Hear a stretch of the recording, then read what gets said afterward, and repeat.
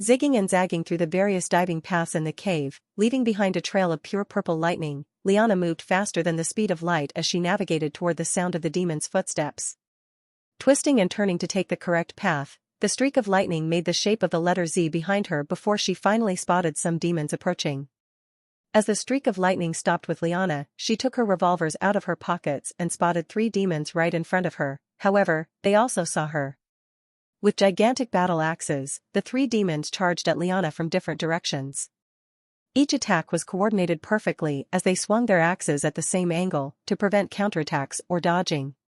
Flicking her revolvers up to the roof, Liana took 1 step forward, her foot completely covered in lightning and leaking onto the floor below as lightning sparks lit up the dark cave. Lunging downwards, Liana disappeared from the demon's sight, leaving sparks of lightning on the ground with every step she took. As Liana moved so fast that she was invisible to the demon's terrible eyes, she purposely left behind sparks of lightning, leaving a trail for the demons to follow. Noticing the sparks of lightning, the demons used them to locate Liana. However, that was exactly what Liana wanted. There was a delay. Liana moved so fast that by the time the lightning sparks appeared on the floor, she was already more than 10 feet away from that location. Twisting and turning, running up the roof, running on the walls, and sliding on the ground, Liana treated the cave as a playground. Running up the cave walls and running on the roof with her entire body facing the floor, Liana watched with a smile as the demons swung their axes at every spark. They were slowly losing their edge and becoming more frustrated. Increasing her speed to the maximum, lightning sparks started reacting with each other as small bits of fire appeared around the cave. Finally finding a gap in the demon's formations, she stopped mid-sprint, causing gravity to actually take effect, and propel her headfirst downwards at the cave floor. Doing a flip mid-air, Liana landed in the middle of the demon's formation, with 1 demon to her right and 2 to her left. With her revolvers pointed in different directions, each at a single demon, Liana stopped her mad sprint for a split second. Bang! Bang! If you had looked down from the roof at the floor below at this very moment, it wouldn't have looked like a battle in the slightest, it would have looked like an art piece.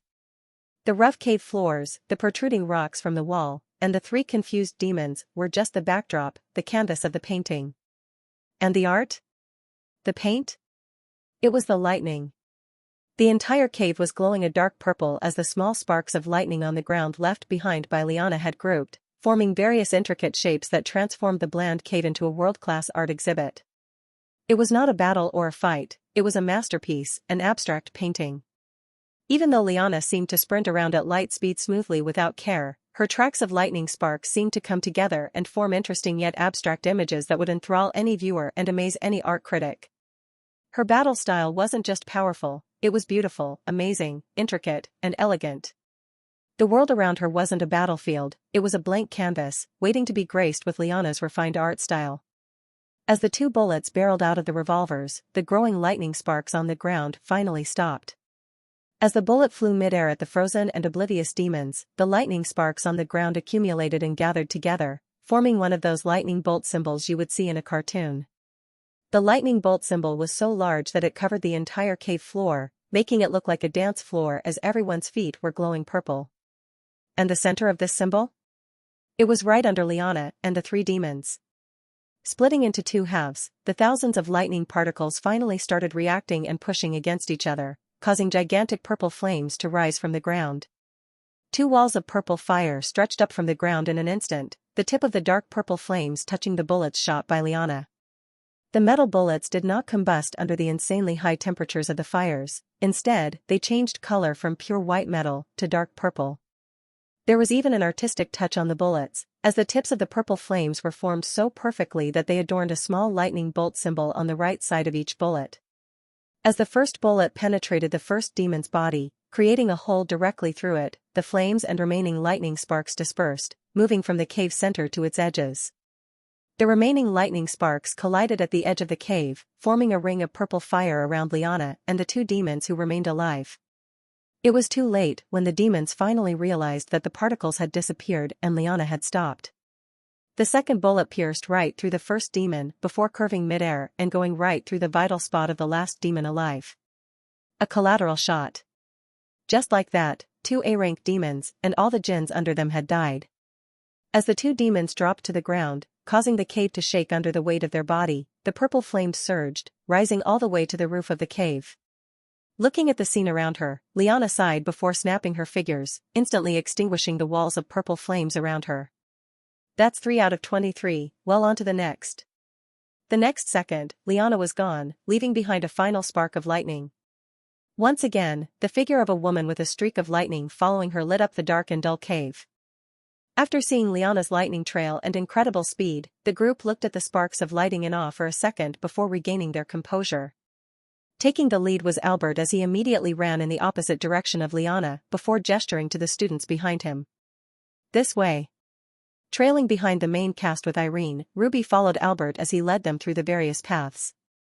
Even though there was a chance of demons popping out at any wrong turn or a sudden sneak attack, Ruby's mind was completely elsewhere.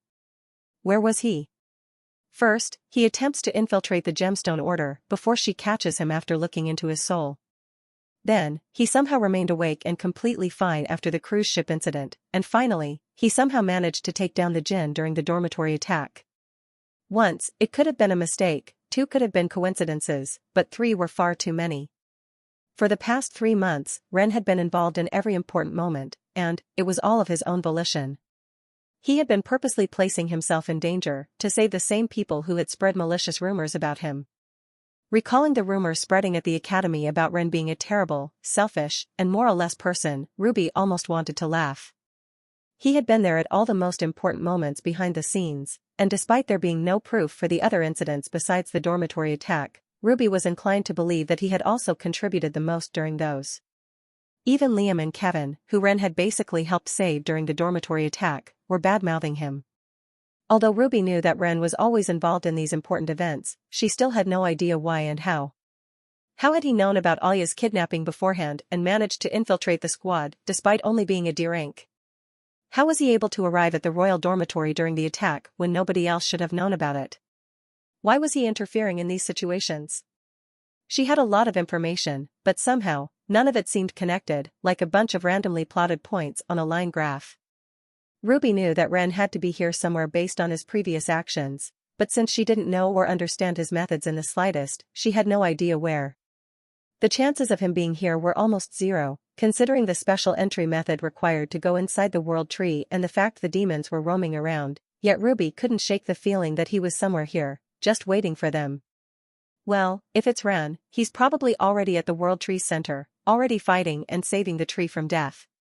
Hearing Ruby's muttering, Irene asked. What did you say?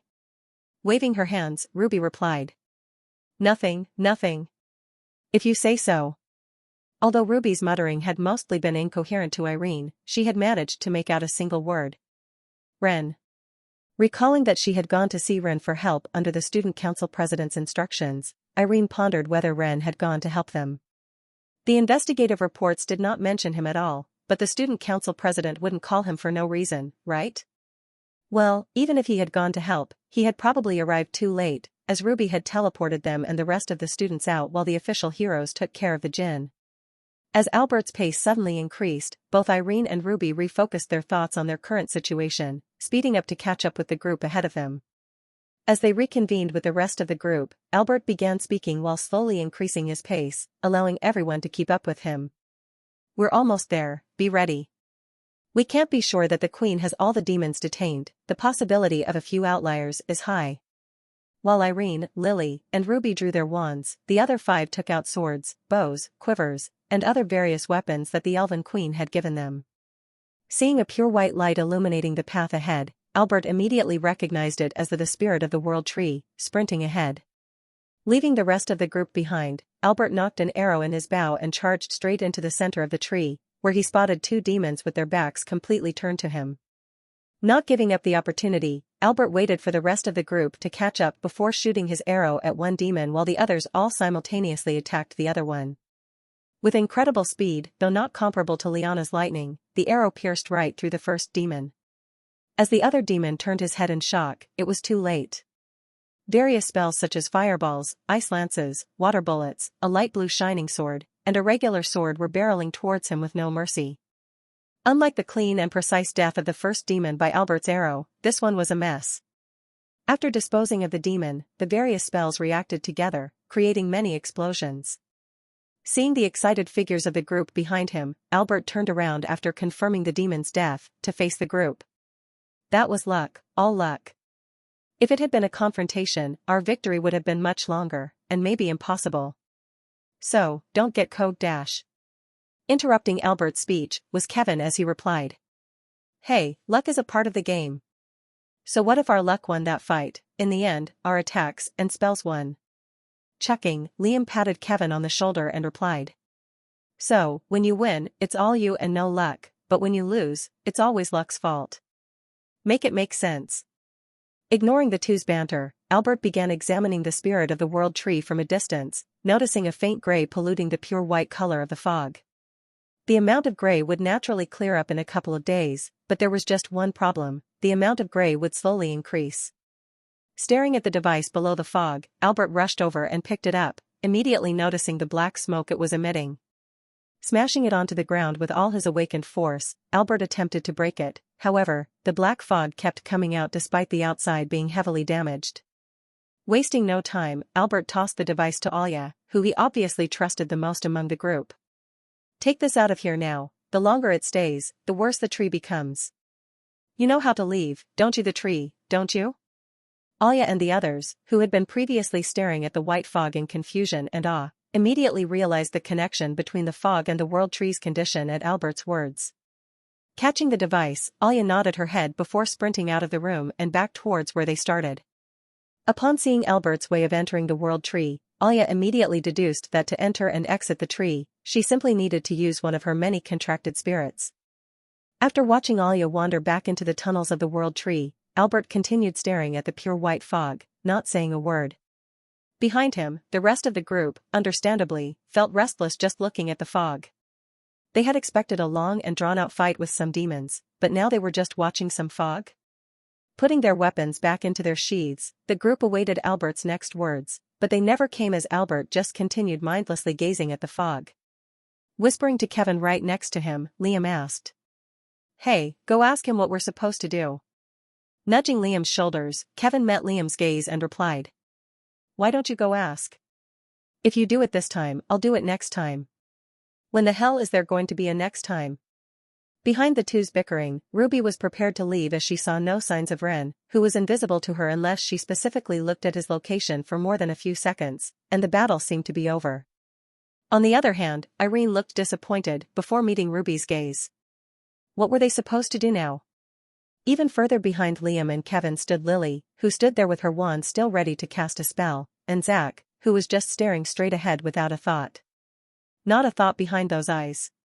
Finally, after what seemed to be ages, Albert noticed his companions growing increasingly restless, so he spoke with his gaze still locked onto the white fog. Before leaving this place, we must ensure the tree is no longer corrupted. If we allow it to be more corrupted, serious consequences will ensue. Pausing for a moment, Albert scratched his chin before finally turning to face the group of students. And don't ask me how long we must stay here to keep guard. It could be an hour, a day, or even a week, depending on what the Queen tells us. But don't worry, you all are free to leave. What you have done thus far has already been a great help. Turning back to face the white fog, Albert raised his hands, waving goodbye, without even seeing their departure. Looking at Kevin, who was about to utter complaints, Lily sighed before gesturing for the group to huddle. I think we should stay until, at the very least, the Queen comes back and gives us some information. As Zack and Irene nodded their heads with affirmation, Liam also replied. We've come this far, so it doesn't make sense for us to leave without seeing the conclusion anyway.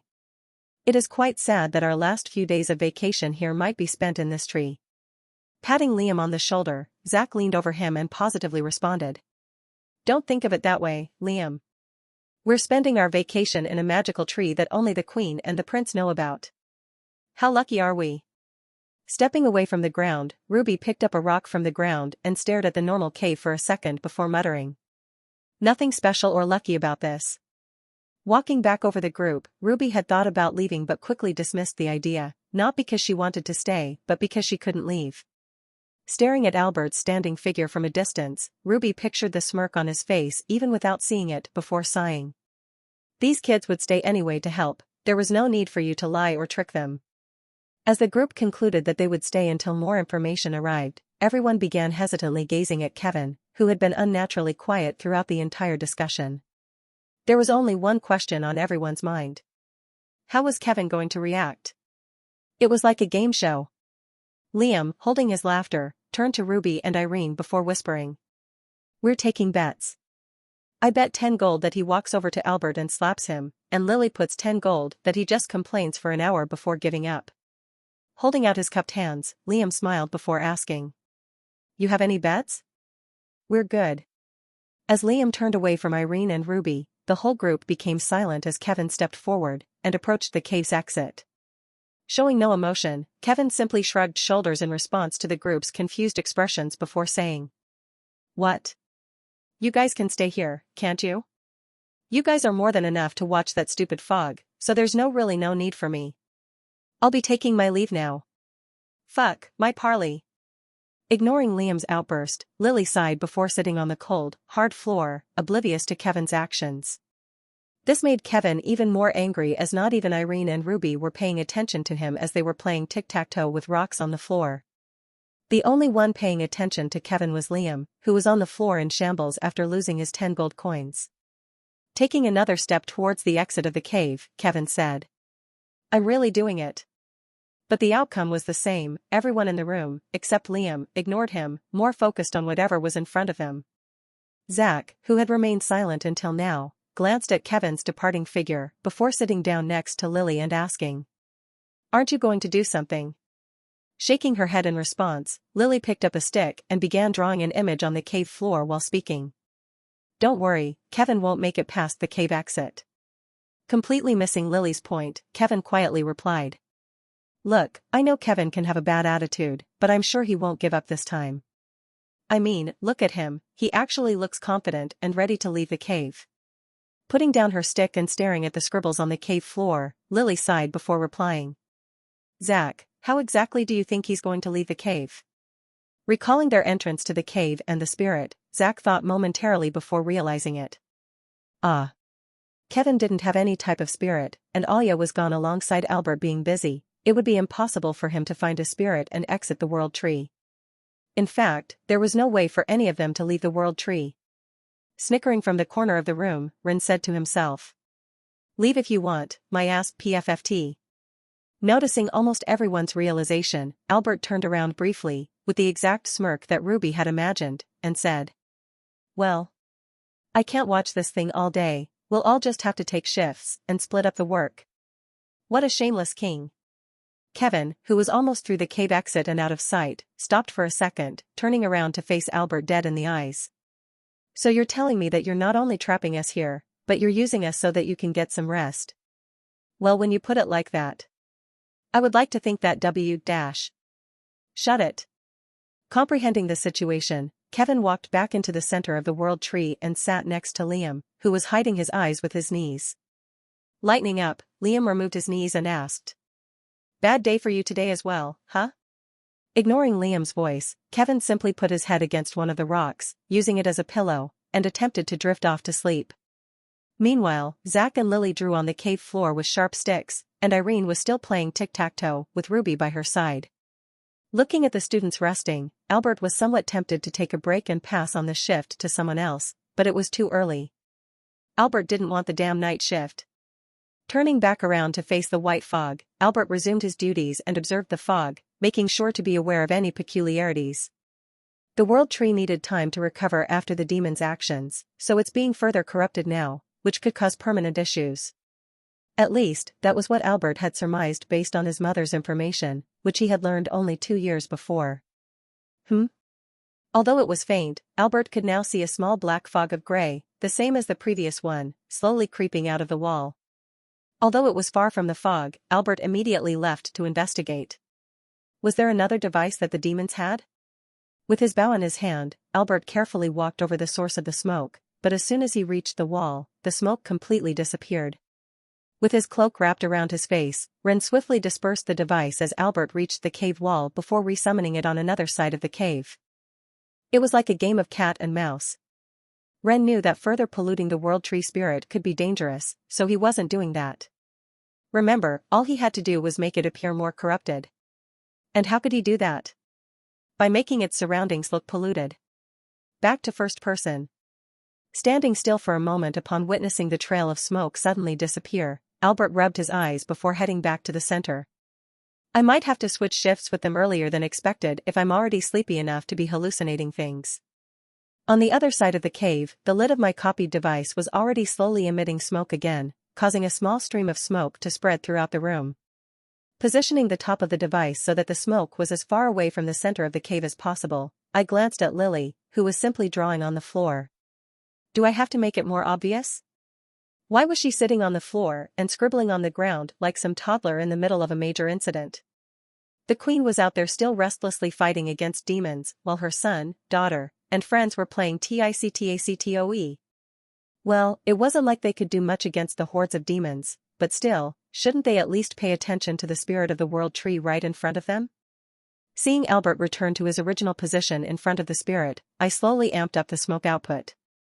At the same time, I moved to the shadows right next to the cave exit, with a hand on my hood, which contained my cat. If I were to be caught before the tree appeared corrupted enough, I would have to deal with the entire main cast, Ruby and Albert, attacking me thinking I was an intruder, which, to be fair, I was. Dying or being heavily injured was not particularly on my schedule today. Seeing Albert start to scan my section of the cave, I once again dispersed the device before dashing over to another portion of the cave and remanifesting it. At this point, the smoke was grouping together and growing in size, making it easily visible if you stared at the wall for more than a second, but, alas, no one did. This was a good thing as I could release more corruption into the surroundings without being noticed, but at the same time, there was a limit I couldn't pass. I purposely sent all the smoke in the same direction so it would group as if I had just sent it around randomly. The smoke would spread through the entire cave, eventually hitting the spirit of the world tree. The problem was that if the group of smoke I was producing actually hit the world tree, it would be immediately fully corrupted and in danger of dying. Also, was Albert even willing to sacrifice his life for the world tree's survival? Well, he had done it in the original story, but what about now? He hadn't developed any character that I knew of, so I assumed it was highly likely that he would agree. If not, there were always alternative ways. Well, you can't get any rewards without taking some risks, right? Holding the device steady in my hands and watching the smoke flow out, I glanced around the cave and saw Liam alongside Kevin with their backs on the wall, both clearly in a foul mood. Completely oblivious to their surroundings, the black smoke accumulated and accumulated until there was just a gigantic cloud of black smoke in the corner of the cave, wavering above the floor. Now, I just had to make it noticeable, but wasn't it already way too recognizable? To be fair, there would be no reason for them to just randomly stare at the corner of the room, but what was I supposed to do? Moving that cloud of smoke would be impossible as it would simply disperse and hit the spirit of the world tree in the white fog, and if I yelled out, "Over here guys," I would be more screwed than the spirit of the world tree. Looking at Lily, who was still drawing on the cave floor with the tip of the branch, I surmised a plan. The branch tip would eventually become too dull to make marks on the cave floor, so Lily would be forced to look for other branches. And where will all the branches in the cave be? Coincidentally, under a gigantic, suspicious cloud of smoke. Were there easier ways to make them notice the cloud? Yes, but all of them would require someone else besides Lily to find out about the smoke first. Lily needed to find out about the smoke so she could immediately take command and give the group the solution mentioned in the story. If someone besides Lily found it, they could devise a different and unsuccessful plan before Lily could even say something, and in a rush, everyone would follow that plan. And then there was also the chance that Albert, who was essentially the leader of the group right now, would choose another plan over Lily's, as Lily's plan meant he would die. Even if Albert wanted to save the world tree and his fellow elves, it was a natural instinct for him to want to survive. It was something that he couldn't change as this instinct was deeply rooted in every single living body. Given the choice between a plan that involves his death and one that does not, all sense of reason will go out the window, and Albert will obviously choose the one without his death. If Lily had discovered the smoke first and had the chance to completely explain her plan, no one would suggest any alternatives, so Albert wouldn't have had a chance to escape anymore. Crack. Tensing my entire body, I saw the tip of the branch break, causing Lily to look around for another one. Finding the group of branches I assembled near the cloud of smoke, Lily dusted her hands before getting up and walking over there. As Lily stopped a couple of feet before the pile of branches and noticed the floating cloud of smoke, I dispersed the device and moved toward the white fog in the middle of the room that contained the spirit. Using the shadow of the spirit's fog to conceal myself, I waited as Lily's lips slowly parted and, a sudden voice came from the cave's entrance. "Albert, the device is stashed away, what d-?" Watching Alia take another step, Lily sprinted towards her and screamed. "Stop now, Alia, don't move." But it was too late. The cloud of smoke I accumulated with my device scattered into thousands of particles as Alia stepped through the entrance, where the smoke was located.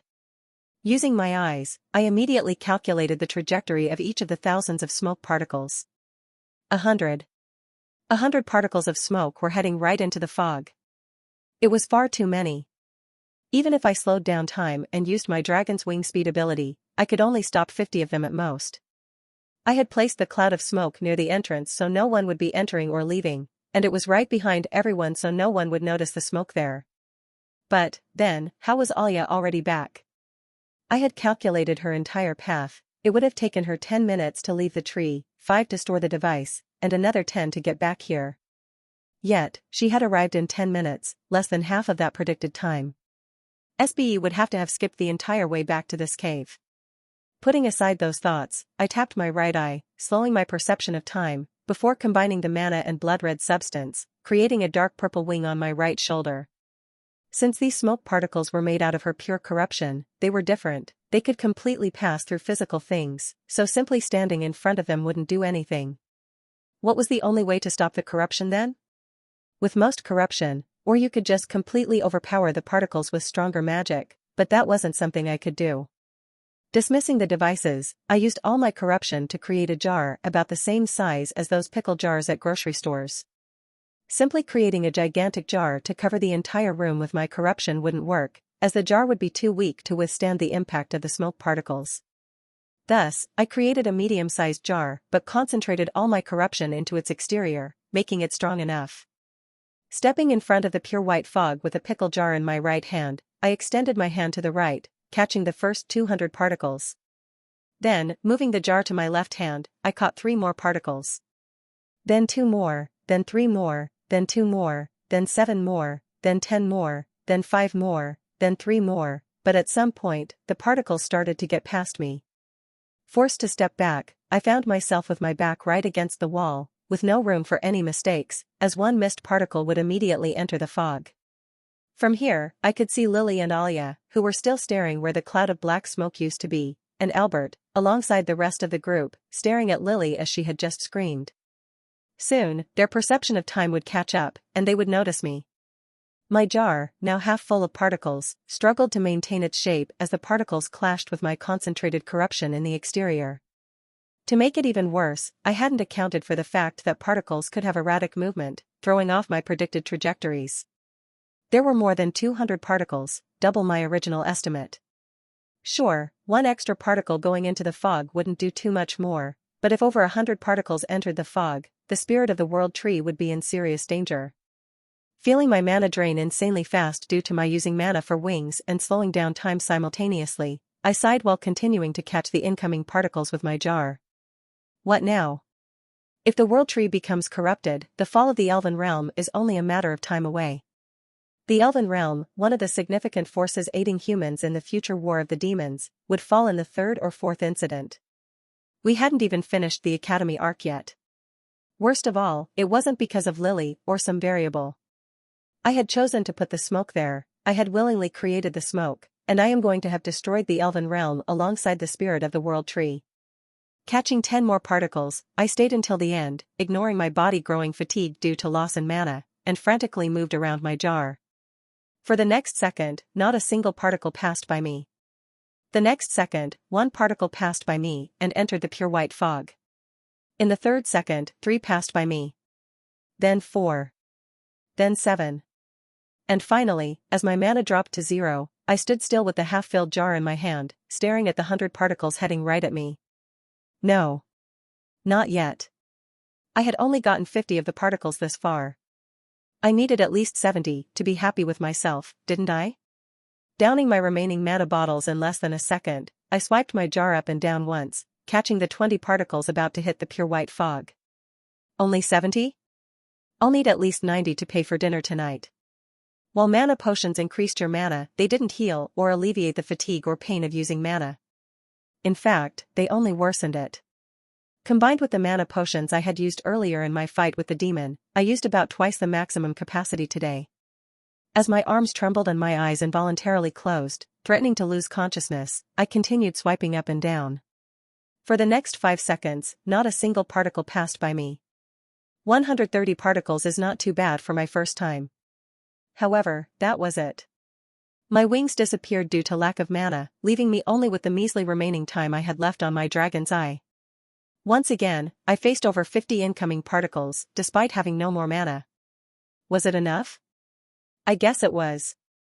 BZZT. As the main cast slowly turned their heads towards the pure white fog, catching up to the current time, the entrance of the cave glowed a dark purple, and a streak of lightning could be seen approaching. Even with my dragon's eye activated, I could barely see her. Going straight past the main cast, Liana briefly glanced at my mask and current position before turning. And turning and turning and turning. Like a NASCAR driver, Liana drifted and turned while going as fast as a car, even with my perception of time slowed. Zigging and zagging around the particles with perfect precision, the streak of lighting behind Liana melted the smoke particles of corruption instantly as she ran past them. The entire cave turned a dark purple for a second as lightning beams shot out of Liana's body, crushing over 30 particles at a time. At a single second, over 3 beams, each having a diameter of the entire cave, could be seen appearing for a short second before disappearing and reappearing in a different location, where more particles were located. Within the next 5 seconds, all the particles were gone, leaving behind a couple of lightning sparks on the ground. Stopping a few feet away, Liana focused on the white fog, which was partially tainted with black, before turning her attention to me. The next second, she moved. Right at me. Exhausted, drained of mana, and completely powerless, I watched as Liana moved towards me, slower than before, with her hand stretched out toward me. Despite the horror in my chest at that moment, a feeling of awe also appeared as I felt like I was watching a movie. The purple sparks on the ground glowing the cave a dark purple, the sparks of lightning flying off her body as she moved towards me in slow motion, and her indifferent expression as she approached me. All of it combined to create the perfect scene, the climax. Well, what happens to villains in movies? As the streak of lightning fast approached me, the sparks of lightning hanging off Liana's body blinded me, forcing me to close my eyes. At the same time, my mana completely ran out, returning my perception of time to normal, so when I reopened my eyes, I couldn't even see her, only the sparks of lightning on the floor. I had no weapons. If I dismissed the jar I had made out of corruption in my hands, all the particles inside it would leave the jar and head straight at the tree. Even at Liana's speed, destroying all those particles before they reached the tree would be impossible, so the spirit of the world tree would be further damaged. But, was that a bad thing for me? Staring down at the jar filled with particles clashing against each other, I seriously considered opening the jar and letting them all out. If Liana had to choose between me and saving the tree, as the Elven Queen, she would obviously prioritize trying to destroy as many particles as possible before they hit the tree. In that time I could use my dash, which required no mana, and leave the cave before immediately exiting the world tree with my cat and my hoodie. But, then, what would happen to the world tree? No, who cared about what would happen to the world tree? It was between my damn life and the stupid spirit of the world tree. Weighing the two options, I knew I had to choose as even though I couldn't see Liana due to my lack of mana, I could still predict and calculate her speed with my eyes. Within 2 seconds, she would reach me. My life or some random tree. To any person, including me, this choice should be easy. As a second passed, I placed my hand on the lid of the jar, unscrewing the top, causing the particles at the bottom to rush upwards in search of freedom. Staring at the people in the room, who were about to notice my presence, I continued unscrewing as their gazes lingered on the lightning sparks on the ground. How many people here would die as a consequence of my actions? No. How many people in the world would die in the future war if I destroyed the Elven realm today? Why did I have the right to decide who lived and died in this world? Did being from another world make me some god? Hiding in the shadows, manipulating every important event like some puppeteer tugging on the strings of fate, controlling humans like dolls, and doing it all without a single person finding out. All of it was to save the world, wasn't it? Then, weren't my actions today completely contradicting that? No, my true goal has remained unchanged since my transmigration to this world. My survival was the utmost priority now, just like it had always been. The flame that Ruby saw in my chest hadn't grown any smaller. In fact, it would probably have grown even bigger and become even brighter since all the near-death incidents I've experienced. Ripping the lid of the jar, allowing a single particle to fly out, I held my breath, seeing the sparks of lightning on the ground slowly approach me. What if this didn't even work, and Liana just completely ignored the spirit of the world tree, leading to the death of me and the tree? Well, I would be a goner, so that wouldn't be my problem then, so there was no point in thinking about it, right? As my heart rate quickened, and my legs attempted to tremble, but they couldn't due to my lack of energy from using my mana, I stared straight ahead, the location where my eyes predicted Liana would be by combining her average speed and previous pattern of moving. Suddenly, my vision flickered momentarily as a white flash blinded me, and when I reopened my eyes, a person with silky, long black hair stood in the exact location I had predicted Liana to be, her backside only visible to me. With her hands waving desperately as the lightning sparks approached her, she turned around to face, revealing her blood-red eyes. Ah, she had teleportation, didn't she? What's the point of this mask if everyone already knows who I am? Despite Ruby now blocking her path, the lightning sparks continued appearing ahead, revealing no signs of slowing down. Activating the dash I had been saving for my escape out of the world tree, I stepped forward, speeding forward at Liana's predicted location and Ruby's current location. But I was still slow. Liana's normal speed far surpassed the speed of my dash. Ignoring the pain coursing through my body, more than double my usual maximum mana, I forced my head to tilt upwards and look at Ruby's figure. Activating the dragon's eyes with the mana I had regained in the short span of 5 seconds, I could see Liana's figure for a short second. Over Ruby's shoulder, Liana, with a streak of lightning following her, was heading straight at Ruby with the same indifferent expression.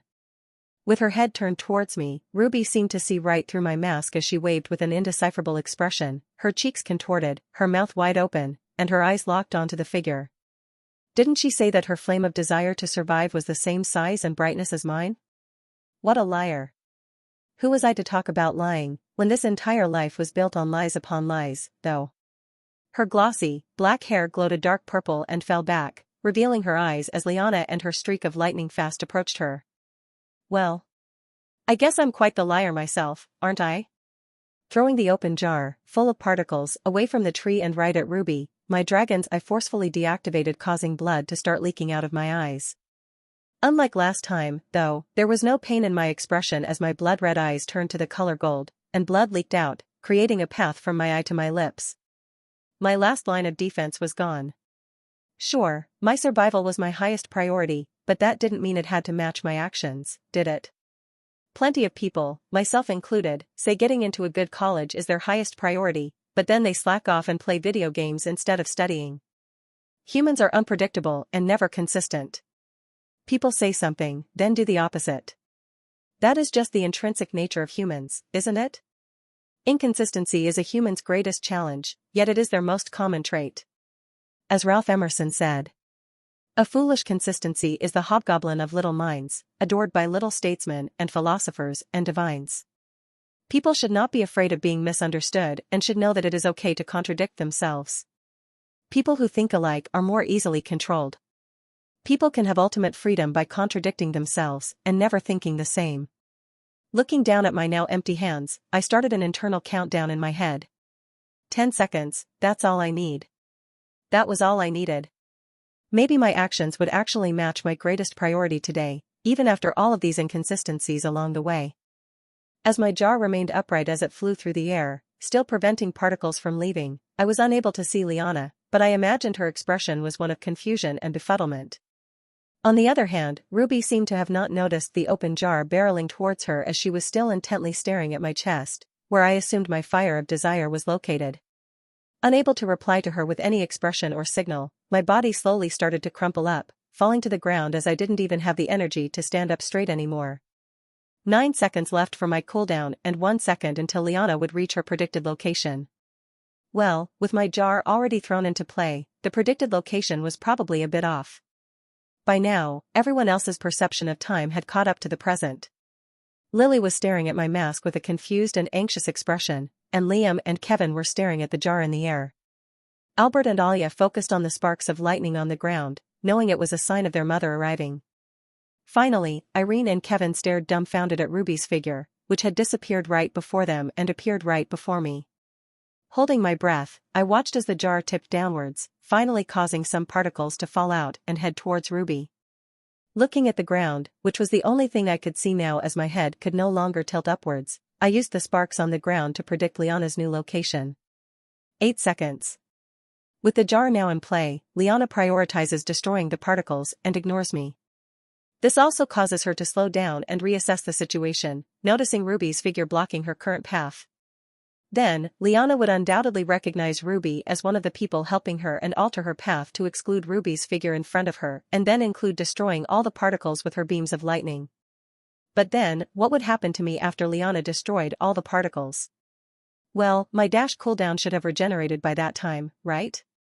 Calculating the distance between the lightning sparks on the ground and the rate at which they were appearing, I was able to get an approximation of Liana's current path. There was just one problem. Liana's path had changed a single bit. 7 seconds.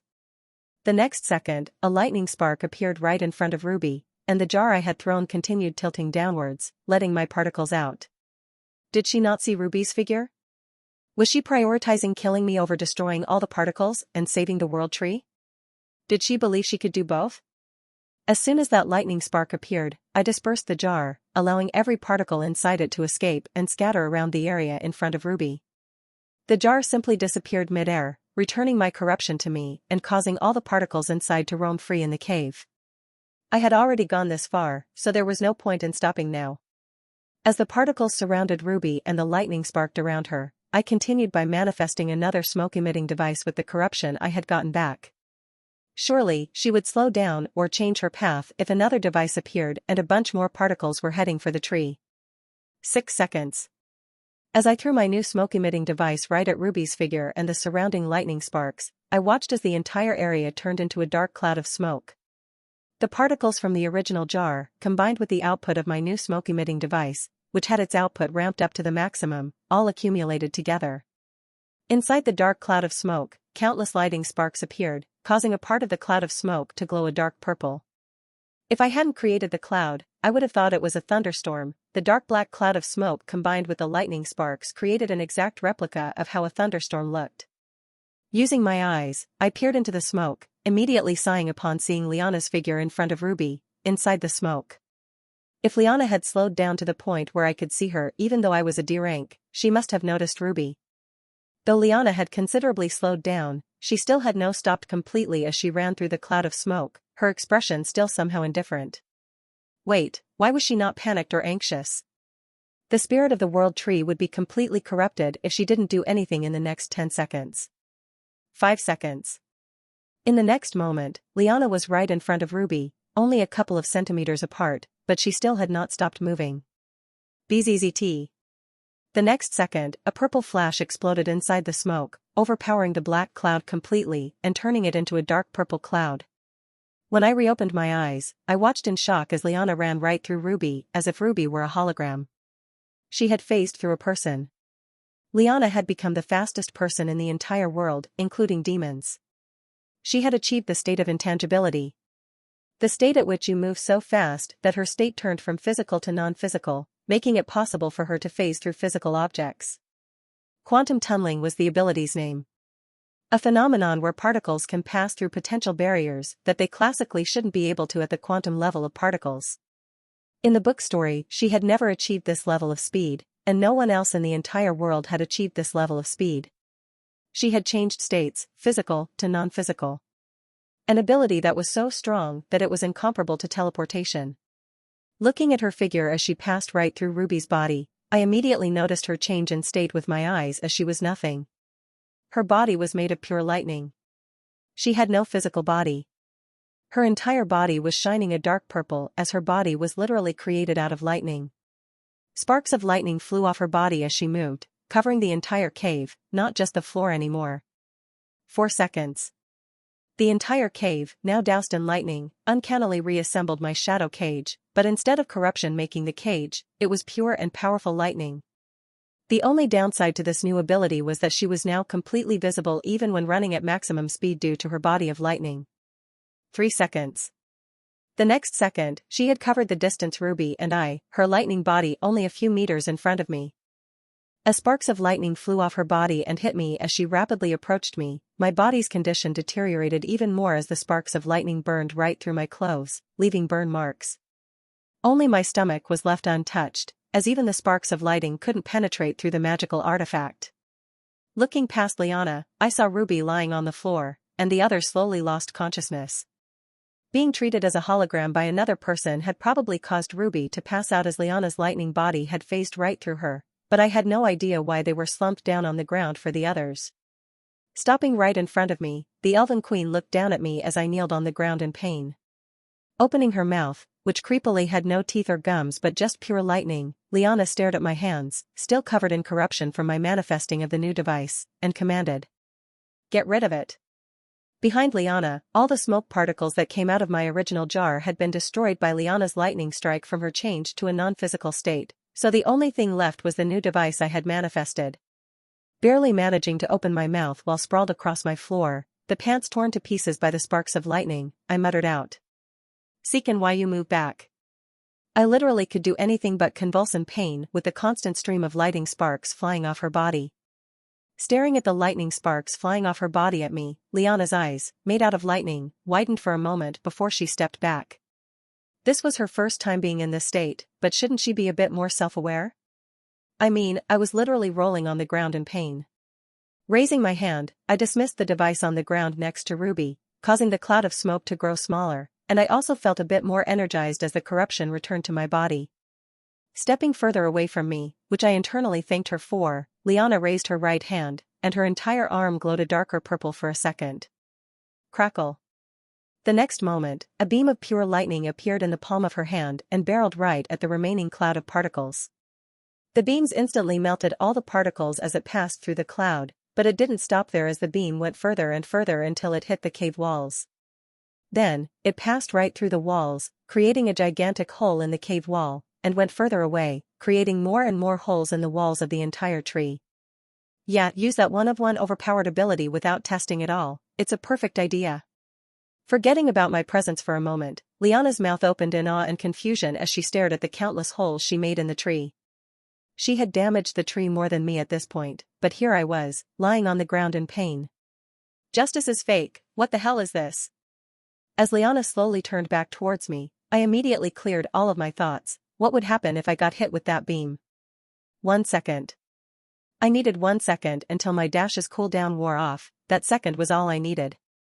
Well, that second activated the usage period, and then another second to actually dash forward. It had to be perfect. Liana's speed was now almost 3 times as fast as my dash with her new lightning body, so with my calculations of her current speed factored in, I decided that I had to dash forward and leave the cave within a period of around 3 seconds. With the energy I got back from returning my corruption, I raised my hand and placed it on my hood, feeling the soft fur of my asleep cat.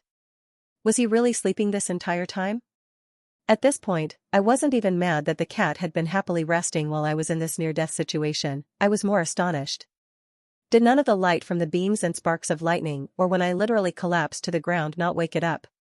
Staring at me with my hand on my hood, Liana ensured she was far enough so that sparks wouldn't hit me, before bowing.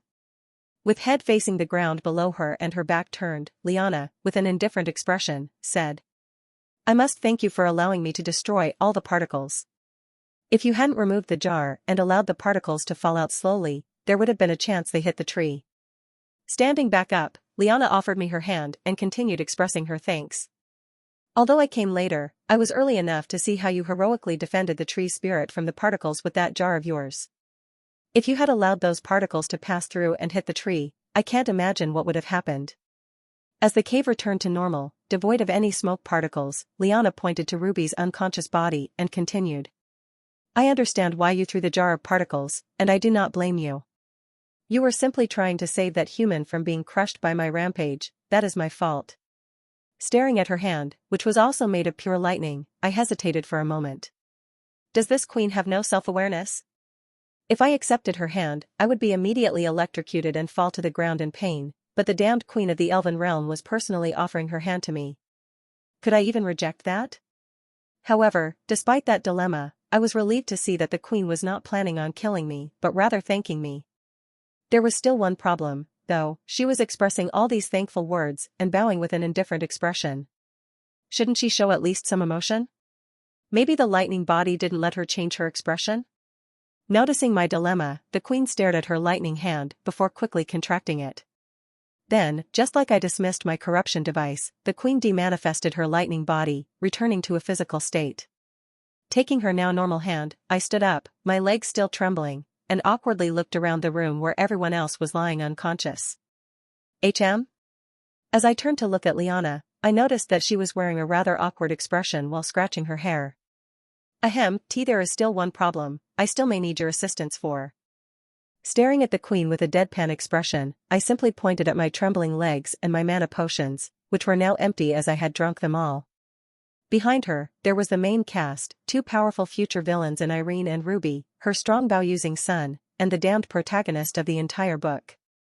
But no, she chose to ask me, a third-rate villain who is completely exhausted, out of mana, stressed out, in immense pain, and has just come out of a near-death scenario. Trying my best not to show my anger to the person who had just unlocked the ability to quite literally phase through things, I shook my head and replied. I don't think I'll be of much help to you in this state. However, if I were to recommend a couple of people to you. Pointing at Kevin, Liam, Zach, and Lily's bodies on the floor, I continued, using all the marketing knowledge I had gained from watching advertisements on the television on Earth. Now, those three people, I can vouch for. With them, you won't have to worry about a single thing, their power and work ethic are unmatched. U5W-. Putting her hand on her forehead, Liana ignored their bodies and replied. Unfortunately, I specifically require your device and jar to solve this problem. Wasting no time, I manifested the device, keeping the lid over it to block the smoke, and handed it to Liana. This work?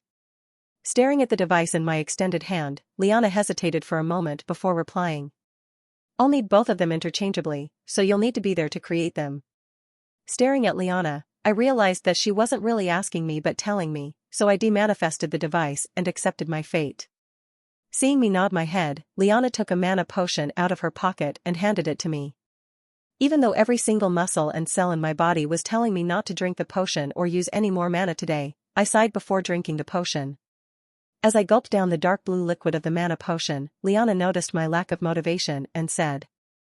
Of course, you won't go unrewarded for undertaking this mission. Combined with your previous saving of the World Tree, I'll personally see to it that you're rewarded. Yet, this didn't increase my motivation in the slightest.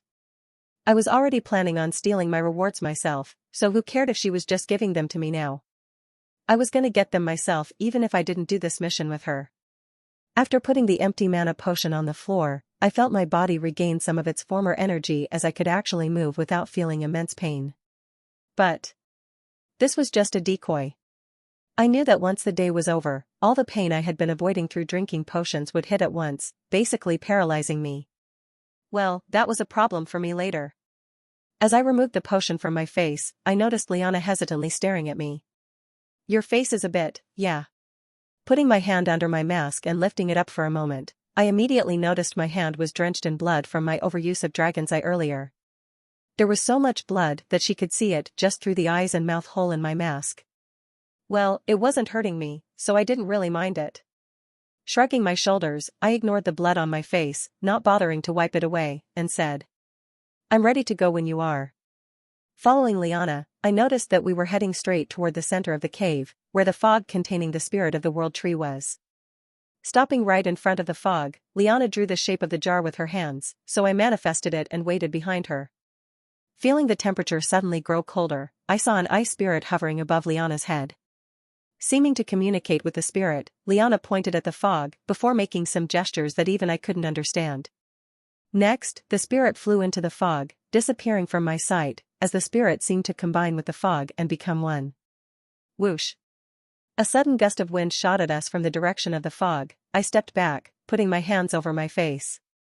However, I had done it far too late, as the blood on the right side of my face flew everywhere, staining my cloak and hair. She really wants to say, I told you so now, right now, doesn't she?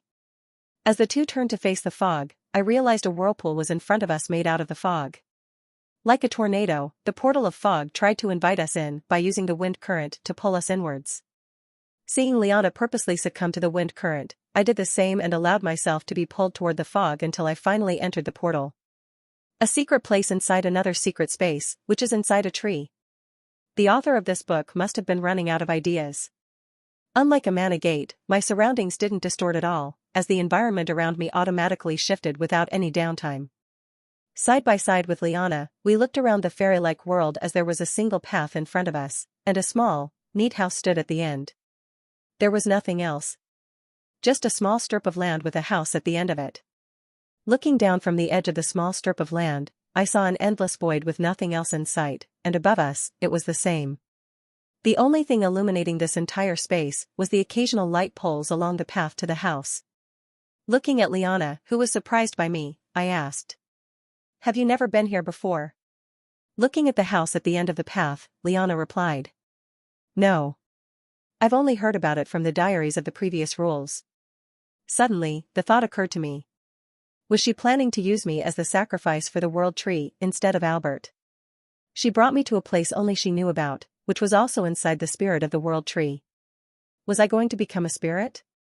Seeing Liana walk onto the path, I hesitantly followed behind her, keeping some distance between the two of us. Beside the path, the lush green grass, which was perfectly groomed, and a couple of small trees were apparent, each looking well taken care of.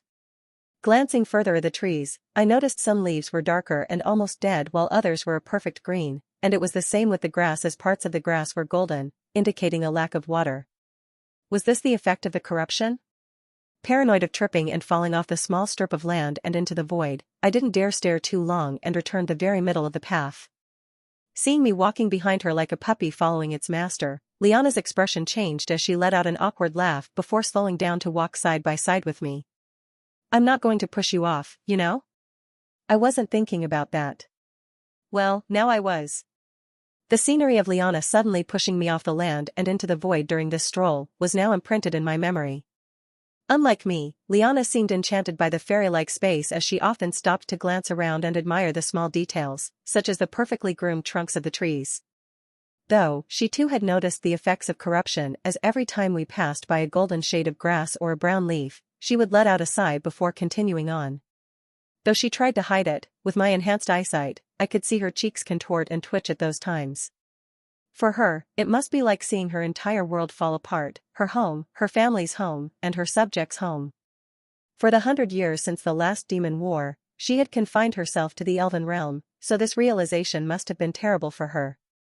This was the first time the world tree had been corrupted in history, and it had happened under her rule as queen. As we walked past another area that was lost due to corruption, a somber expression appeared on her face before she turned to me. "You should know why we're here at this point."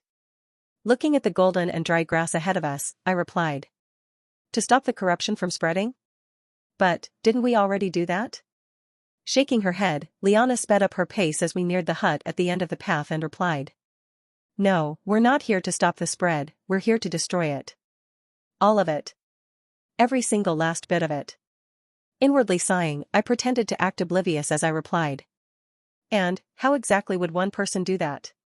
There was only one way. Someone had to replace the spirit, resetting the state of the world tree to its original form where there was no corruption. There were two of us here. Giving no answer to my question, Liana stopped briefly, and leaned against the trunk of a nearby tree while staring upwards the black sky, devoid of any stars. Gathering up my courage, I strayed away from the path and stood on a patch of grass, looking into the endless void that surrounded us.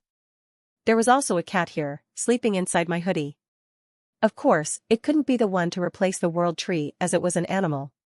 Shaking my hoodie and forcefully waking up my cat, I allowed to climb up to my head, where it sat down on my hair and stared out into the endless abyss with me. I wouldn't be the one being sacrificed here today, as well. How did I know that? I wasn't actually here, unlike the queen. I had first noticed it when I stepped onto the lush, green grass. My shoes didn't press down on the grass and cause it crumple up and break, they simply passed through the grass like a hologram. Extending my hand, I tried to touch the tree trunk beside me, but my hand simply passed through it like it was nothing. My physical body was still in that cave, but my soul and essence were here. Seeing me stop, Liana walked up behind me, not stepping on the green grass, and watching my figure from the path. She didn't want to harm this fairy-like world further by stepping on and destroying the grass. So, then who was going to be sacrificed, today? Putting her hand on her forehead and forcing out a smile, Liana said. You know, a lot of people seem to know the future nowadays. First that girl, and now you. The method to enter the tree was only known by two people in the Queen's eyes, herself and her son, Albert. Since Lily also knew the method of the tree and knew the future, she probably assumed that since I also knew the method, I knew the future. Nodding my head, I laid down on the ground, allowing my body to pass right through the grass, and stared up at the sky. Technically, I was floating right now, as my body should have passed through the path, but that wasn't the thing on my mind, right now. I was brought here to facilitate the transfer of the spirits for the world tree with my corrupted power. Gently taking the cat off my hair, I placed it on the grass, but it had the same effect as me, nothing at all, the grass remained the exact same. As the cat ran in circles around me, seemingly confused about why nothing it did had any effect on the grass or nearby tree, I turned around. I wasn't one to stop someone from making a decision that they were already determined to make, but here, I felt like I had to at least try. Deep down though, I knew it was impossible. Her entire life, since she was born, was dedicated to protecting her people, so how could she stray away from that goal during this desperate time? But before I could even say anything, Liana's voice once again sounded as she sat down on the path. What happens to the world in the future, if you know about it, of course. Seeing no reason to lie, I placed the black cat on my lap to stop it from frantically running around and replied. We win, the demons are eradicated, and the elven realm perseveres through some tough times, but survives in the end. Watching her nod her head and intently stare at me for more information, I couldn't help but ask. You actually believe me? I mean, I most definitely wouldn't believe some random person who says they know the future. I would have just pushed off my entrance into the world tree as some coincidence, and not immediately assumed that person was the future. Letting out a slight chuckle, Liana turned to face the abyss of black surrounding us and replied. Why not? If it's true, then it's true, and if it's false, it's still interesting nonetheless. At a loss for words, I let out a sigh and sat up straight for a moment to take off my cloak, which was drenched with blood. Even if it wasn't my physical body, I still felt weird walking around with blood on my clothes. Laying the cloak down on the ground, which also had no effect on the grass, I laid back down and continued staring at the endless black sky above me. Is that mask coming off as well?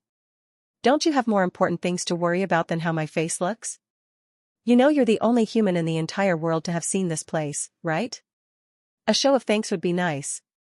Haven't I already done enough by saving that tree of yours? Pausing mid-sentence, I hesitated before curiously asking. By the way, don't you blame me for all of this? I could have done better and done a lot more to save the elven tree from ever being corrupted and even prevented the need for a sacrifice to be taken. Lily had done her best, but had I?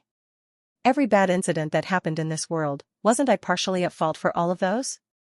With my knowledge of the future, I could have prevented and stopped so many deaths, but instead, I chose to start a business to make money, steal powerful items, and be selfish. Voicing my thoughts aloud to the silent queen, I continued.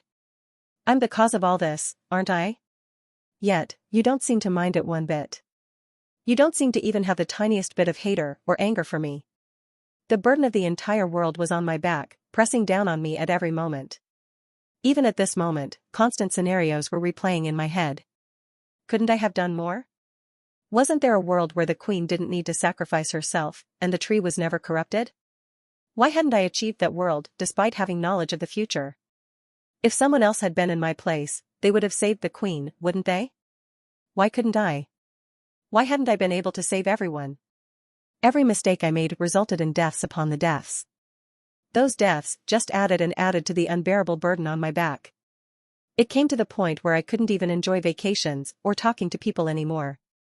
Anytime I was doing anything fun, fulfilling, or entertaining, the constant thoughts always appeared in my head.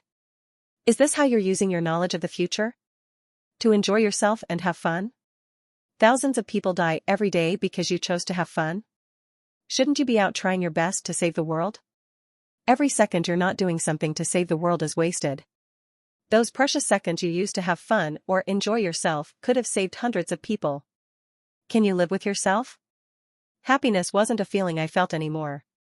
I couldn't even remember the last time I thought about doing something for myself. Every second I spent not working to save the world or doing something about the future felt like hell. Sleeping felt terrible. Eating felt disgusting. How dare you waste time eating or sleeping when you have knowledge that could save thousands of people?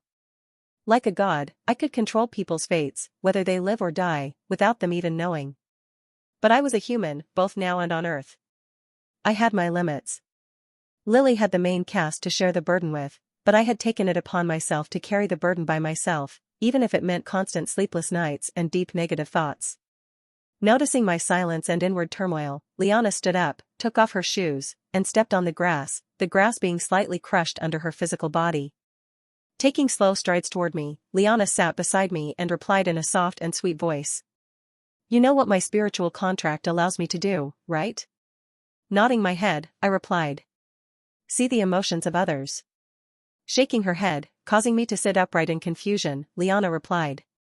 I can see them, but I can also feel the emotions of others if I would like to.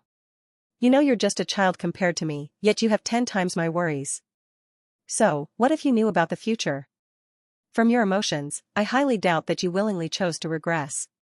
Putting a hand on my shoulder, Liana continued. No one is telling or forcing you to save the world. Honestly, if you don't want to save the world, then don't. No one is going to force you to do anything.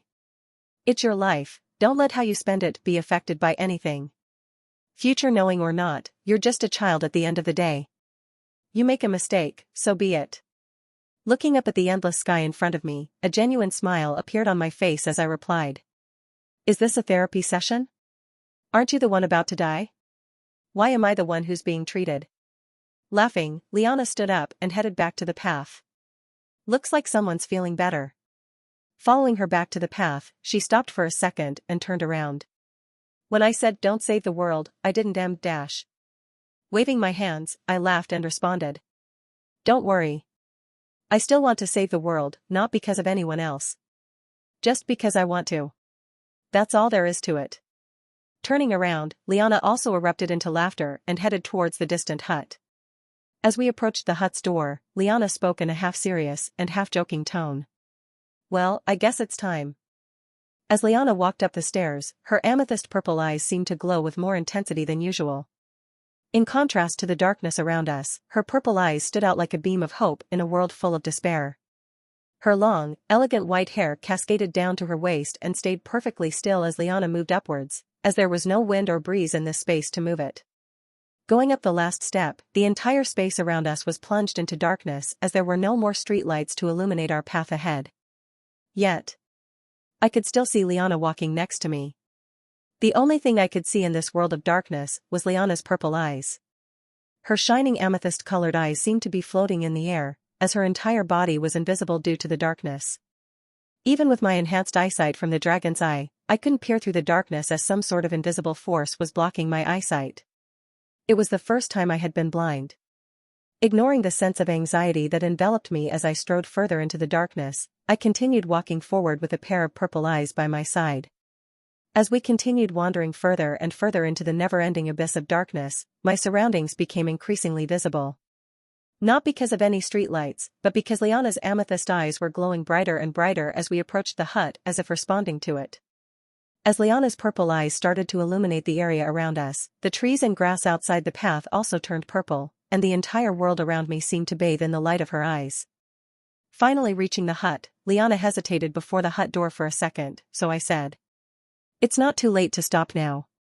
Shaking her head, Liana replied, "No, it's not that. Aren't you the one who told me to do what I wanted and ignore what others would think?" Placing her hand on the doorknob, Liana replied, "This is what I want to do, though." As she twisted the doorknob, I asked, "So, then, what were you thinking about?" Pulling back the door, Liana stepped into the hut without taking any precautions and replied, "I'm just thinking how my people and my family would react to the news. You're about to die and turn into a spirit basically, but you'll still be thinking about everyone but yourself." Strolling into the small hut behind Liana, I saw that it was basically a replica of the elven huts that the academy students and I had slept in. Though there was only one floor, the layout was practically the same. 2 beds were on each side of the hut, and a couch was on the back wall. The only difference was what was lying in the middle of the hut. Instead of some desks, there was a large circle, with coordinates plotted on the outside and intricate symbols in the middle. In the center of the circle, there was a symbol of a diamond surrounded by a rectangle, and that rectangle was surrounded by countless triangles on every side. The tip of each triangle almost reached the outer circle, and inside each triangle was the symbol of the moon. To top it all off, inside the diamond at the very center of the circle, there was a large tree resembling the ones we had seen on our way here. Kneeling down on the floor and touching the outside of the circle, Liana finally answered my question, with another one. Is there anything wrong with that? Making sure not to walk through the magic circle, I walked around the room until I finally reached the couch against the back wall. I mean, it's your choice, so I don't see anything wrong with it. But as a living being, wanting to survive's in your nature. And, what exactly are you trying to say? Looking up to the roof, where a large window was, I stared into the black abyss above us and responded. You're not being honest, but then again, that's not a problem. After all, I haven't been completely honest either. Walking into the center of the circle where the diamond lay, Liana placed her hand above it, allowing electric sparks to fall.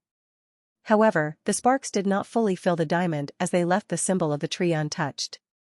Although I hadn't recognized this fairy tale type space due to its location, which is different from where the main cast and Albert arrived, I knew of this ritual. So, I wasn't surprised or confused to see Liana walk slowly around the circle, allowing lightning sparks to fall on specific locations. However, to the outside eye, the locations weren't connected. In the original story, the queen wasn't even involved, so instead of pure lightning, Albert used ice crystals.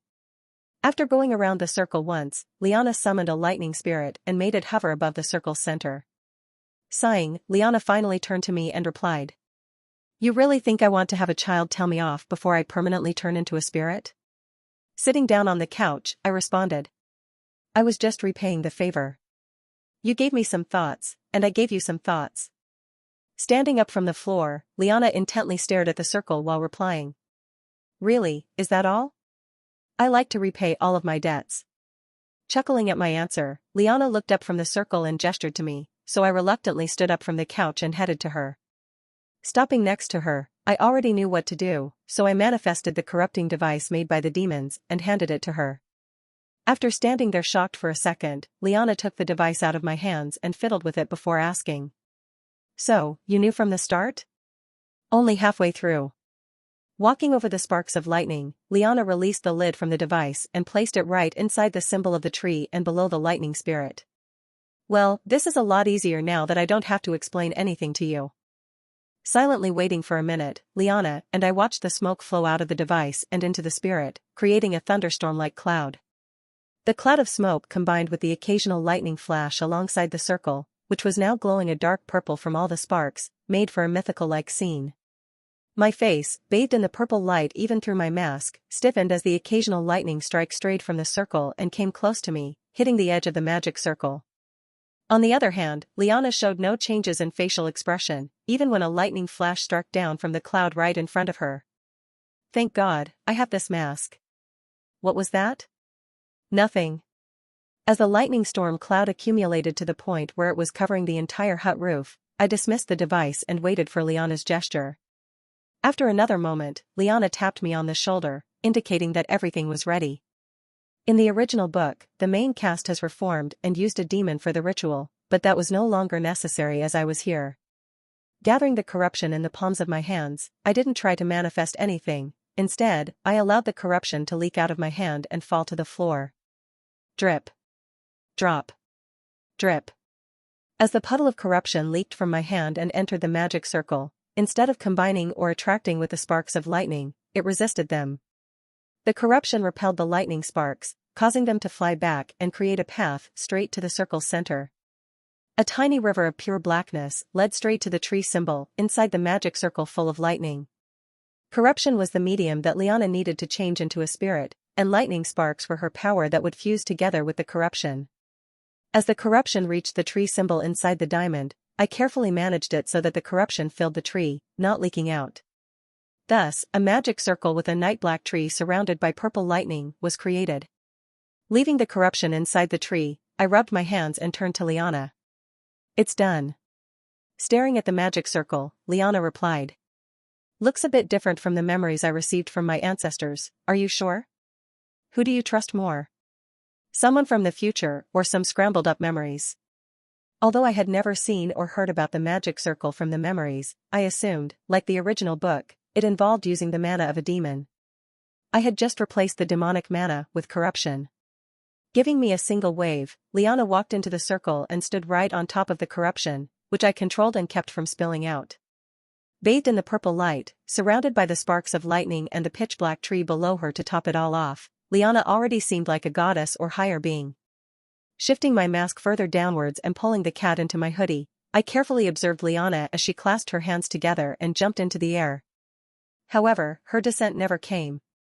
Levitating above the pitch-black tree and below the thunderstorm cloud, Liana sat crisscross with eyes closed and her hands still clasped together.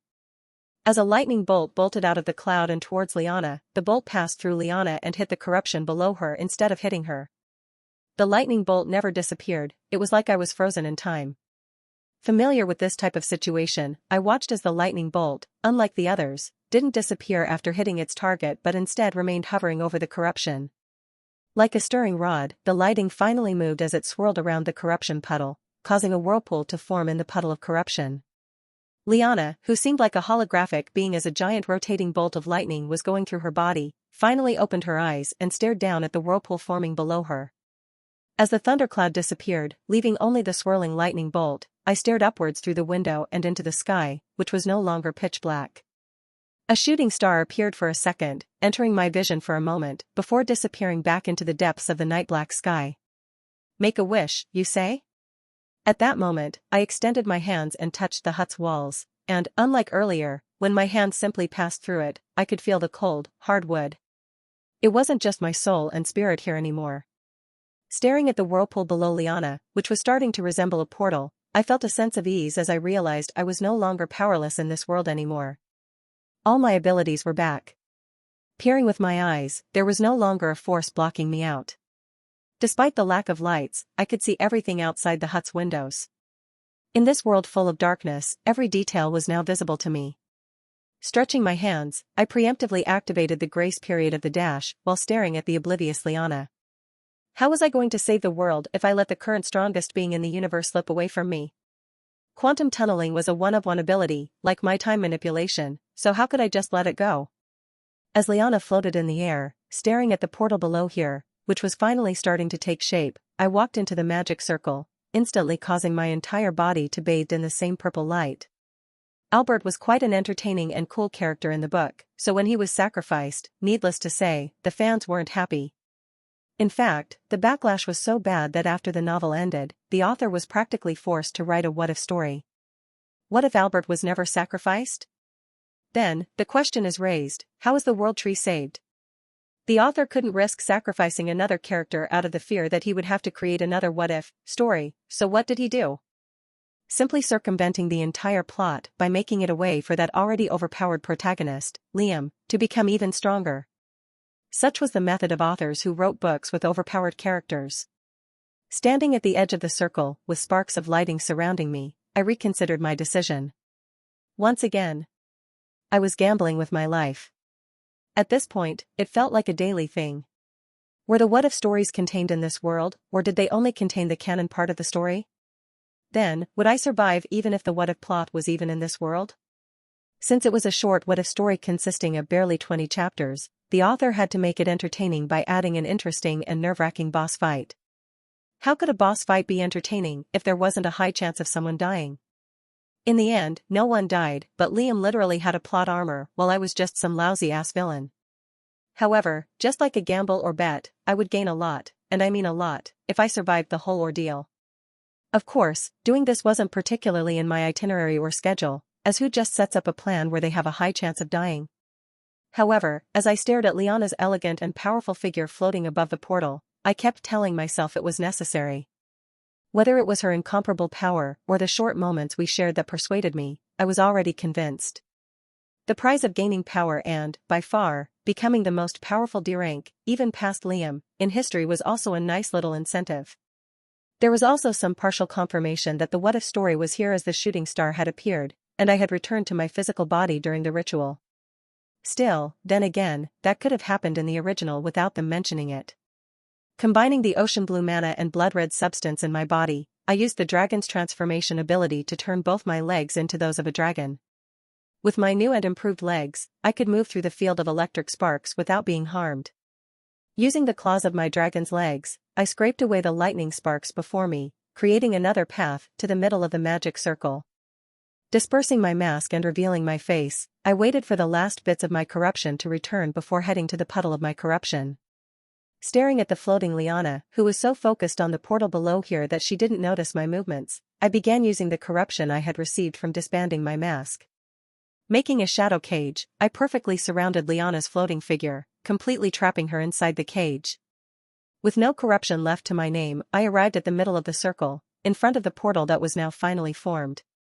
Liana, who had noticed the portal's completion, attempted to leave her floating position. However, the barriers of my shadow cage prevented her from moving a single bit.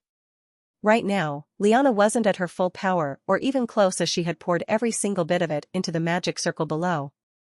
She didn't expect to come out of this situation alive, so she had completely put all her power toward the circle, but that left her completely defenseless. Right now, she was far from being the most powerful living being.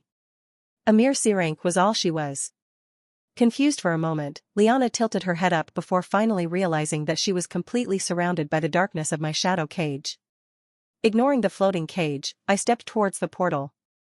She would regain her power quickly and break out of the cage, so I had little time to spare. Staring at the portal below, which seemed like a black hole, I dismissed my dragon's legs and momentarily hesitated at the entrance. Moving the shadow cage with Liana away from the portal and outside the magic circle, I looked outside the hut's windows, admiring the beautiful fairy-like space one last time. Bang! Behind me, it seemed that Liana had already gained some of her power back as my shadow cage disappeared, revealing the figure of Liana. Turning back to face Liana, who couldn't yet move due to using most of her regained power to break the shadow cage, I gave her the same simple wave she had used on me a few minutes ago. Although I couldn't hear her because the portal behind me was making so much noise, I was able to read her lips. "What are you doing?" Not knowing whether she could hear me or not, I replied back. "You said to do what I wanted, right? This is what I want to do.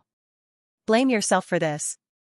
Before Liana could activate her speed and head to me, I moved backward, falling back first into the portal. As my body entered the portal, it completely closed, leaving me stranded in darkness. After free-falling into the pitch-black void for a couple of seconds, I finally felt my surroundings shift, transforming the scenery around me into a pitch-black void, but with a tree in the distance. The first gamble had paid off. The what-if story was real. Crash. Finally hitting something concrete, my back crashed into what I felt like wood, causing me to yelp in pain. Standing up, I observed my surroundings awestruck. It was like I was in outer space. The entire world around me was pitch black except for a couple of stars in the distance that partially illuminated the void. There was no floor below me. I was just standing on an endless void of darkness somehow. Below, it was pitch black, beside me, it was pitch black, and only above me was there only semblance of something, as a couple of stars could be seen in the distance. Instead of planets, just one gigantic tree stood in the distance, its root clearly corrupted as dark spots could be spotted on the brown trunk. Hesitantly taking a step forward, I was glad to see that I was still standing instead of falling into the endless void below me. But I wasn't floating or flying. It seemed like there was an invisible glass floor below me. While adjusting to this new space, I felt my corruption, all my mana, and even my energy had returned to me. I was no longer exhausted or hurt in the slightest. It felt like my body's state had been reset to how it was yesterday. Using my newly recovered corruption, I manifested 2 pitch-black daggers, which were invisible as they blended in with the darkness of the space. Looking down at my hands, I saw nothing. If not for the fact that I could feel them, I would genuinely believe there was nothing in my hands. Getting used to the feeling of basically walking on nothing but pure darkness, I moved towards the tree at a walking pace. As I approached the tree, this outer space-like world seemed to plunge further into darkness as the stars became farther and farther away. When I arrived at the tree's trunk, only one star was left, barely visible through the branches of the tree. Moving my remaining corruption near the blood-red substance in my body but not yet combining them, I freed one of my hands and extended it. In front of me stood a trunk that seemed to tower forever, and I couldn't see its top, even with my eyes. On that trunk, there were countless cracks. Peering through the cracks, I saw countless spots of black on the interior and even some small black shapes moving around inside the trunk. How do you remove corruption from a tree? You kill it. The physical manifestation of corruption lay slumbering and slowly spreading inside this tree, slowly taking control. Now, how was I going to lure it out? What does any monster want? More power. Dissolving the 2 daggers in my hands, I allowed my hands to be covered in the pitch-black aura of corruption. Extending my hands to touch the trunk, I offered the corruption in my hands as bait and watched through the cracks in the tree. Shapes of black figures move around and slowly accumulate in the center of the trunk, creating a big blob of corruption. Seeing the blob at its maximum capacity, I removed my hand and dashed outwards, my eyes still locked on the crack. Then, the big blob of corruption finally moved towards the crack, but instead of moving through the hole, the blob allowed bits of corruption to fall off it and onto the invisible floor outside the tree. Finally, as the last bit of corruption leaked out of the tree and onto the floor, I examined the crack one more time, ensuring that no corruption remained in the tree. There was no more. Looking down at the floor next to the tree, I saw the countless drops of corruption again accumulating, but, this time not to form a blob. Attacking the corruption right now wouldn't do anything as it didn't have a form yet, so I patiently watched the small droplets combine. Eventually, the droplets started eruptions upwards, creating a gigantic wall of corruption, and then they expanded outwards. Then, it all stopped as the corruption took on its final form. In front of me stood a human-like figure made of corruption, except there were no eyes. A pitch-black aura surrounded the figure, darker than even the void space we were in. The figure the corruption took on felt familiar, because it was me. In front of me was a replica of Ren. Manifesting my 2 corrupted daggers, I waited for the first attack of the corrupted figure, but it also waited. Oh, right, it's me too. Combining the corruption and blood-red substance, I manifested a wing on my right shoulder before flapping it. The next moment, I was right in front of the corrupted figures, with my daggers already relentlessly slashing at it. However, every time my daggers slashed and made a hole in the figure, countless more bits of corruption filled those holes back in immediately, rendering my attacks useless. Looking upwards, I saw the corrupted figure looking at me with a wicked smile on his face. The only reason Liam could damage this corrupted creature was because of his light blue sword, which was made of pure divinity. Thus, the entire attack and attack pattern were different, so I had no idea what the monster would do next. All I knew was its moveset. Flapping my wing again, I appeared 10 meters away from the corrupted figure and watched as it slashed its long arm, releasing countless pitch-black slashes at me. Unlike the figure, I didn't have instant healing, so I flapped my wing once, appearing 10 meters up in the air. Flapping my wing over 10 times, I intricately moved to new locations every second to avoid the slashes released by the corrupted figure. Seeing the figure slow its barrage of slashes down, I took a moment to dismiss the 2 corrupted daggers in my hand. Summoning an elegant, night-black bow in my hands, I knocked an arrow and aimed right at the figure's head. Releasing the arrow, I watched as the corrupted figure stood completely still, letting the arrow fly right through his head and create a massive hole. The hole was then filled in the next second. He was immune to corruption. Dismissing my bow, I stared at the figure, whose body was just made of corruption, and pulled down the hood of my cloak. Not giving me any time to devise a solution, the corrupted figure pulled a sword out of the air in front of him, imbuing the pitch-black aura around him into the sword. The pitch-black swords then multiplied until 10 were above him, and then, at his gesture, all the swords came flying at me. Then, in the next second, the corrupted figure also sprinted at me, the claws on his hands dangerously sharp. Dispersing my wing, I used dragon's transformation to make both my hands turn into those of dragons, with claws at the end of them. Swiping at the incoming swords with my claws like they were nothing, I knocked them all to the floor. As the swords hit the invisible glass floor below us, they instantly shattered into thousands of pieces before turning into corruption and accumulating into multiple blobs on the floor. Facing the claw attack of the corrupted figure, I stood still, swinging my own dragon's claws at him. As my claws hit his arms, his claws, in turn, hit my arm, leaving a trail of blood and corruption. Although I wasn't immune to corruption, I couldn't be corrupted. Wincing in pain, I dashed backward, ignoring the blood pouring out of my arm, and stared at the area of his corrupted body I had hit. There was a dent in his arm, albeit small, but the important part was that the dent wasn't regenerating. From the dent, corruption flowed out of the figure's body, weakening the figure and causing him to shrink in size. However, a moment later, he simply manifested a makeshift bandage made out of corruption and placed it over the dent. Matching his creepy grin, I demanifested my dragon's arm on my right, leaving the left side still a dragon's arm. Using the blood-red substance I got back, I combined it with my mana and manifested a wing, much smaller than usual, on my right side. The next moment, I was gone and right in front of the bandaged figure. Swiping my claws at him for a second, I briefly dodged his attack by instantly flapping my wing and appearing 5 meters away. Again, and again. Claw. Clash. Wing. Claw. Clash. Wing. Claw. Clash. Wing. The night black was no longer dark and silent as our battle illuminated the abyss, both above and below us.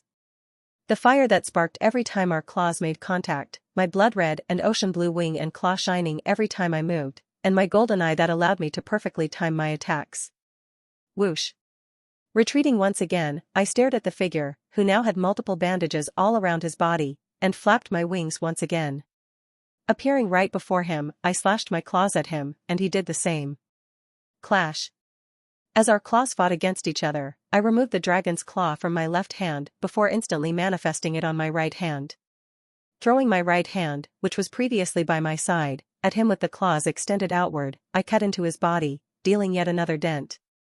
But, in exchange, he thrashed his claws forward at my body, but before his attack could hit, I was already gone. Whoosh. Perfectly timing my moment to dodge, I appeared mid-air 5 meters above him and instantly dived downwards at his head with my right hand's claws pointed straight downwards.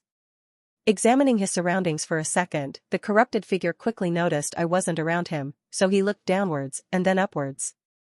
As his eyes locked onto my descending figure, it was too late, as my claws pierced straight through his head. Whoosh. Materializing 5 meters to his right, I demanifested the dragon's claw in my right hand and returned it to my left side. Looking down at my body, which had countless scars, and observing the corrupted figure's body, I noticed that my bloody scars and his dents were practically in the same place.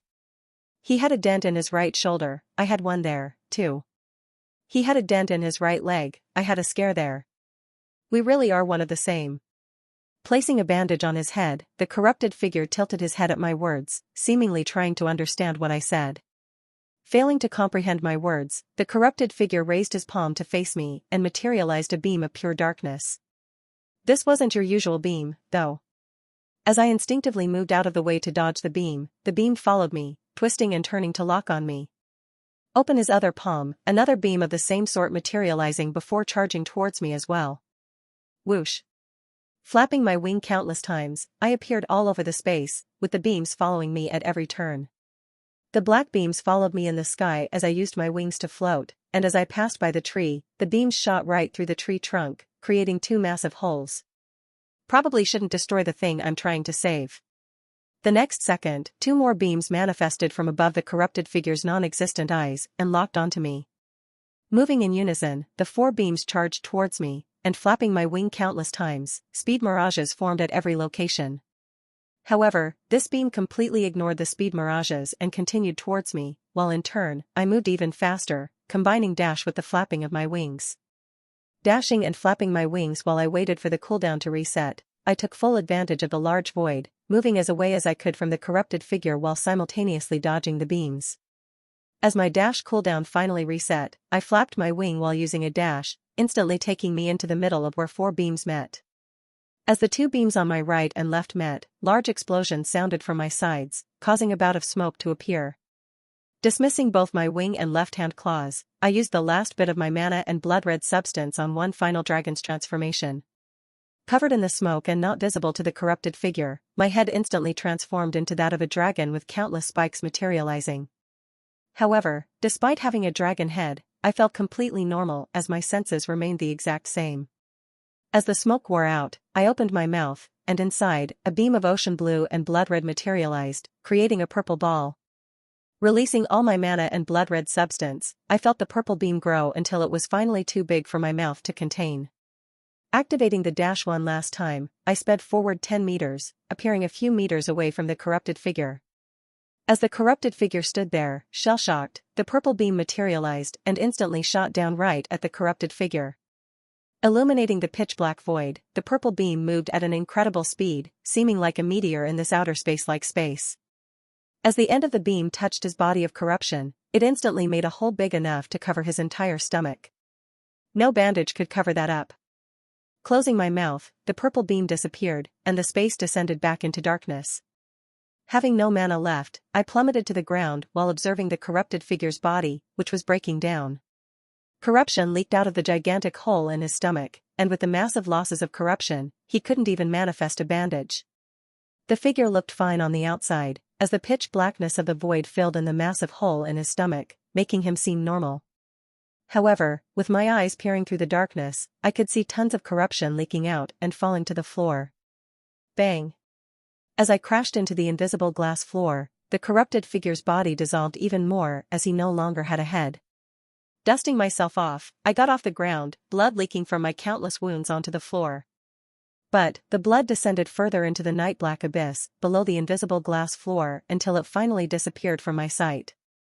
It seemed that the invisible glass floor had some special properties that made it not like blood.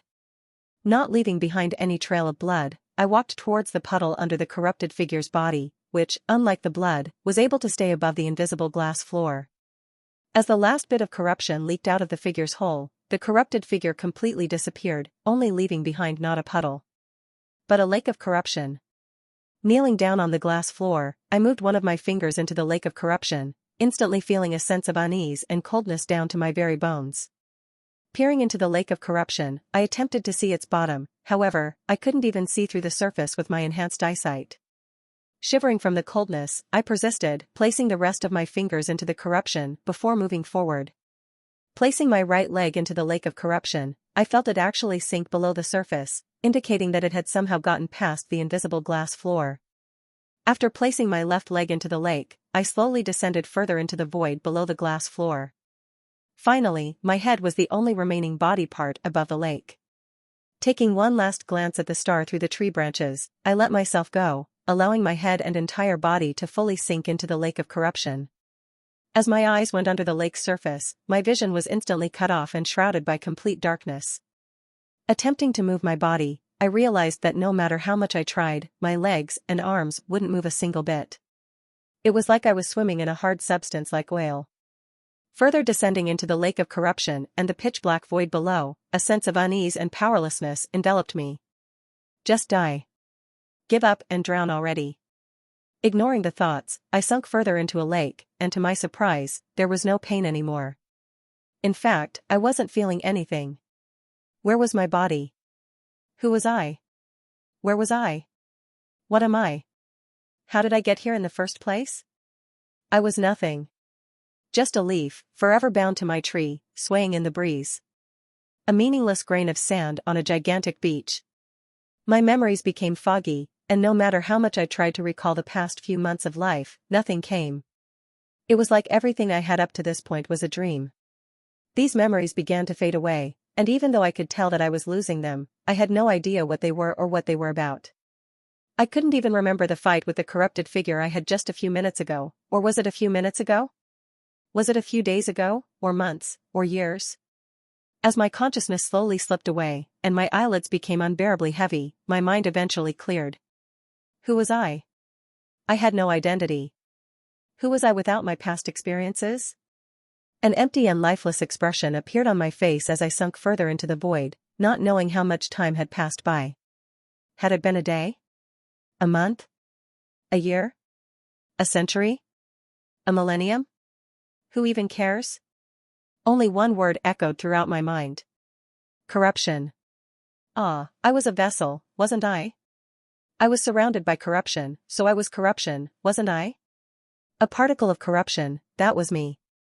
This was my home, surrounded by my fellow particles of corruption. Why was I trying to leave, then? A smile appeared on my empty face as I mouthed. Ah, how stupid am I? Trying to leave my own home, didn't my mother teach me better? Mother? I had a mother, didn't I? Then, a sudden light enveloped me for less than a second before instantly returning my world to darkness. Instantly, a surge of memories flooded my head, causing my grin to disappear and a pained expression to appear. The scenery of a truck and the vivid streets of Japan replayed in my head, seemingly removing the shroud of darkness covering my eyes. I was that dead body on the road. But wasn't I a particle of corruption? How was I, human? Then, a word echoed throughout my mind, replacing corruption. Promise. A promise. I had a promise to keep, didn't I?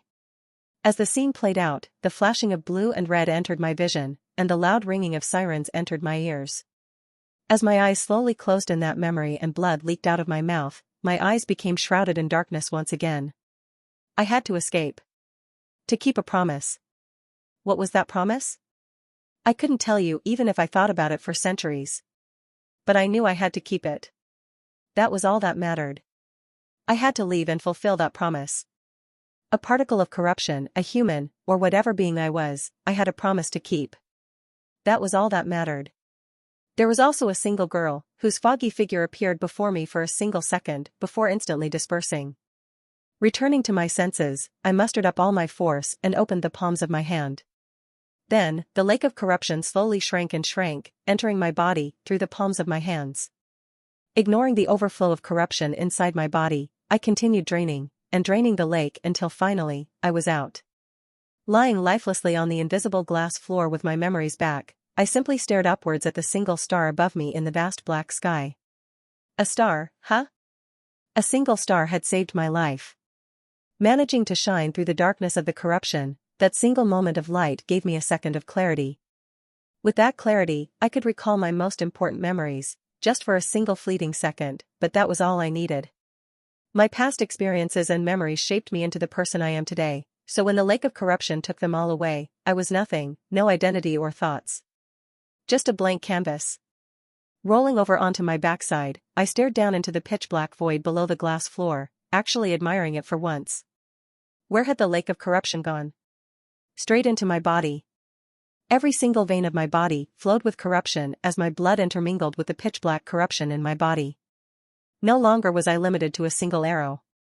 I could create an entire quiver and hundreds of arrows at the same time. More than that, I had discovered something new.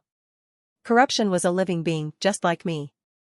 It could move and form living objects, just like how the corrupted had come together earlier to form that corrupted figure I fought. I could create living and moving things if I used enough corruption. After lying down and silently staring into the night-black abyss below for a couple more minutes, I finally mustered the energy to stand up. Using some of the newfound corruption in my body, I manifested bandages and placed them all over my body to stop the blood from leaking. Limping across the invisible glass floor, I slowly approached the tree before slumping down against the trunk. Looking up, I saw the log now colored a perfect dark brown, and every single leaf was colored a pure green with no blemishes. All the cracks in the tree had healed, and the tree was even growing, new branches sprouting out of the trunk every second. It was no longer corrupted. The tree is back to its original state. More than that, as I continued glancing up the tree, I saw a shiny golden fruit hanging from one of the branches, just waiting to be picked. Ah, it can wait. Climbing up this tree and picking that golden apple in my current state was just impossible. Anyways, I was tired. Finally, giving in to the burden on my eyelids, I closed my eyes, seeing the familiar sight of pure darkness. For someone with the best eyesight in the world, I've been seeing darkness a whole lot recently. Using the log as a pillow, I leaned back and slowly drifted asleep. Even in this creepy outer space-like area where I had almost died countless times, I immediately fell asleep. Tapping her foot anxiously while staring at the closed portal on the ground, Liana resisted the urge to use her power and break the entire fairy-like space in half. You said to do what I wanted, right? This is what I want to do. Blame yourself for this. That what was the boy had said before jumping into the portal. Just when she had started to feel sympathy for him, he had been so infuriating. How could someone be so annoying and sad at the same time? Reeling her thoughts, Liana focused on the real problem at hand. The tree, what would become of it, now that a human had entered the portal? What would become of the human? The elves, herself, and their forest, what would happen? He knew the future, didn't he? Did he know something about the tree that Liana didn't know? He doesn't seem like the type to go into situations without planning, but then again, Liana had only chatted with him for less than 20 minutes. As countless questions swirled inside Liana's head, she realized that there was nothing she could do at the moment. Walking to one of the beds, Liana laid down, but didn't close her eyes. Instead, she stared through the window and at the pitch-black sky. Just letting time pass by, Liana emptied her mind of her worries while enjoying the moment of silence. How long had it been since she was able to relax? Would she have seen this sky had she sacrificed herself earlier in the ritual? Crash. A sudden flash appeared and blinded Liana's eyes. She instinctively looked at the portal she had been closely eyeing the entire time. As the portal opened up, Liana jumped off the bed and ran to the magic circle, only to see the masked boy walk out of the portal. His clothes were practically non-existent as his shirt was ripped in pieces, revealing his chest, and the bottom half of his legs were also visible. But, despite those large areas of no clothes, almost none of his skin was visible. He was covered in bandages, which, for some reason, were pitch black. As Liana stared at the emerging masked figure in shock, he spoke before Liana could say anything. "Look for yourself, the tree is fine." Flicking away from the masked figure to the window, she immediately noticed that the grass was healed as it was colored a lush green, and the trees had completely healed. More than that, the space was no longer dark. A bright sun illuminated the entire area, making the space feel even more fairy tale-like as the green grass and tree leaves seemed to frolic in happiness under the sun's rays. Hearing a mutter from the masked figure, she turned around from the window. "Happily ever after, my ass." Collapsing on the bed, Liana was just lying on. The masked figure put his head on the pillow and went silent. At a loss for words, Liana stared at the slumped masked figure for a moment before sighing. I don't know what happened in there, but I must thank you. Not for just saving the entire elven kingdom, but for saving me as well." However, the masked figure was unable to respond as Liana quickly noticed he was asleep. Crash. The next second, the masked figure rolled off the bed and onto the hardwood floor of the hut. But, that was not what made the loud crashing noise. His descent to the floor had actually been silent. On a wall across from the sleeping figure, there was a pitch-black mask lying down. It had flown off his head when he fell off the bed. Opening my groggy eyes, I realized that I was no longer in the fairy world space as the structure of the room I was in was much different.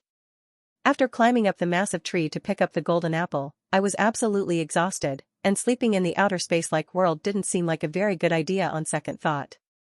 Thus, I collapsed right on the bed right after leaving. Stretched my hands outwards, I lifted myself up from the pillow and sat on the bed while surveying my surroundings once again. I was in a suite room, almost double the size of my dorm room, with a massive king-size bed, 2 desks, a gigantic window to my side, and finally, 2 double doors that led outside. Feeling a sense of familiarity with the scenery with my eyes, I realized that this had to be a room inside the Elven Royal Palace as the furniture was similar. As the bed cracked and I got up from it, I looked down at my body, which still had the same tattered clothing. Demanifesting the corrupted bandages on my body, I was glad to see most of the wounds and scars had healed, but there were still some purple marks on my skin. Checking my cloak pocket and feeling the soft touch of the gold apple, I sighed before turning my attention to the food on the nearby desk, or around 10 steps. But, it was so far away. Sitting back down on my bed and staring at the delicious food on the nearby table, I wanted to get up and eat so badly, but my legs refused to. Manifesting a boomerang, I tried to calculate the exact way I would need to throw it so that it would bring the food to me. However, that just caused my brain to hurt, furthering my already bad headache, so I quickly gave up. Then, as the memories of my time in the outer space-like world slowly flooded my head, I thought of the perfect idea. A way for me to test a discovered ability and get some food at the same time. Living things, I can make those now. Wait, where the hell is my cat? At this point, the cat had spent so much time and gone through so many near-life death situations with me that I considered him my pet. Quickly scanning my room, my worry immediately transformed into anger as my cat peacefully rested on the windowsill, enjoying the breeze from the outside world. Perhaps, sensing my gaze, the cat lazily threw its paw at me as if saying, yeah, I'm here, before lying back down, angling itself so the breeze perfectly hit the fur on his head. Sighing, I returned to the task at hand and released some of the corruption, which shrouded my hands in a dark, black aura. Turning the black aura into a physical object, I put a massive lump of physical corruption, which resembled black slime, into my hands. Visualizing the image of a bird in my head, I closed my eyes and let my brain guide my hands into forming the shape.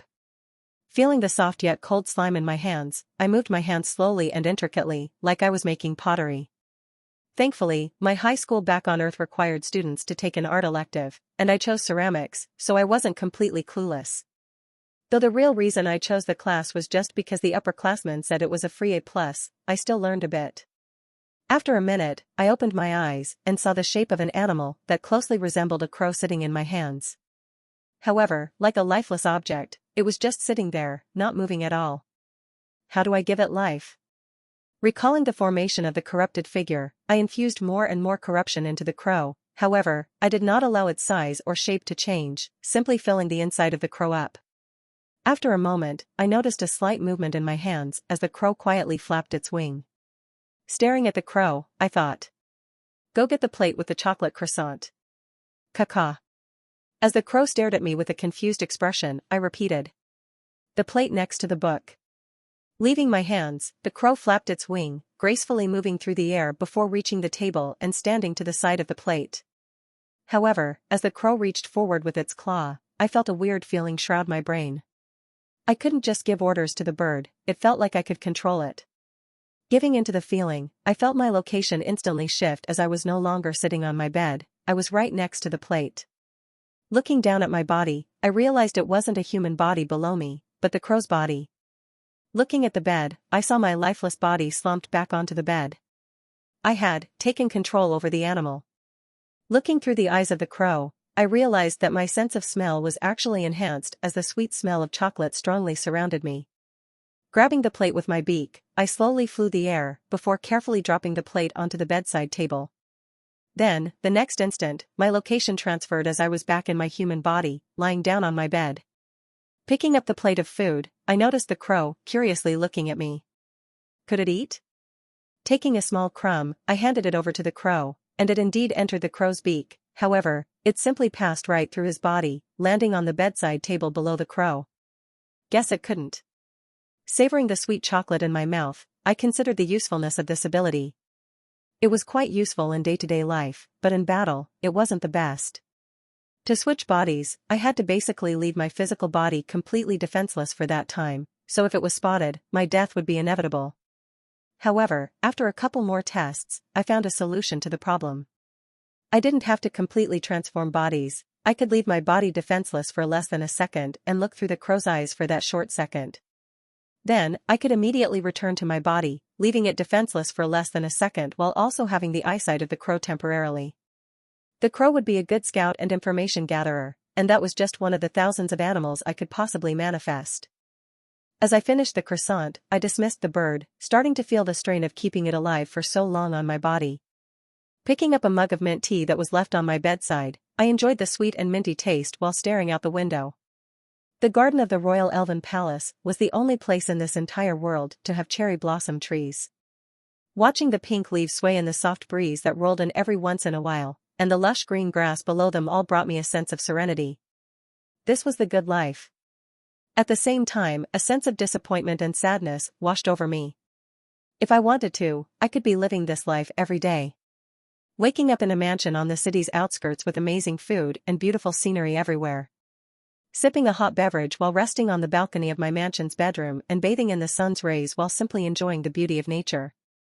Yet, instead of doing all of that, I decided to take the path of hardship and adversity to ensure this world's safety.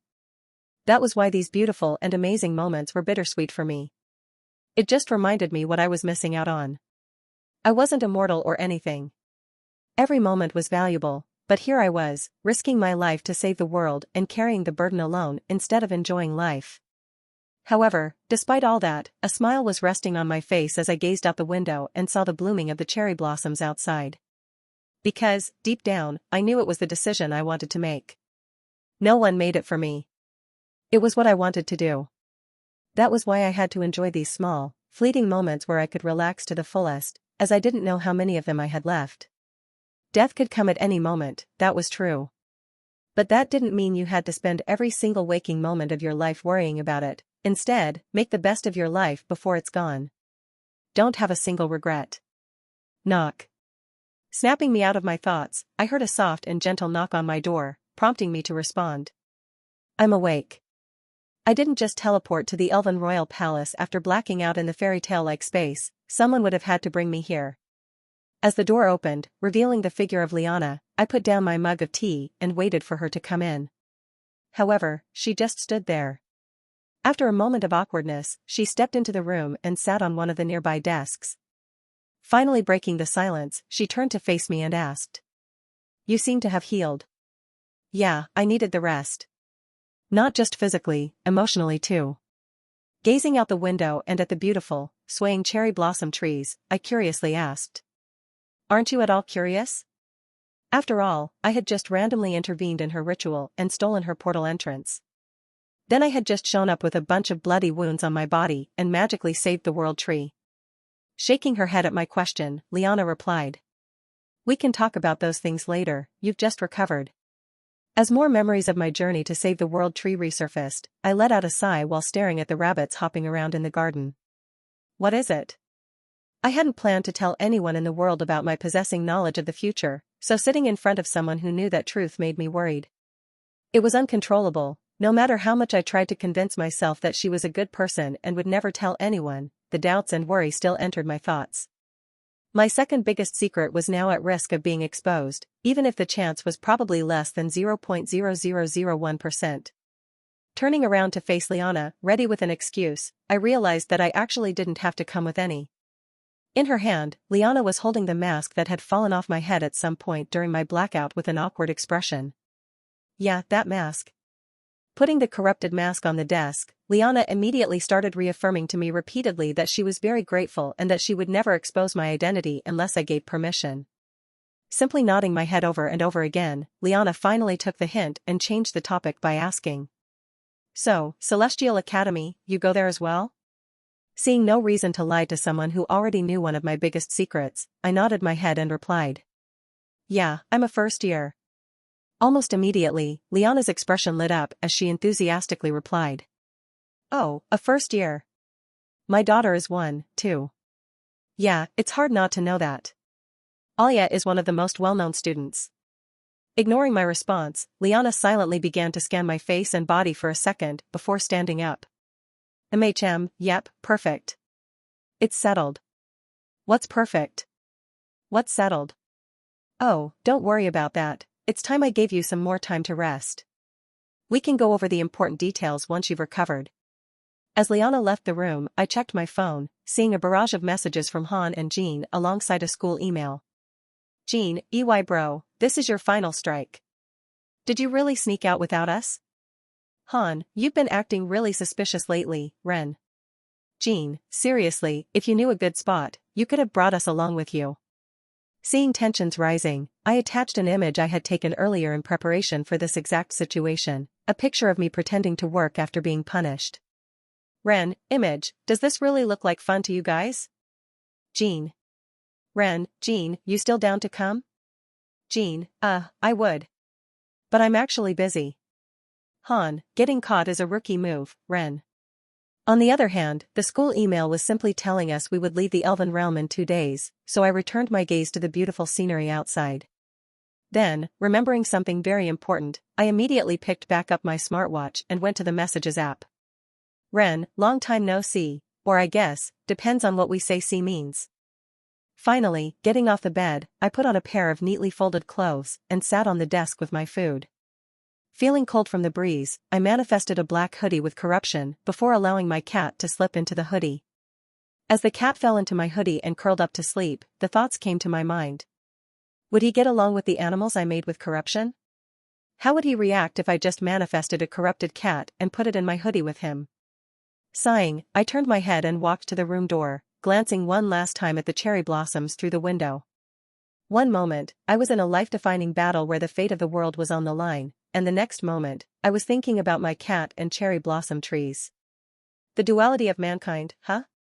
Opening the door, revealing a gigantic hallway with royal banners and gold decorations hung on the wall, I stepped onto the red carpet ahead. The hallway's width was double the size of my dorm room, and the openness of the gigantic hallway that stretched around the palace made it seem like a maze. How long would the walk to the kitchen be? Where are the directions and street signs? It would be easier to get lost in this massive hall than actually find your destination. Admiring the banners streaking across the elegant white walls, I noticed that they were actually covering massive windows. Manifesting a crow with corruption, I took full control of its body while my body fell lifelessly to the ground. Flying upwards until I reached the roof, I spotted the top of the banner and flew over before unstringing it. As the banner rose up to the roof, revealing the gigantic window behind, I returned to my body and dusted myself off. My enhanced eyesight still carried over when I transferred to my corrupted figures, but did my abilities like time manipulation? Looking out at the huge glass window, I was about to open it and escape the palace through it when a sudden noise interrupted me. Bam! As the door of the room next to mine slammed open, Albert, with his hair all scrunched up from sleeping and in pajamas, walked out. What is all that noise? However, as Albert looked at me, the source of the noise, he immediately covered his eyes and shrieked back. My eyes, my eyes. Too bright. My eyes. This banner was probably here for a reason, wasn't it? Scratching my head awkwardly, I waited until Albert finally removed his hands from his face, adjusted to the light, and stared at me. Silently staring at me next to the window, Albert rubbed his eyes over and over again until his eyes turned red. What are you doing here? I kicked you out already, how did y dash? Bam. Interrupting Albert's sentence, another door across from mine slammed open, revealing the groggy figure of Liam, who gave Albert the death stare. Albert. I swear to God if you don't shut the hell up. Bang. Zach, who was to the right of Albert's room, also opened his door with a slightly less happy expression than usual. Hey guys, what all this noise for? Can we please be civil and solve whatever dispute this is later? Our teammates are trying to sleep. Bang. Bang. Bang. Bang. Bang. As the sound of countless doors slamming open echoed through the massive hall, I turned to face a window with a slightly irritated expression. She just had to put all of our rooms next to each other, didn't she? As my fellow classmates and Albert's confused yells sounded, I was about to use the opportunity to escape through this window, when, yet again, another voice interrupted me. This time, it was slightly older. What's all the noise for? Ignoring the commotion going on in the hall, Liana walked up to the window next to me. Oh. I don't know. Someone thought that putting a bunch of high schoolers right next to each other was a good idea. After saving Liana and her fellow elves, I felt that I had the right use sarcasm in the presence of the queen, but it was still a bit nerve-wracking joking around with someone who could kill me in less than a second. Well, not anymore. It would be at least 2 seconds now. Feeling the golden apple in my cloak pocket, I anxiously waited for the queen's reaction, but thankfully, instead of reaching for a weapon, she simply chuckled. As Liana stepped towards the crowd to quell the commotion, I reached for the lever of the window to open it. Not so fast. Crash. Instantly, the banner reappeared in front of me, blocking the window, and this time with electric sparks cackling on its every side. Why? Shaking her head, Liana replied. Skipping lunch and leaving already? I'm going to have to teach you some manners in preparation. Preparation for what? Dismissing my question, Liana simply pointed in the opposite direction and replied. The table is over there, you can go check it out while I bring everyone. Shouldn't she have servants or something to deal with them? Is calming down high school students a part of the queen's daily duties? I'm a mother alongside a queen, you know? TSK, your mother really didn't teach you anything, did she? She taught me a lot. Maybe you should have listened then. If only I had heard those words a bit earlier. As Liana headed to the main cast and Albert, who were currently in a heated discussion about who woke everyone up, I followed Liana's directions to the banquet room. In my elven attire and sweatshirt, I admired the beautiful diamond chandeliers hanging from the ceiling and the intricate designs on each wall, which perfectly complemented the room's mood. Sitting at the side of the table, I picked up a glass of water and tried to distract myself by counting how many diamonds were in each chandelier. Back in the gigantic hallway, Ruby, Alia, Albert, Liam, Kevin, Zach, Irene, and Lily all followed the elven queen to the banquet room. Of course, this awkward atmosphere didn't affect Liam and Kevin's constant bickering as they continued arguing. I told you, it wasn't me. Matching Kevin's tone, Liam shrugged his shoulders and replied. Yeah, that's exactly what a guilty person would say.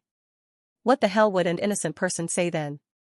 Well, they wouldn't say what you said, that's all I need to know. As silence finally descended amongst the group, Albert took the moment of silence to gather in his frantic thoughts. Was it all a dream? Recalling the familiar figure of that damned person who had taken up so much of his time, Albert couldn't help but shake his head. There was no way he could have snuck into the palace, the security was the best. Yeah. I was probably hallucinating from yesterday's events when I saw him today.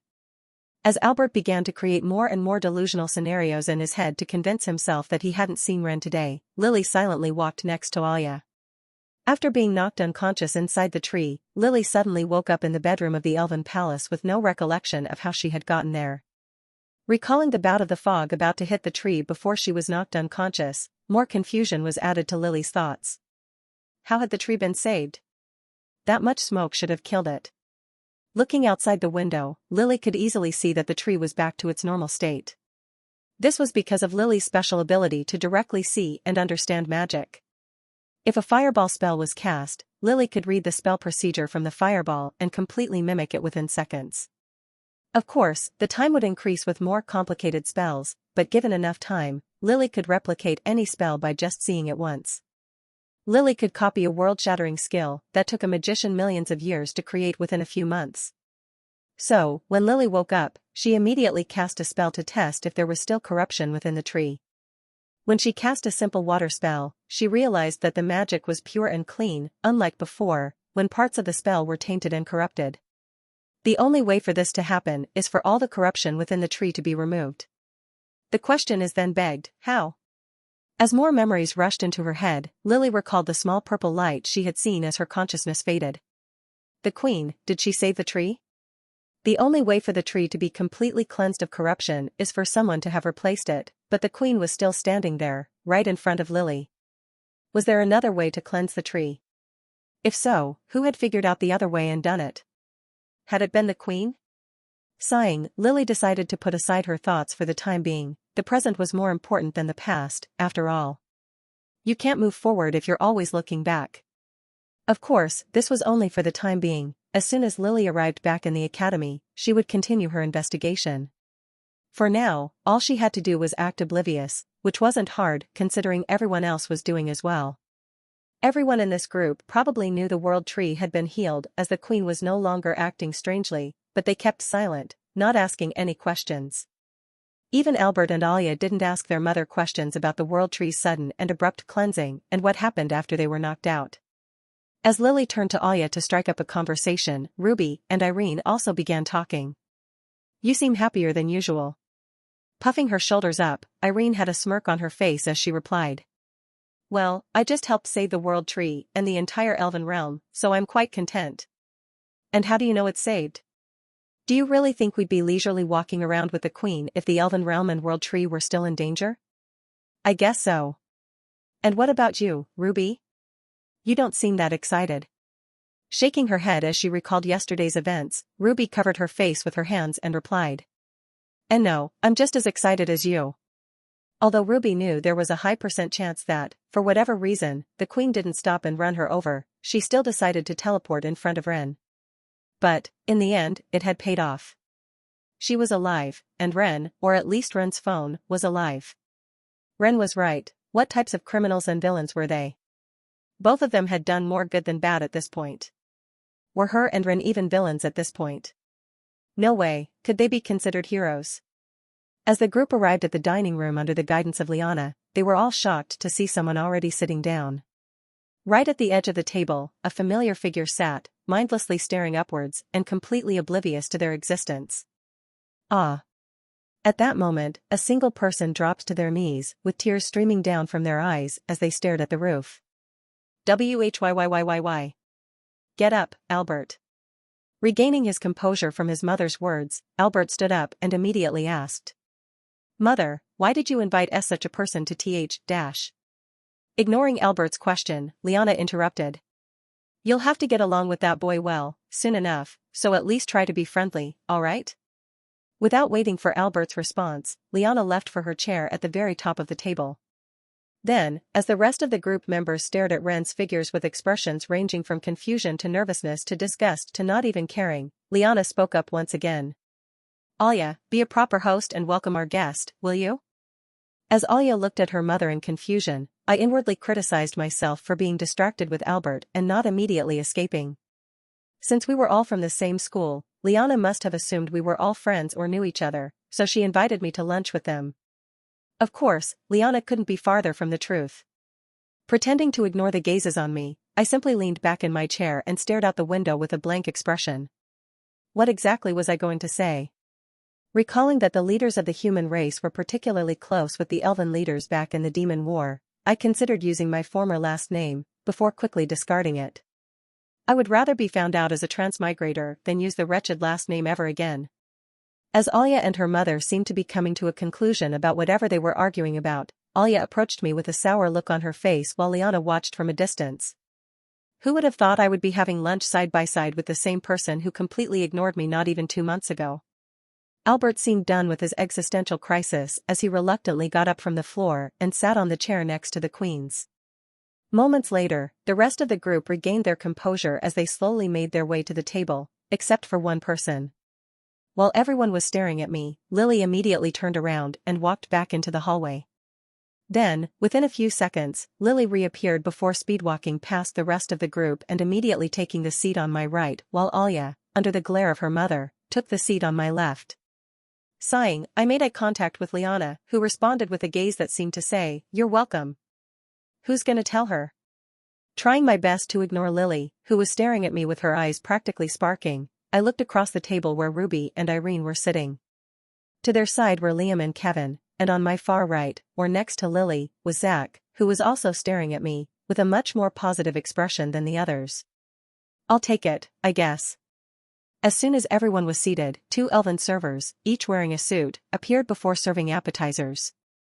Thankfully, that seemed to take most of the attention off me as the servers used wind magic to carefully float each plate to us.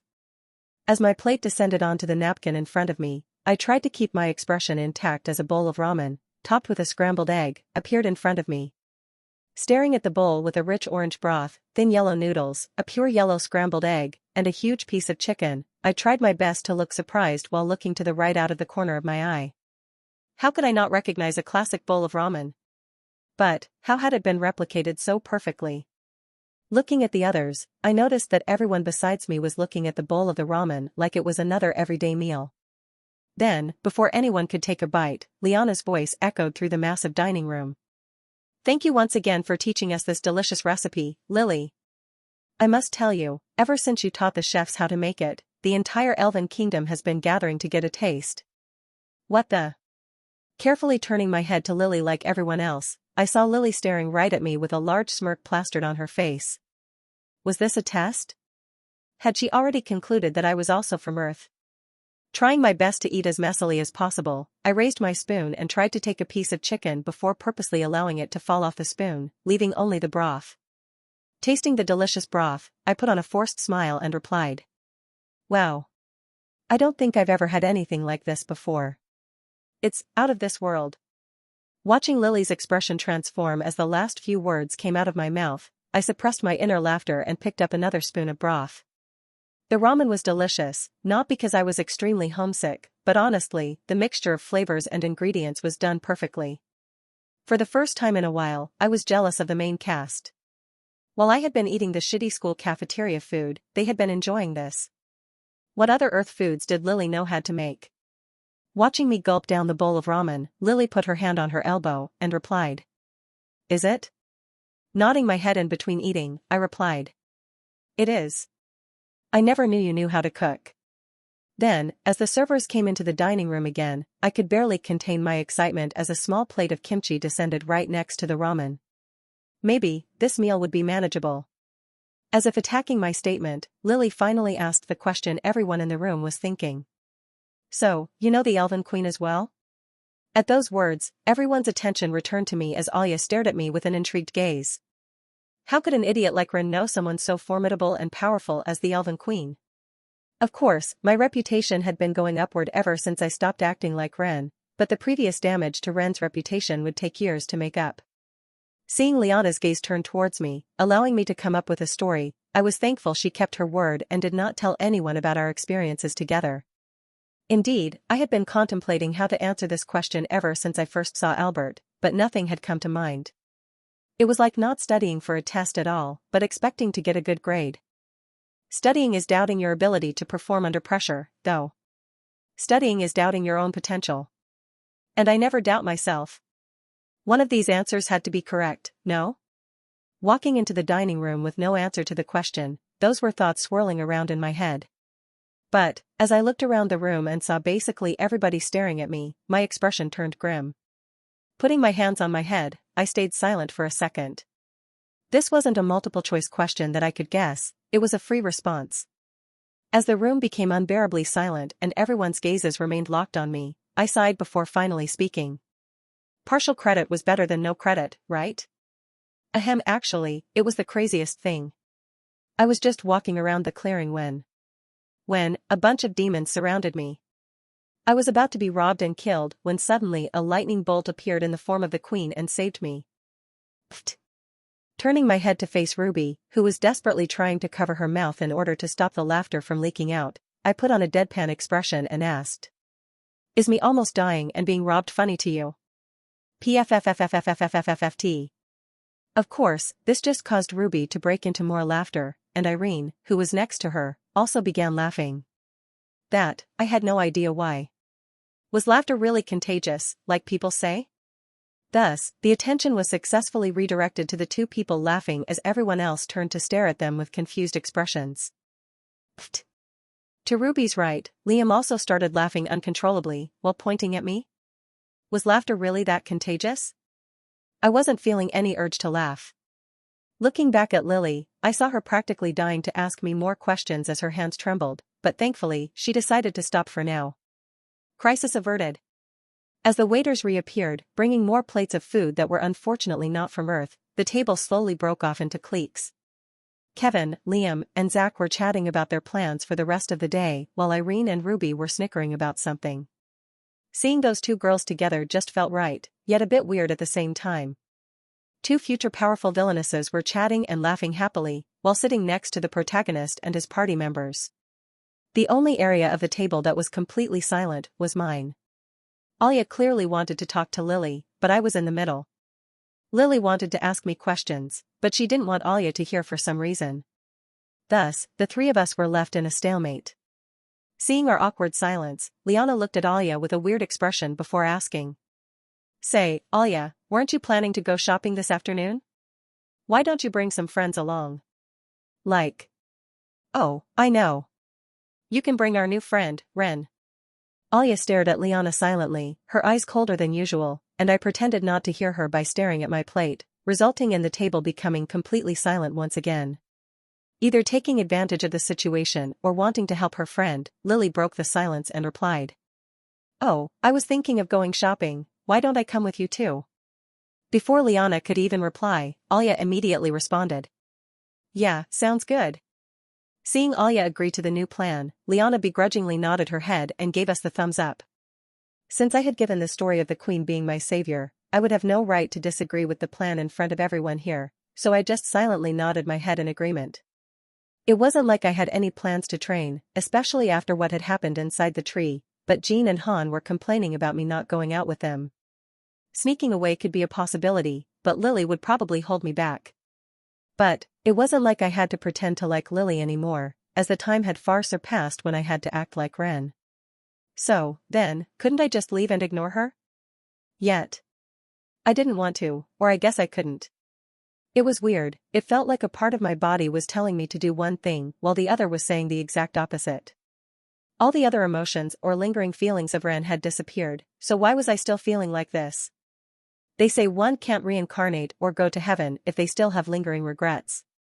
The real Ren had not completely disappeared from this world yet, there was just one regret holding him back from going to heaven, or maybe hell, considering his behavior. His first love. No matter how cursed or forced his love for Lily was, one's first love is always special and important. Unfortunately, in Ren's case, his first love was unrequited, so his regret and emotions probably built up over the years, leading to this large pent-up feeling of regret in my body. Sighing, I turned to Lily to see if she still had any of Lily's emotions, but simply looking at her didn't tell me anything. She hadn't flinched in disgust at all, despite being so near to me, indifference to when before, her eyes flicked whenever she saw me. Still, it was hard to tell if she was going through the same dilemma as me and was just hiding it. Well, if it's a simple shopping trip, I can deal with it if it makes this weird feeling go away. Having all the power in the world wouldn't mean shit if I didn't even have complete control over my own body and emotions. Going with Lily on the shopping trip now was just a temporary solution, so I needed to figure something out soon. At least, the problem wasn't too bad, as the feeling only appeared occasionally when I was with Lily. However, as I continued to nod, I felt a cold gaze coming from right in front of me, instantly causing me to shiver. BZZT. Putting my hand under my desk, I checked my smartwatch and saw a message from the very person in front of me. Ruby, are you really planning to go? Ren, well, it's not like I have a choice. Ruby, oh, so now, you decide to act like a normal human being when making decisions? Ren, what do you mean by that? Ruby, was trying to save the world tree, completely alone as a mere drink, a good and rational decision? Ren, you know, there is no such thing as a good or bad decision, right? Ruby, yeah, that's what delusional people say when they make a terrible decision for the 100th time. Ren, guess it'll be the 101st time, now. Putting down my smartwatch, I looked up at the roof, seriously thinking about her words. Use the resources around me? What resources did I have? No one and nothing. I had some money, but that was it. Raven and Zhang were useful occasionally, but what good were they in fighting battles and making strategies? I was the only one on the battlefield, risking mine and only my life. The main cast had various members, each powerful and useful in their own right, Zack with his buffing spells, Liam and Kevin with offensive attacks, Lily with defense, and Alia with long range. They had connections that basically meant they could procure any needed items or resources for free. They had all the resources in the world. Everything, the main cast had it all: power, connections, money, knowledge of the future, and intelligence. All of that, and they still lost to me every single time. Every single event, I was one step ahead of them, and every time, it ended in the exact scenario I wanted it to end. Not a single event went the way they had envisioned it. All of it was my perfect victory and conclusion. They could have all the resources in the world, and I would still bet on myself winning every single time without any doubt. Resources didn't mean shit. And I was the evidence. I didn't need anyone to do what I did successfully. Unlike the main cast, I wasn't even saving the world for the correct moral reasons, I was doing it for myself. I didn't have any conviction or moral superiority. Then, what made me so successful? That was a question I couldn't yet answer, as I didn't know it myself. Was it my ruthlessness or selfishness? Or even my small bits of selflessness and occasionally kindness? Looking up from the table, I noticed that everyone was done, and both Lily and Alia were ready to depart. Waving goodbye to Ruby, who was getting dragged around by Irene, I silently followed Lily and Alia out of the palace. Leaving the main gates, I noticed that the guards were greeting us with slightly more positive expressions than earlier. The news of the humans supporting the elves should have spread by now. I wonder how the rest of the world will react. The demons had made their first public move in over 50 years, and the future was more messed up than ever, mostly my fault. What would change? The future was still useful information to me, but it could also bite me in the back if I relied on it too much. But, it was slowly becoming less and less valuable, like a stock. Irene's transformation into a villain should occur when we get back to school, and I had no intention of forcing that event. I guess this would be Lily's first win over me, if we're even counting it. Two major villainesses in Ruby and Irene are now partially heroes. That would make for an interesting future. After this trip, the main cast should enter a dream together and all advance to C rank, and I would probably follow. Now that Ruby and Irene are back in the equation, though, would they enter a dream with the main cast or do it alone? Heading out of the gates, I followed Alia and Lily from a distance, only catching up to them once we stopped at the first store. As we headed into the store, which had a variety of hats and caps on display outside, I began experimenting with Ren's feelings. Watching Alia head to the cashier to ask about sizes, I sat down on the bench beside Lily and simply looked around, seeing how my feelings emerged. However, the feeling of regret was no longer there. It was like that for the rest of the day. Even as I walked side by side with Lily through the bustling streets of the clearing, the feeling never appeared. Even though I didn't say a single word to Lily throughout the whole day. Even though Lily didn't say a single word to me. Even when I attempted to leave and ditch them as a test, the feeling never appeared. As the sun slowly set, bathing the city in a bright orange from above the branches of the world tree, the three of us went our separate ways. Well, that was useless. As the day ended and the new one started, I packed up my bags with Jean and Han, who were somewhat annoyed, and headed to the exit of the clearing. At the exit stood the Elven Queen alongside a bunch of guards who were supposed to see us off. As I was the last to exit the clearing, Liana was able to pull me aside for a short moment without being noticed. "Take this." "A pager?" "Just use it if you need me." I dash. "And don't say you won't ever need help." After Liana essentially stuffed the pager into my hand, I followed the rest of my classmates and officially exited the Elven realm. The trip out of the forest was uneventful as we quickly arrived back at the plains, where our carriages stood. As we stood outside the carriages, it seemed that Liana had got the last laugh as the carriage Jean, Han, and I had arrived here on was gone. Instead, a bigger carriage stood with an official Elven crest and my name printed on it. But my name was not the only one printed on the massive carriage. Looking at Han and Jean, who stared at the carriage with their eyeballs wide, I couldn't help but sigh.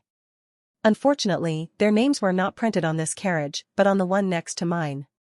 Before I could think of something to say to them, Jean walked over to me and wrapped his arm around my shoulder. "Looks like you're finally moving up in the world, Ren." A moment later, Han reappeared and wrapped his arm around my other shoulder with a somber expression. "Yeah, don't forget about us when you're at the top, alright." Shrugging their arms on my shoulders, I replied. "Look, you guys are being way too overdramatic, it's just a damn carriage." Putting his head in his hands, Jean replied. "It always starts with just a carriage, man." Looking at Han, I expected him to be the voice of reason as usual, but instead, he simply nodded his head, agreeing with Jin's words. "You guys ever heard of overreacting?" Walking to their carriage, Jean screamed back.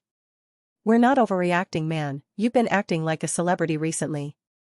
"I forget to reply to your texts a code dash." Pft. Pft. Looking at Han and Jean, who burst out in laughter, I scratched my head and asked. "What's going on?" Shaking their heads while still laughing, Jean replied. "PFFT, we were just messing with you." "Don't worry, alright." Nodding in approval to Jin's words, Han replied. "Make sure to get us some of those free complimentary gift bags, alright?" Seeing the two walk over to their carriage, still laughing, I sighed for the 100th time this week and finally mustered up the energy to enter the carriage. The carriage's interior was gigantic as it could easily fit over 10 people, and as Jean and Han said, countless free items were lying around. On my right, Kevin, Liam, and Zach sat down, and on my left, Irene, Alia, Lily, and Ruby sat down. Feeling their stares, I chose to sit in between the window and Zach, directly facing Lily. Taking my seats, I ignored the ongoing conversations and stared out the window, admiring the plain's beauty now that the world tree had been healed.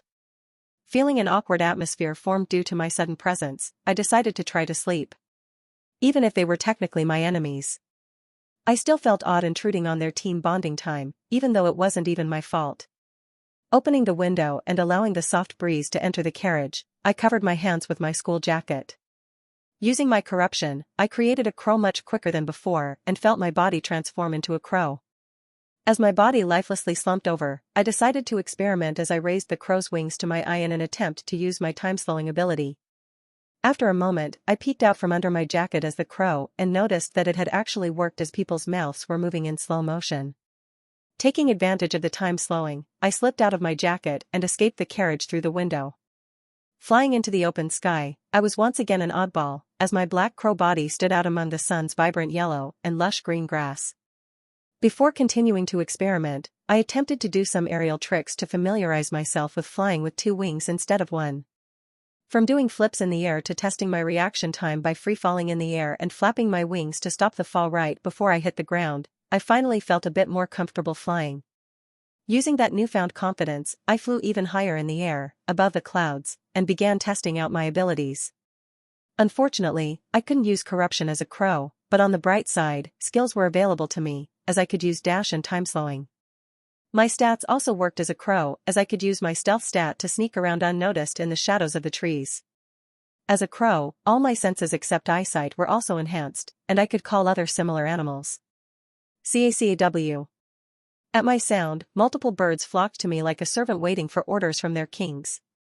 I couldn't speak or understand the birds' language, though, so I was forced to use visual signals to command my small army of birds. At my cry, birds would gather worms and tree sticks before bringing them to me, in an attempt to please me. Feeling my corruption fading, I dismissed the crow and returned to my body in the carriage, immediately feeling a warm sensation under my head. Looking below, I realized that there was a pillow under my head, blocking out the carriage's hard, cold wood. But, as I looked around the carriage, everyone else was asleep, with no pillows under their heads. Yet, in the back of my mind, I knew only one person in the carriage cared enough about my comfort. Taking the pillow from under my head, I quietly and carefully slotted it under Ruby's head before returning to my seat. While my body was energized from the rest during my body transfer, my mind was exhausted, as commanding a bird's body was exhausting. About to drift off to actual sleep, I placed my hand on my elbow and stared out the open window, observing the mountain range in the distance. Slowly closing my eyes, I was about to drift off to sleep when I suddenly recalled something. Peeking my head back out the window, I stared behind us, but no carriages were following us, despite 5 carriages having left after us. Rushing to the driver's carriage area, I was shocked to see that the seat was completely empty. No mountain range was in sight when we traveled to the Elven realm initially. Rumble. As if confirming my worries, the carriage began to shake uncontrollably, causing everyone else to finally wake up. There was only one other place near the Elven realm where a mountain range was located. The barrier between the human realm and Underlands, better known as the Demon's Realm. At the end of the war, when the demons knew their loss was inevitable, they launched a full-out attack on the Helm. Not caring at all for the survival of their species, millions of demons flooded the human realm, simply trying to kill as many people as possible. Seeing this, one brave hero sacrificed his life and all his magic force to create a mountain range between the human and demon realms to prevent the demons' relentless attacks. Do you want to know what the mountain range was called? Named after the hero who sacrificed his life, the mountain range was named the Hajin Range. Yes, the very mountain range I went to as soon as I transmigrated and discovered the Dragon's Eye. Quite the throwback, is what I would be saying if I wasn't panicking. There was no possible way for our carriage to suddenly appear here, over 10,000 miles away from the Elven realm. Something had gone wrong, very wrong. When I meant the future would be uncertain, I didn't mean that it would just randomly teleport me to the first place I visited after my transmigration. Looking at Ruby, who had woken up, I wondered if she had noticed anything as she had access to teleportation, but her clueless expression showed that she hadn't realized anything. In fact, I was the only one in this carriage who knew we were over 10,000 miles away from our intended location without a driver. Oh, wait, a driver, we didn't have one of those, did we? Peeking my head back out the window, I immediately noticed we were nearing a cliff with a waterfall. God, my luck stat just really hates me today, huh? Rushing past my confused classmates, I grabbed the carriage wheel, steering the horses away from the cliffside. However, this sudden change in direction caused the carriage to suddenly tilt to the right, causing everyone to fall to their right side. Bam. Bam. Bam. My bad. However, it seemed like my luck stat wasn't done with me just yet. Turning around from the wheel, I immediately saw a body heading right at me, and before I could react, the body hit my stomach, knocking both of us to the ground. Bam. Coughing from the impact on my lungs, I slowly opened my eyes and saw a familiar figure lying down on my stomach. With her silky black hair stretched across my stomach, Ruby slowly tilted her head upwards, meeting my eyes directly. Her sweet aroma entered my nose, and the soft feeling of her skin and mine enveloped me, sending shockwaves through my body. As our eyes met, her blood-red eyes seemed to shine with passion, and a bright red tainted her usual pale skin. Closing my eyes for a second, I could barely even feel her on me as only her head rested on my stomach. It was comfortable. The warmth surrounding us and the feeling of her tiny head pressing my stomach made everything else seem insignificant. What was this feeling? 2 unknown feelings had appeared in my body in 2 days now. After a moment of silence, Ruby was the first to move as she slowly got off my stomach and stood up while still staring at me. As the unknown feeling disappeared, I regained my composure and looked up at Ruby. With a bit of red marked on her usual pale cheek, Ruby examined her surroundings, looking at our other classmates, before turning back to me. What did you do now? Still lying on the ground, I raised my hands and replied. I'm innocent this time, really. Looking between my body on the floor and the wheel right above me, she coughed. Ahem, it certainly doesn't seem that way. Look outside. Following my instructions, Ruby looked out one of the windows, immediately noticing the change in our surroundings. Well, it wasn't hard to notice it. We were supposed to be an empty plain with a bunch of carriages following up, but now we were in the forest, right next to a cliff and right in front of a gigantic mountain range. Slowly turning around to face me again, Ruby placed her hand on her forehead and said, "You know I'm still your boss, right? Tell me exactly what you did so we can fix this, alright? That's an order, not a question, alright? I told you I didn't do anything." Sighing, Ruby looked around to ensure no one was watching us before replying. "Sigh, we're going to have to do it the hard way, aren't we?" "The hard way? What is that?" Shaking her head, Ruby responded. "You'll find out soon enough." But, thankfully, before Ruby could do anything, Lily's voice sounded from behind us. What was that? Quickly getting off the floor, I stared at Lily as she carefully walked through the carriage into the driver's area. Glancing at Ruby and me with her eyes twinkling with suspicion, Lily asked, "What happened?" Pointing at the empty driver's seat, I confidently replied, "Our driver is gone." After staring at the empty driver's seat for a moment, Lily replied, "And where is he?" Shrugging my shoulders, I responded, "No clue, when I woke up, he was gone." At my answer, Ruby made eye contact with Lily with an expression that said, "Do you understand what I'm dealing with?" After the brief silence that ensued, Lily took control of the carriage and stopped it before heading back into the main area where the rest of the main cast was situated. Peeking my head out of the stationary carriage, I looked at the mountain, trying to pinpoint our location. Boo! Seeing Ruby's head also peek out of the window in front of my face, I stepped back in shock. "Huh, got you." Regaining my composure, I stepped away from the window and replied, "Is this time for jokes? We're stranded in the middle of nowhere, with no idea how we got here." Staring at the mountain range, Ruby replied, "Just tell me what you did, so we can fix this already. For the last T-dash." Bam. Interrupting me mid-sentence, the stationary carriage somehow flipped over, sending everyone flying downwards to the floor. This time, I was prepared for more sudden shakes, so I raised my hand to my eyes, instantly slowing my perception of time. Using the well of corruption inside me, I magnified 6 tentacles that all appeared on my back, before soaring upwards at an incredible speed. Catching me mid-fall, the tentacles plunged into the hardwood of the carriage roof, suspending me in the air. Creating multiple holes in the roof, the corrupted tentacles pierced right through the roof of the carriage. Controlling the tentacles while unstable hovering in the air, I attached them from the roof and made them plunge downwards at a slower speed. All 5 tentacles moved in different directions, 2 went to my right, 2 to my left, 1 to the back of the carriage, and 1 to the front. As both the tentacles and I plunged towards the ground, I sent the tentacles downwards at an even faster speed until they finally made contact with the ground.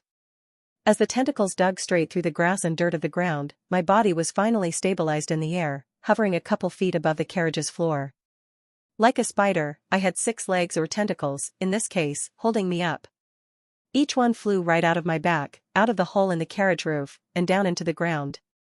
From an outside perspective, it would seriously look like there was a massive spider inside of the carriage. Suspending in the air and looking downwards, I also saw Ruby falling straight at the hard ground, so I manifested yet another tentacle, this time appearing above my shoulder. In a swift and fluid motion, the tentacle pierced through the air and wrapped around Ruby's body right before she hit the floor. With the tentacles now carrying Ruby's additional weight, I infused more corruption into the 6 tentacles, causing them to grow longer and dig further into the ground. As the tentacles pierced right through the stone below the ground like a knife cutting butter, I finally stabilized both Ruby and me. Ah. What the hell is this? Kevin, what the H-dash? I didn't do anything, stop projecting. As the carriage completely flipped over and loud screams could be heard from further inside the carriage, Ruby and I were the only ones to remain unharmed as my tentacles held us up the entire time. Feeling the carriage stop shaking and become motionless again, I dismissed the tentacles, causing both Ruby and I to fall to the ground. Landing on my feet, I saw Ruby gently descend to the floor and land on her back with a confused expression. I guess you really can learn from your former enemies. This whole spider tentacle thing had been a spontaneous decision inspired by my first ever battle with the djinn in the mirror room. The horror I felt when seeing the tentacles for the first time transformed, as now I felt like Spider-Man when I used them myself. How much have I changed since that first incident? Quite a bit. I guess. Still, recalling how the tentacles effortlessly pierced through both Liam and Irene's bodies, a sense of horror still remained. Could I do that? Did I want to do that? As the sun shone through the hole in the carriage room from my tentacles, Ruby covered her eyes and asked. Do I even want to know at this point? Offering her my hand with a smile, I replied. I learned a couple of new tricks. As she overlapped her hand with mine and gently applied pressure to my palm to stand up, I felt the same sense of warmth from earlier. Why was it so comfortable, so natural? In that fleeting moment where our hands were joined together, it felt like time stopped, and not literally. All my worries and thoughts about our current unknown sensation faded away, being overpowering a sensation of relaxation and warmth. Who cared if we were stranded and lost in the middle of a forest? Who cared if we were about to die? The soft sensation of her hand pressing against mine seemed to overpower my mind, calming down my brain, which was moving at the speed of light, trying to figure out our current situation. At that moment, there were no negative thoughts or worries inside my head. Only positive memories and thoughts flooded my head, causing a small and awkward smile to subconsciously appear on my face. If only this moment could last forever, it felt so comfortable and calming. However, that was just a dream. As Ruby stood up and removed her hand from mine, my mind quickly returned to internal chaos as I tried to make sense of our current situation. How had our carriage been teleported over 10,000 meters away from our intended location? Interrupting my thoughts, I saw Lily and Alia appear as they entered the driver's part of the carriage with Ruby and I.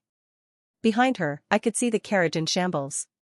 The chairs were all flipped over, and the floor had dents from things falling, and there were dust clouds everywhere.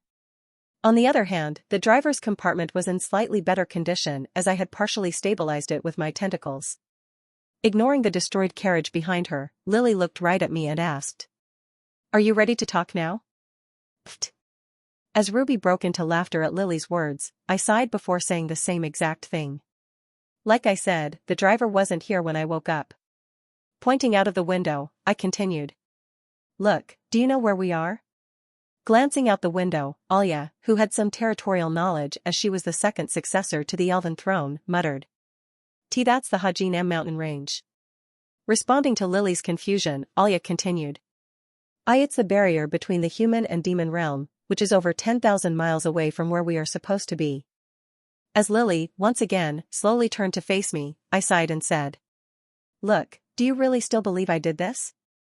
I guess not. It seemed like Lily hadn't hit her head too hard when the carriage flipped over, as she had enough reason to deduce that I wasn't at fault. Seeing the cloud of dust spread towards the driver's compartment with my enhanced eyesight, I crouched down and jumped upwards. Going straight through the hole that my tentacles had made, I landed on the exterior roof of the carriage. Looking around, I saw a waterfall and a large clear nearby, and besides that, there was a gigantic forest surrounding us. Using my eyes, I tried to peer through the trees and to the edge of the forest, but the forest was so big that even my enhanced eyes couldn't reach its end. Above me, the sky was a bright blue with no clouds in sight, and the sun shined right down on me, causing me to start sweating immediately. I wanted to remove my sweatshirt, but my cat was sleeping, and I didn't want to wake it up. From below me and inside the carriage, Ruby's voice rang out. See anything up there? Shaking my head, I replied. It's just a forest and a cliff, nothing unusual. However, as I continued surveying my surroundings, my thoughts became distracted and abstract. Sighing, I realized this would only slow down the time I would take to figure out our situation, so I inwardly told myself. Fine. I'll do it.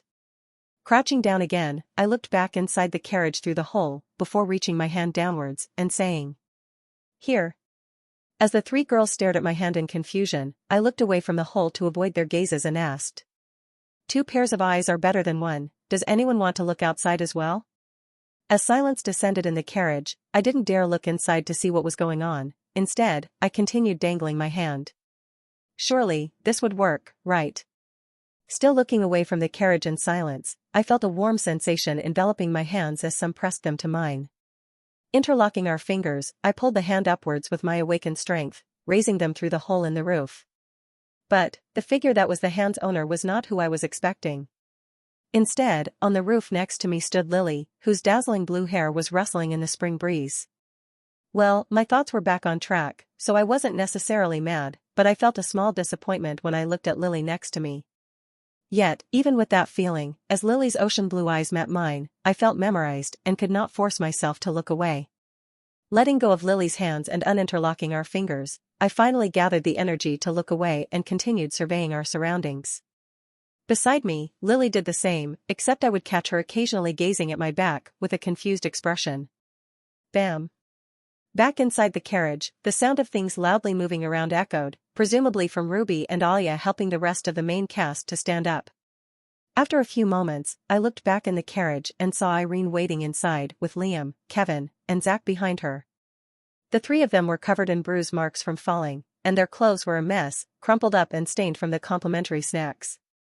Liam gazed at my unbrushed and unblemished clothes with a malicious glint in his eyes, causing me to awkwardly avert my gaze. Leaving the job to Lily, I jumped off the carriage and onto the ground, making sure to avoid the holes that my tentacles had made in the ground. Using the shade of a nearby tree to avoid the sun's rays, I took out my smartwatch and attempted to use it, but unfortunately, there was no service. The humans wouldn't dare put telephone poles this near to the barrier between them and the demon realm, so it wasn't surprising. Leaning against the tree log, I watched everyone, one by one, jump off the carriage and onto the ground with annoyed expressions.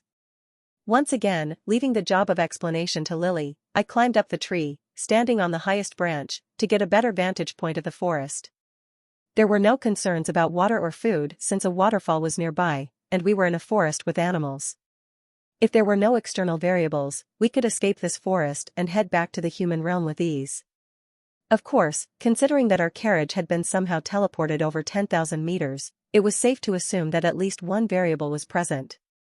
Manifesting a corrupted crow, I sent it flying up into the air and only stopped it when it reached the sky's height.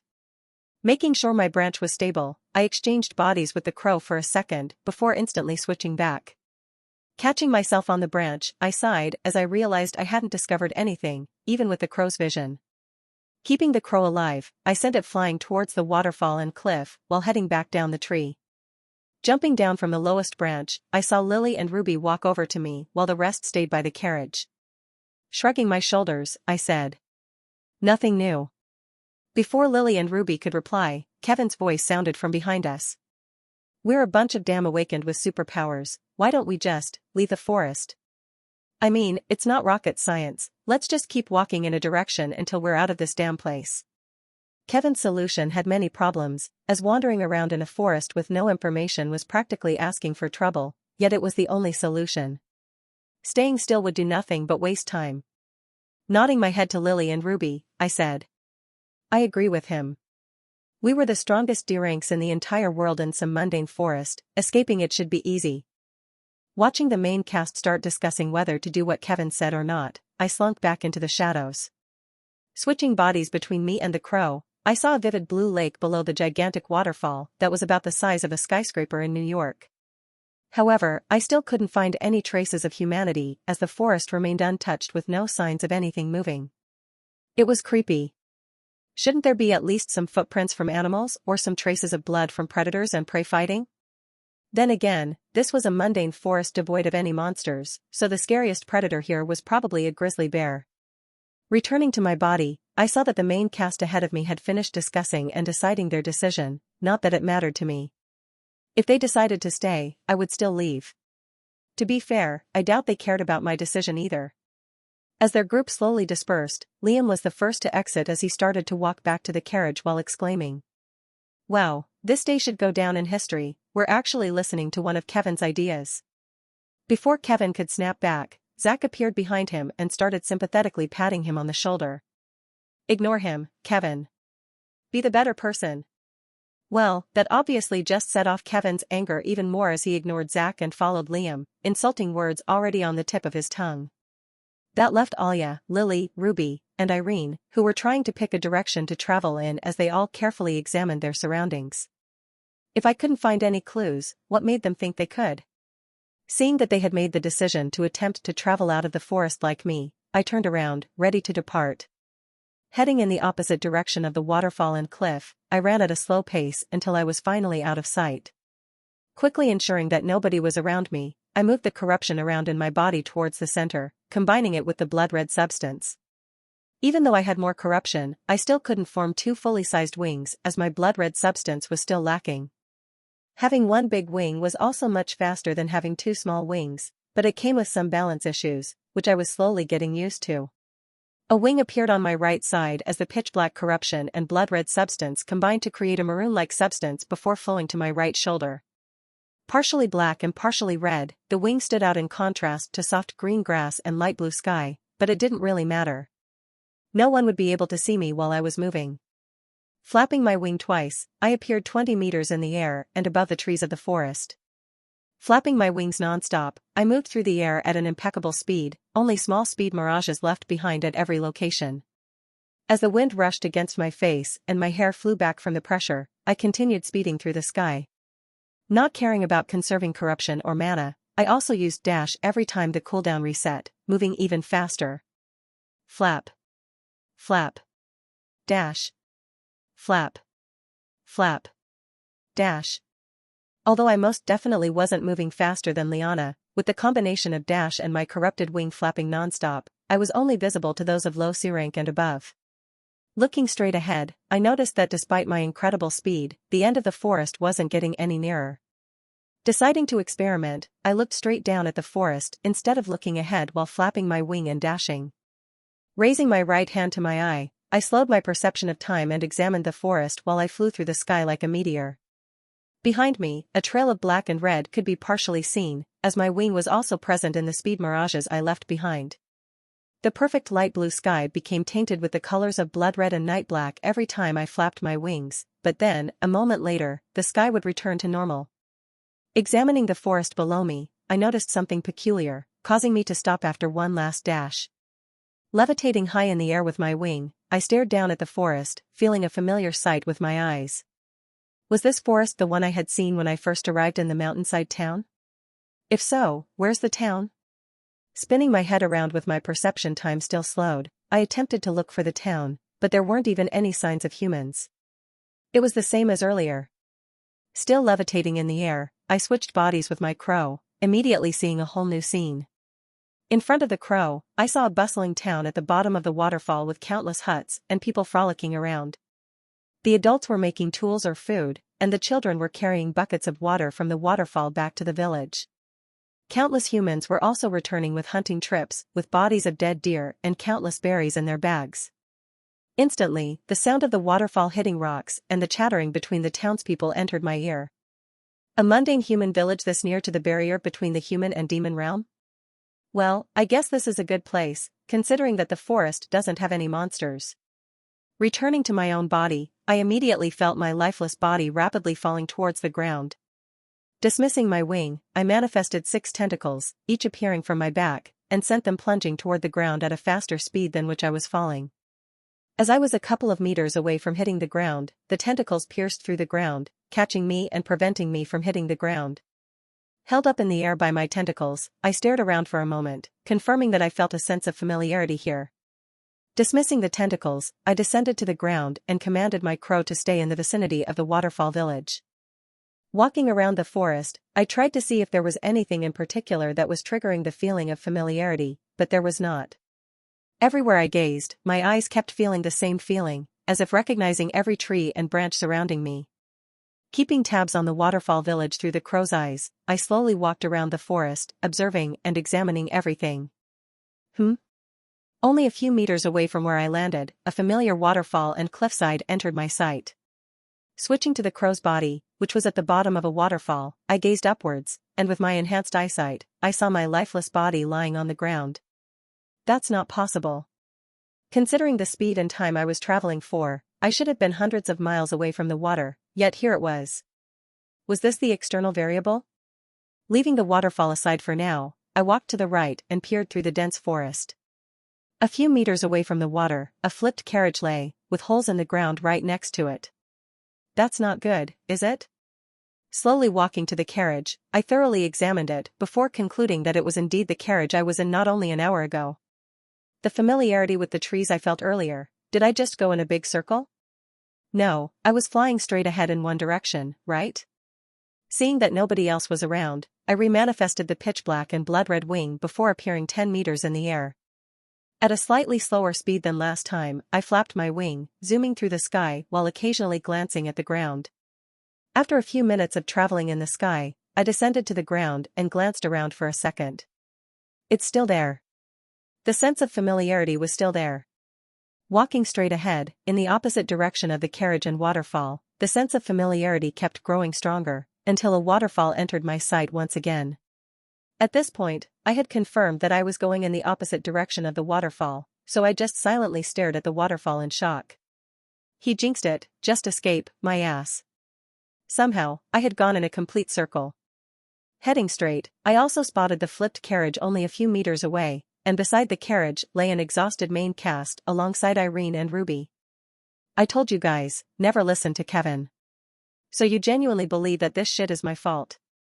I'm just saying the one day we decide to trust you, some bullshit like this happens. It actually cannot be a coincidence. Stepping between Liam and Kevin, Zach tapped both of them on the shoulder and said, "Look, we're all tired from running and demotivated from not making any progress, but let's just take a deep breath." Removing Zach's hand from his shoulder, Liam calmly replied, "All right. Yeah, arguing isn't gonna get us anywhere, let's just rest for a bit and continue trying until something works." Nodding his head in approval, Kevin stood up, allowing the group to begin planning their next few steps. I guess they figured it out, too. No matter which direction you traveled in this forest, your destination was always this spot with the waterfall and flipped carriage.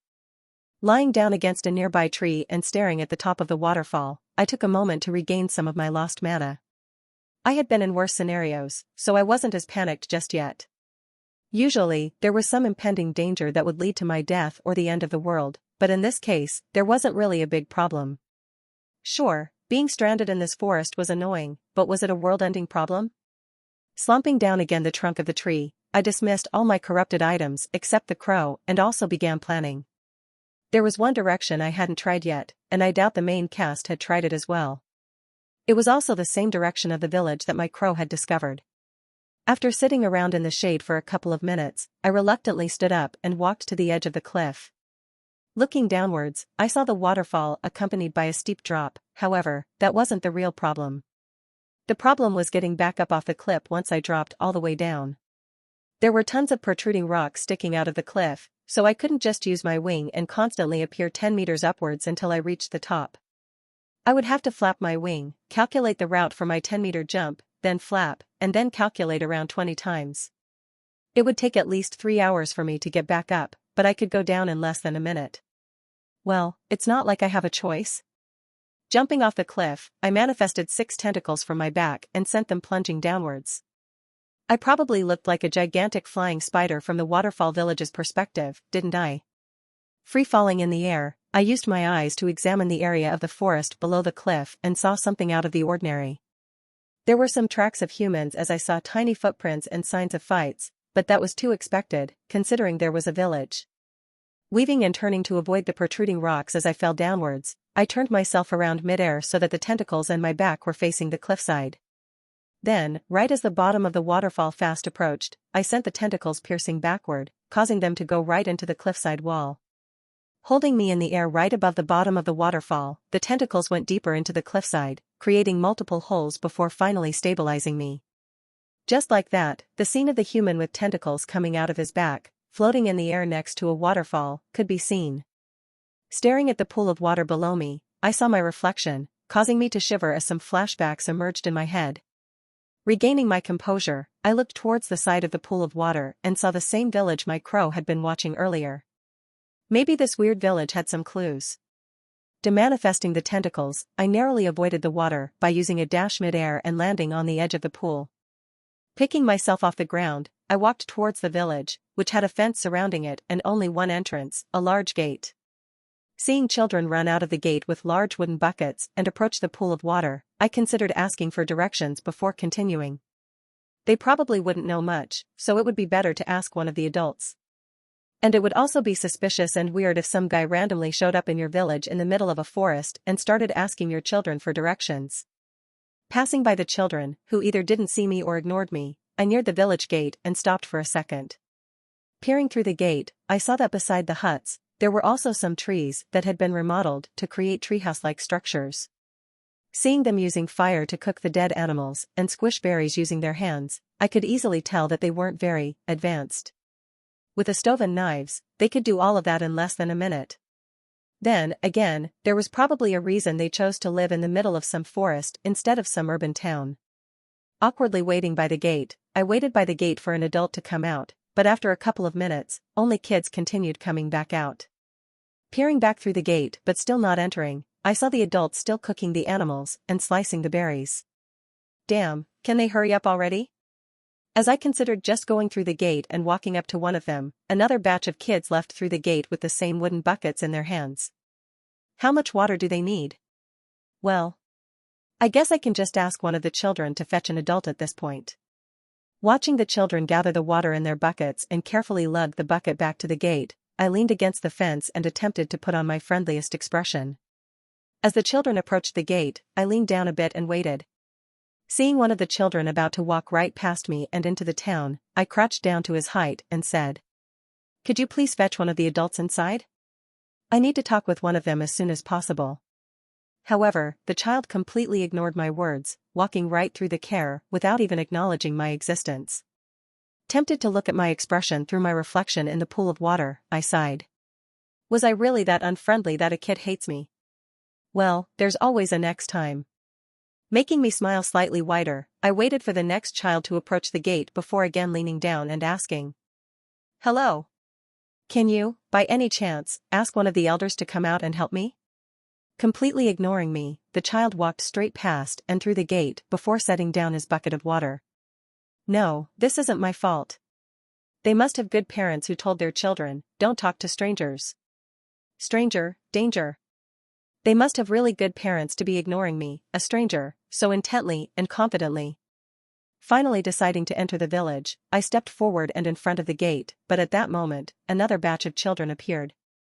Surely, they can't ignore me if I'm right in front of them, right?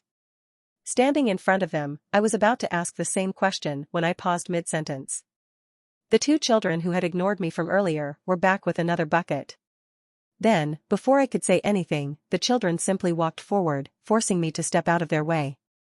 Like robots, the children walked down to the pool of water, filled up their buckets, and then immediately returned. This time, I simply watched them and carefully memorized the faces of all of them for next time.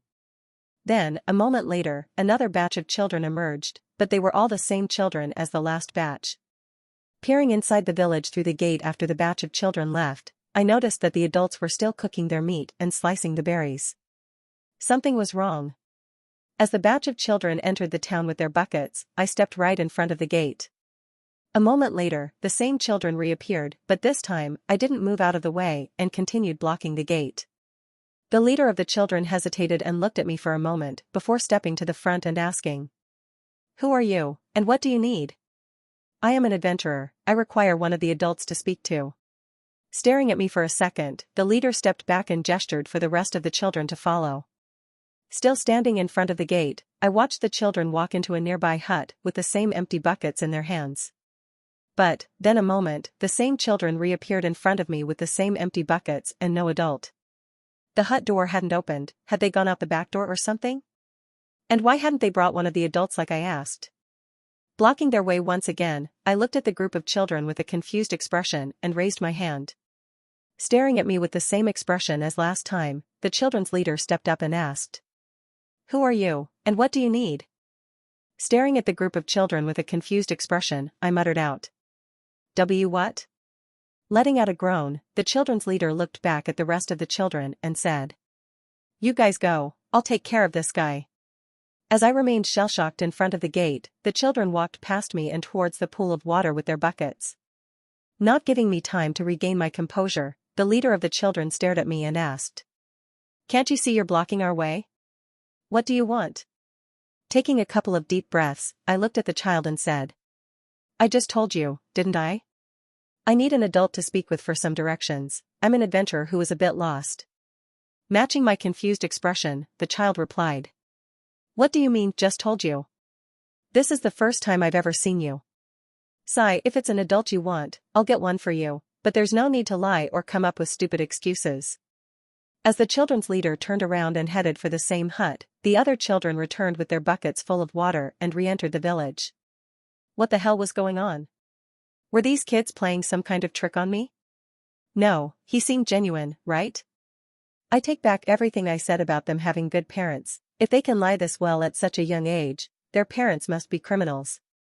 Sighing, I watched the children's leader enter the same exact hut as last time, hoping that this time an adult would actually come out. But, a moment later, even though the hut door did not budge an inch, the children's leader, alongside the same group of children, reappeared in front of me. Who are you, and what do you need? Interrupting the children's leader mid-sentence, I stepped forward and replied. Look, is this some kind of joke to you? Can you just grab an adult for me? The first time, sure, I'll admit it was funny, but now it's getting repetitive.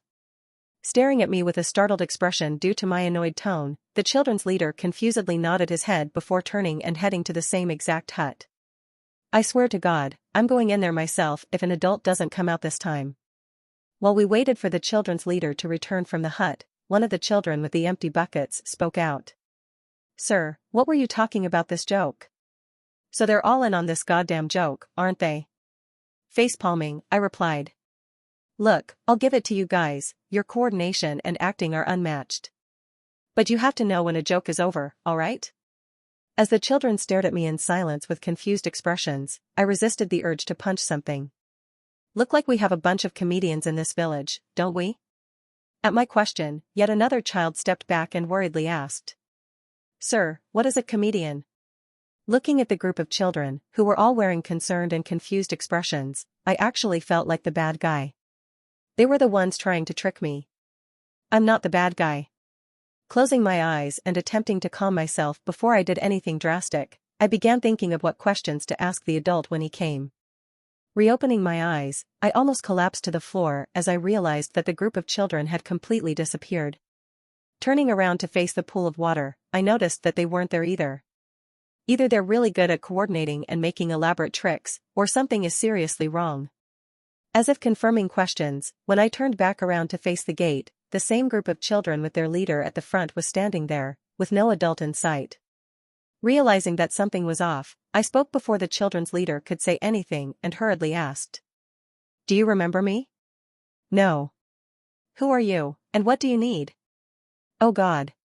I've been yelling at a bunch of children for no reason. It was a loop. The children weren't constantly getting buckets of water, it was that every time they returned with their water, the loop reset. This made it seem as if the children were always gathering water. The same went for the adults who were cooking and chopping the berries as the loop ended before they finished, giving off the illusion that they were permanently cooking animals and making berries. Turning away from the village gate, I headed back to the gate of water. Talking to them would be useless, they would forget everything before I could get some useful information out of them. Sitting by the edge of the water pool, I saw the loop reset in real time as the same children came to the pool to gather water every 30 seconds without fail. It was a full circle, a loop. Just like I always ended up back at the flipped carriage and waterfall, these children always got water, and the adults always cooked and chopped. This entire forest was stuck in a loop. The only reason the main cast, Ruby, Irene, and I, are able to retain our memories is because we are awakened, so our mental fortitude is increased. But, what if we couldn't? What if I unknowingly lived the same life over and over again, like these poor children and adults?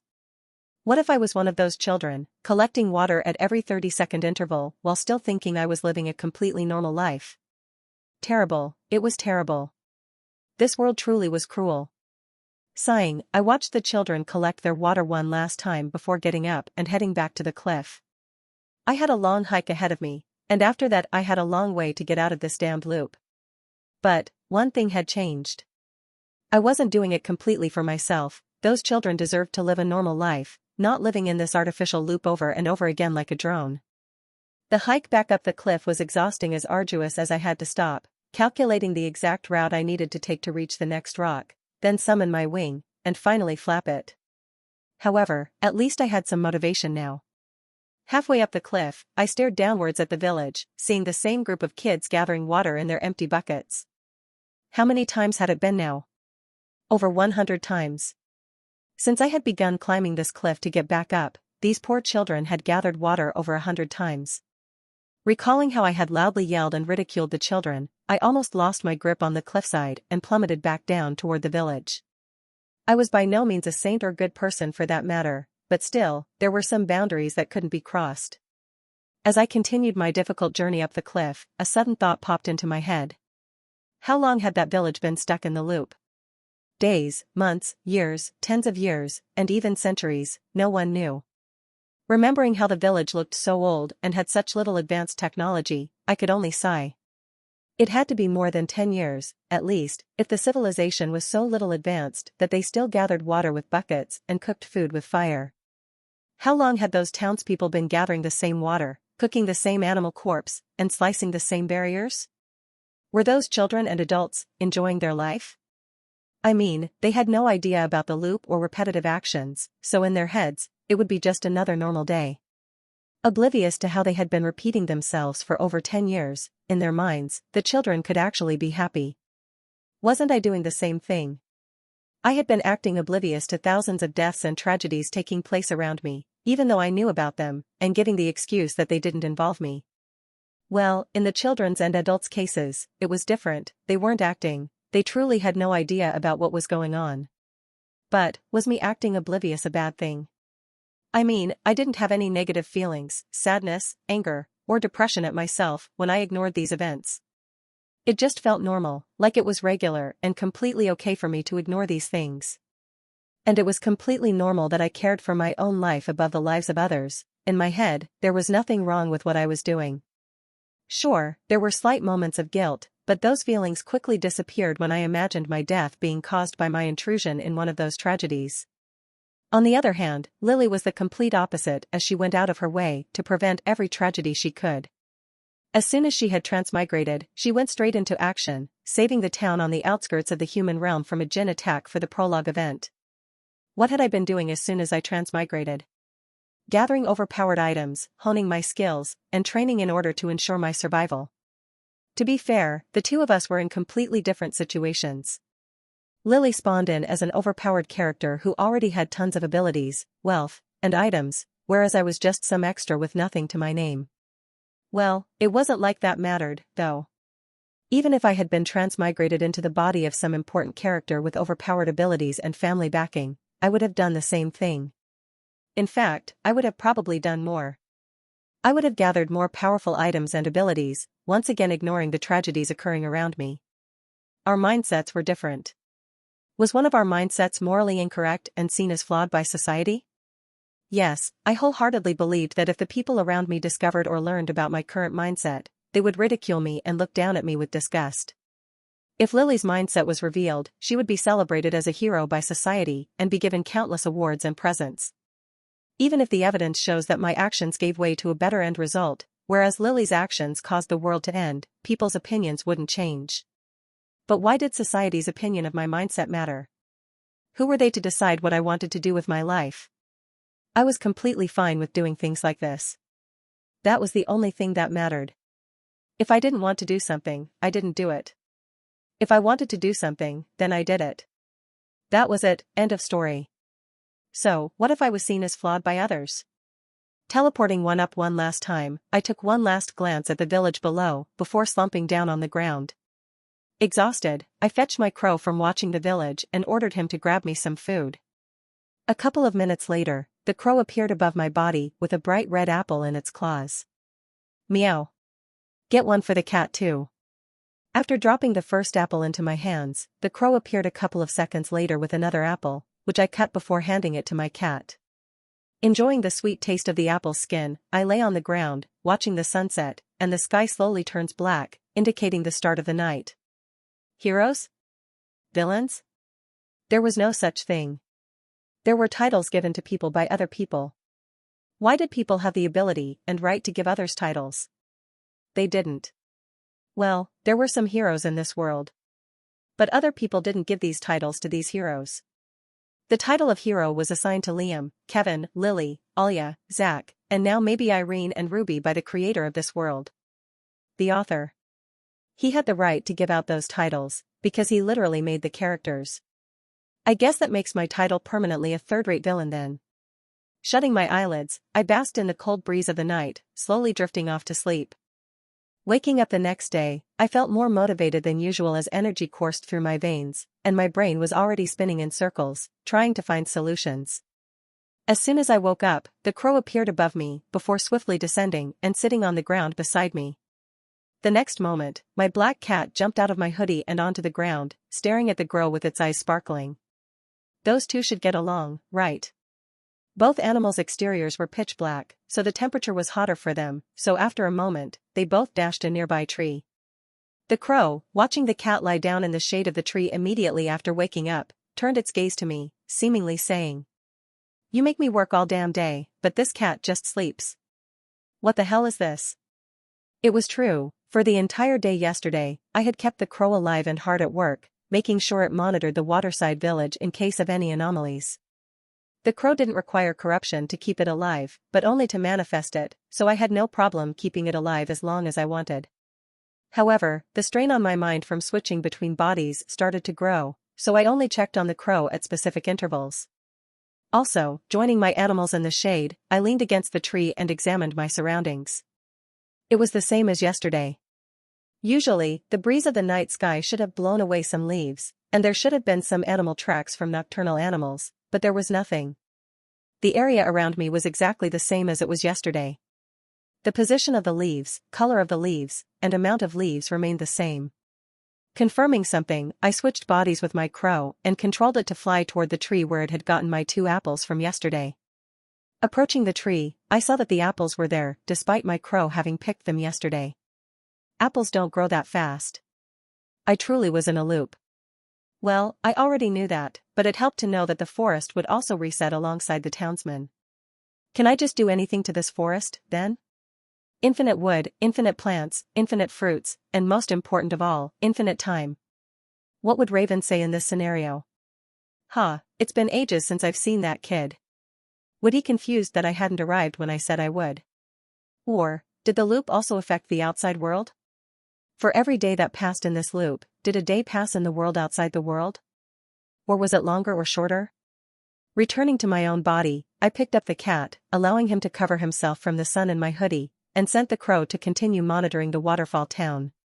Making my way through the familiar forest, I spotted the flipped carriage alongside the main cast, who were lying on the ground. Damn it, why can't Liam do some protagonist things for once and get us out of this damn loop? Rustle. Hearing the bushes behind me rustle, I immediately turned around. A couple of meters behind me stood Ruby, who was also chewing on an apple while staring at me. What was that? Shaking my head, I replied. Nothing. Putting the apple down and walking towards it, Ruby responded. I'm pretty sure you said something about a loop. Yeah, this whole forest and stuck in one gigantic loop. MHM. Seeing her have no reaction to the news of the loop, I scratched my head and asked. You knew? Walking past me and towards the flipped carriage, Ruby replied. Yeah, our group also figured it out yesterday. We're surprisingly productive when Liam and Kevin aren't arguing. Seeing the shock evidence on my face, Ruby smirked and said. What? You realize you're not special anymore. You do know your group of 6 discovered what I found out as a single person, right? Stopping next to me, Ruby got on her tippy toes and began patting my shoulder. Keep the excuses coming, whatever helps you cope. Really, that's how we're playing? I'm just saying we'd get much more done if we all worked together instead of you just going off to wherever. Shaking my head, I asked. So, how'd you guys find out? Well, we obviously noticed something was wrong when, no matter how far we ran, we also ended back up here. Pointing at the carriage, Ruby continued. Since we were all suspicious, none of us dared to sleep tonight. We had flipped over the carriage, intending to sleep in it, but in real time, we watched it magically flip right back over. Then, after some more tests, Lily told us that we were stuck in some kind of time loop. Well, considering there was an incident involving time loops later on in the school year, it wasn't surprising that Lily had recognized this situation as a loop. Grabbing the sleeve of my hoodie but not my hand, Ruby tugged on it, pushing me towards her, and asked. So, what do you think? Pretty genius, right? Are you going to join us now? You guys got lucky, because you stayed up like idiots sleeping, you know? I actually discovered it through exploring. Pulling the sleeve of my hoodie harder, Ruby replied. Whatever you say, Ren. Come on, let's go. Shaking my head as she pulled me towards the carriage, I took out one of the precious eggs from a nest my crow had discovered earlier in the morning. Since the day reset every day, I basically had infinite eggs, so I could spare one. Here, take this. An egg, really? Shrugging my shoulders, I replied. Well, it's the best food you'll find around here. Thanks, I guess. Sighing, I glanced at the area around the carriage, ensuring everyone else was asleep, and asked. Do you really want me to cook it for you? Yes. I thought you would never ask. Tugging my sleeve even harder, Ruby dragged me out of the trees and into the clearing where the flipped carriage was. Walking out of the shade of the trees, I placed my hand over my forehead to block out the sunlight. Removing the hand from my forehead, I brushed back my hair before manifesting a pair of pitch-black sunglasses and putting them over my eyes. Feeling the sweat accumulate and drip down my body alongside my desire for water increasing, I finally decided to discard my corrupted sweatshirt. In times like this, I wish that not everything I made with corruption was black. I mean, who wants to wear a gigantic black hoodie in 100-degree weather? As my sweatshirt disappeared, revealing the countless corrupted bandages on my arms from my fight in the outer space-like area, my cat also free fell in the air. Manifesting a backpack with my corruption, I caught the cat mid-air before putting him in the bag, not zipping him up. Peeking his head out of the top of the backpack, the pitch black threw his paw at my back, seemingly attempting to scold me for waking him back. Well, I guess I didn't have it as bad as my crow or cat. They must be burning up, after all, they're entirely pitch black. Ruby, who had been tugging on the sleeve of my sweatshirt, turned around in confusion as the cloth in her hands had disappeared. Before she could even speak, I manifested a black cap and placed it over my hair, completely blocking the sun from hitting the rest of my face. Wasn't I getting a bit comfortable using corruption? Nah, these were all essential things to get me through the day. Clad in white pants and a white, both with the Elven Realm logo, I inwardly thanked Liana for giving me some clothes. Staring at my black hat and sunglasses, which were actually quite elegant as their color was completely black without any blemishes, Ruby asked. Aren't you getting a bit too comfortable? I mean, you look like you're going on vacation at the beach. Shaking my head, I replied. These are essentials, though. Seems like someone's getting a bit jealous, correct me if I'm wrong. Turning back around to hide her face, Ruby replied. You are, in fact, wrong. I actually have more important things to worry about, like comfort. I told you they're essential. Hearing Ruby scoff, I looked at her attire, which included some pants that resembled jeans and a long-sleeve shirt adorned with the Elven Realm logo. As Ruby sped up towards the carriage, I tried to catch up, but every time I got remotely close to her, she just sped up even more. Was she really annoyed? Well, to be fair, I was basically showing off my comfort to her, but I was planning to give her a hat if she just asked. Activating the usage period of the dash, I created yet another pitch black hat using the dash and appearing right behind her. Before she could speed back up, I placed the black hat on her and sidestepped to her right side.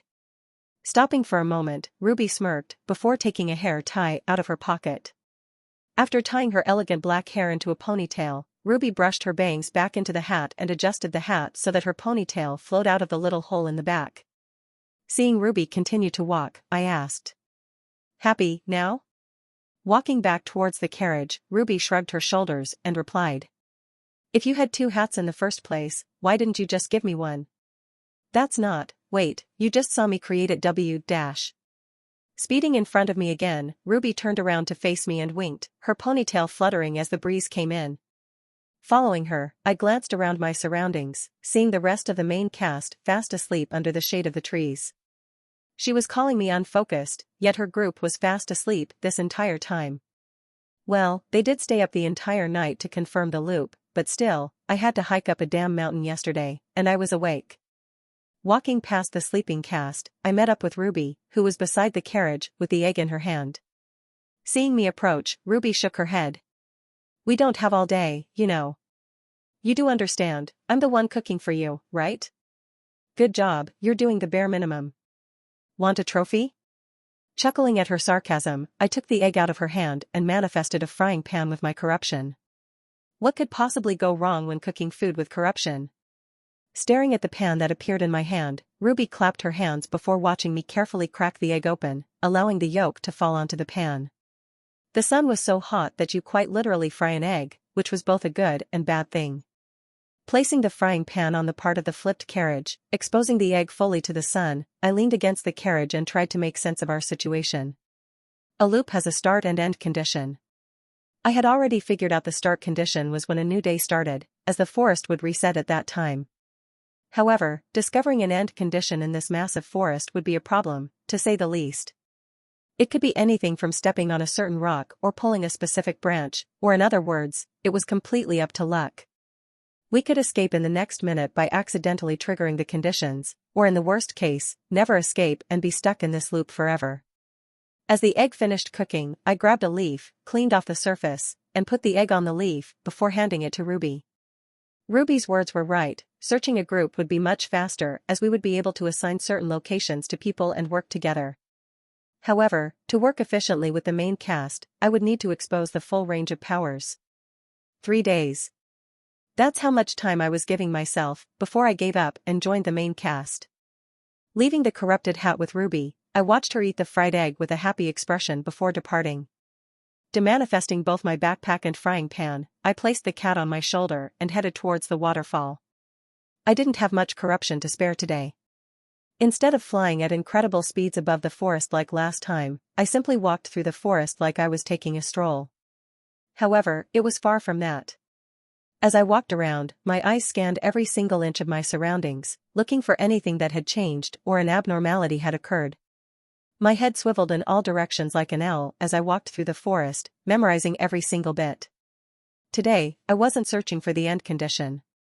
I was simply memorizing the layout of all the trees, branches, leaves, bushes, and everything else inside the forest. Tomorrow, the search would begin. In order to recognize an abnormality in the forest, I would first have to know what is normal in the forest. That was the goal of today. Once I knew what was normal, I could begin seriously searching for abnormal occurrences and hopefully find the end condition through that. Stopping after 2 hours of non-stop walking, I slumped against a nearby tree and began caressing my head. My brain was more than overloaded with information about the forest. I wasn't even 10% done with discovering its full layout.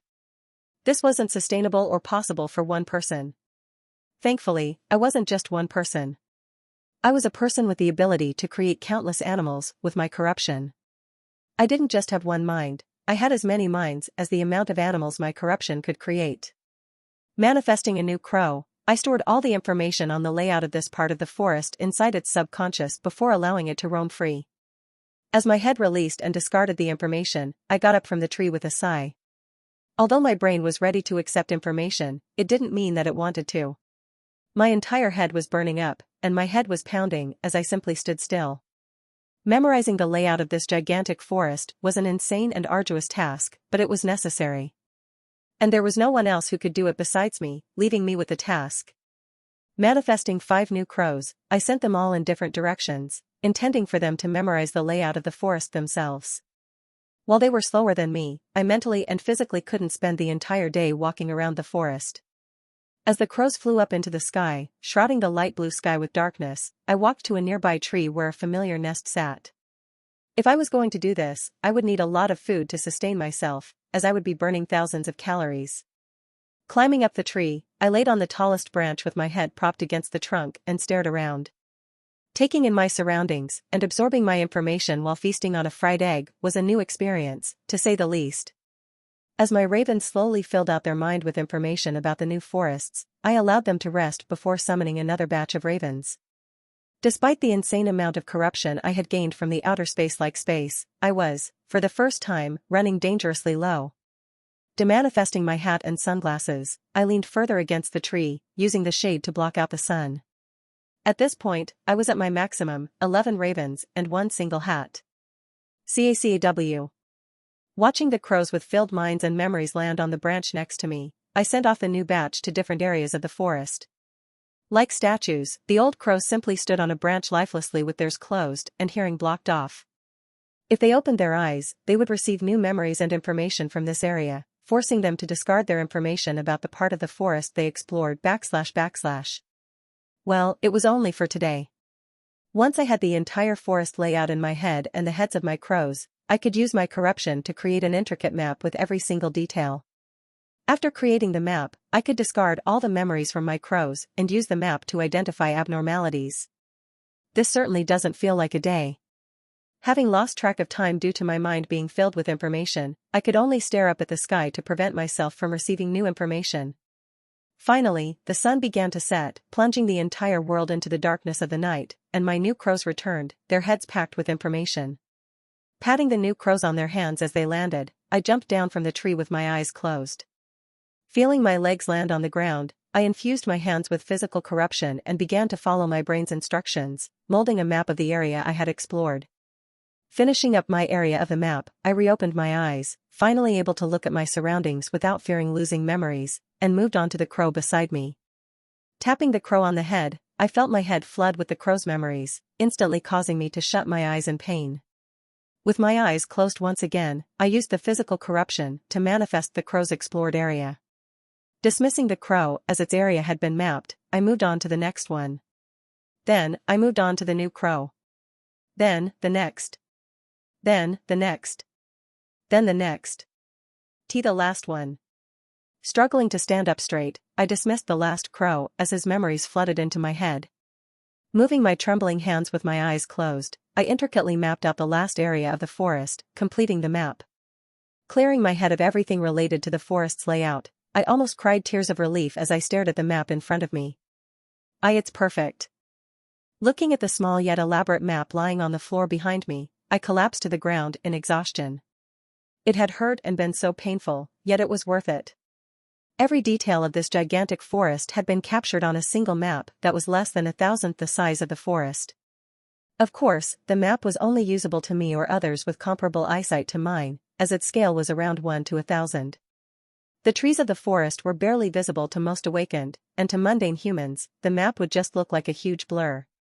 Since I had memorized the directions on creating the map while making it for the first time, I could demanifest and create it at any moment I wanted to. Lying down on the floor, I peered through the dense branches above me and saw the half-crescent moon shining right down on me. I had done it. Even though I had spent over half the day simply looking at the sky with my eyes closed to prevent myself from losing information, the sky was more beautiful than ever right now. Freedom. I had the freedom to actually open my eyes and look at the world around me. I'm getting out of this damn loop no matter what. If I went through all that pain and suffering just to be stuck in this loop forever, I would jump off that cliff myself. Demanifesting the map, I basked in the breeze of the night sky before feeling my cat jump off my shoulder and onto my head. Standing on my face and blocking my mouth, my cat threw its paw at my hair, seemingly patting me on the head. Why yeah, I know I'm the greatest to ever do it. Closing my eyes, I felt my consciousness slowly drift further and further away until I finally fell asleep. Waking up the next day to the sun's rays shining down on my body, I couldn't even get up as the toll of yesterday's work was finally catching up to me. Dragging my body over to the shade of a nearby tree, I simply leaned against a log and surveyed my surroundings. The hard part was done. Everything that happened now was out of my hands. I had done everything I could to give myself the greatest chance of identifying the end conditions of this loop. Now, all that was left was getting lucky. And I had been pretty unlucky recently, especially with this sudden transfer to this loop.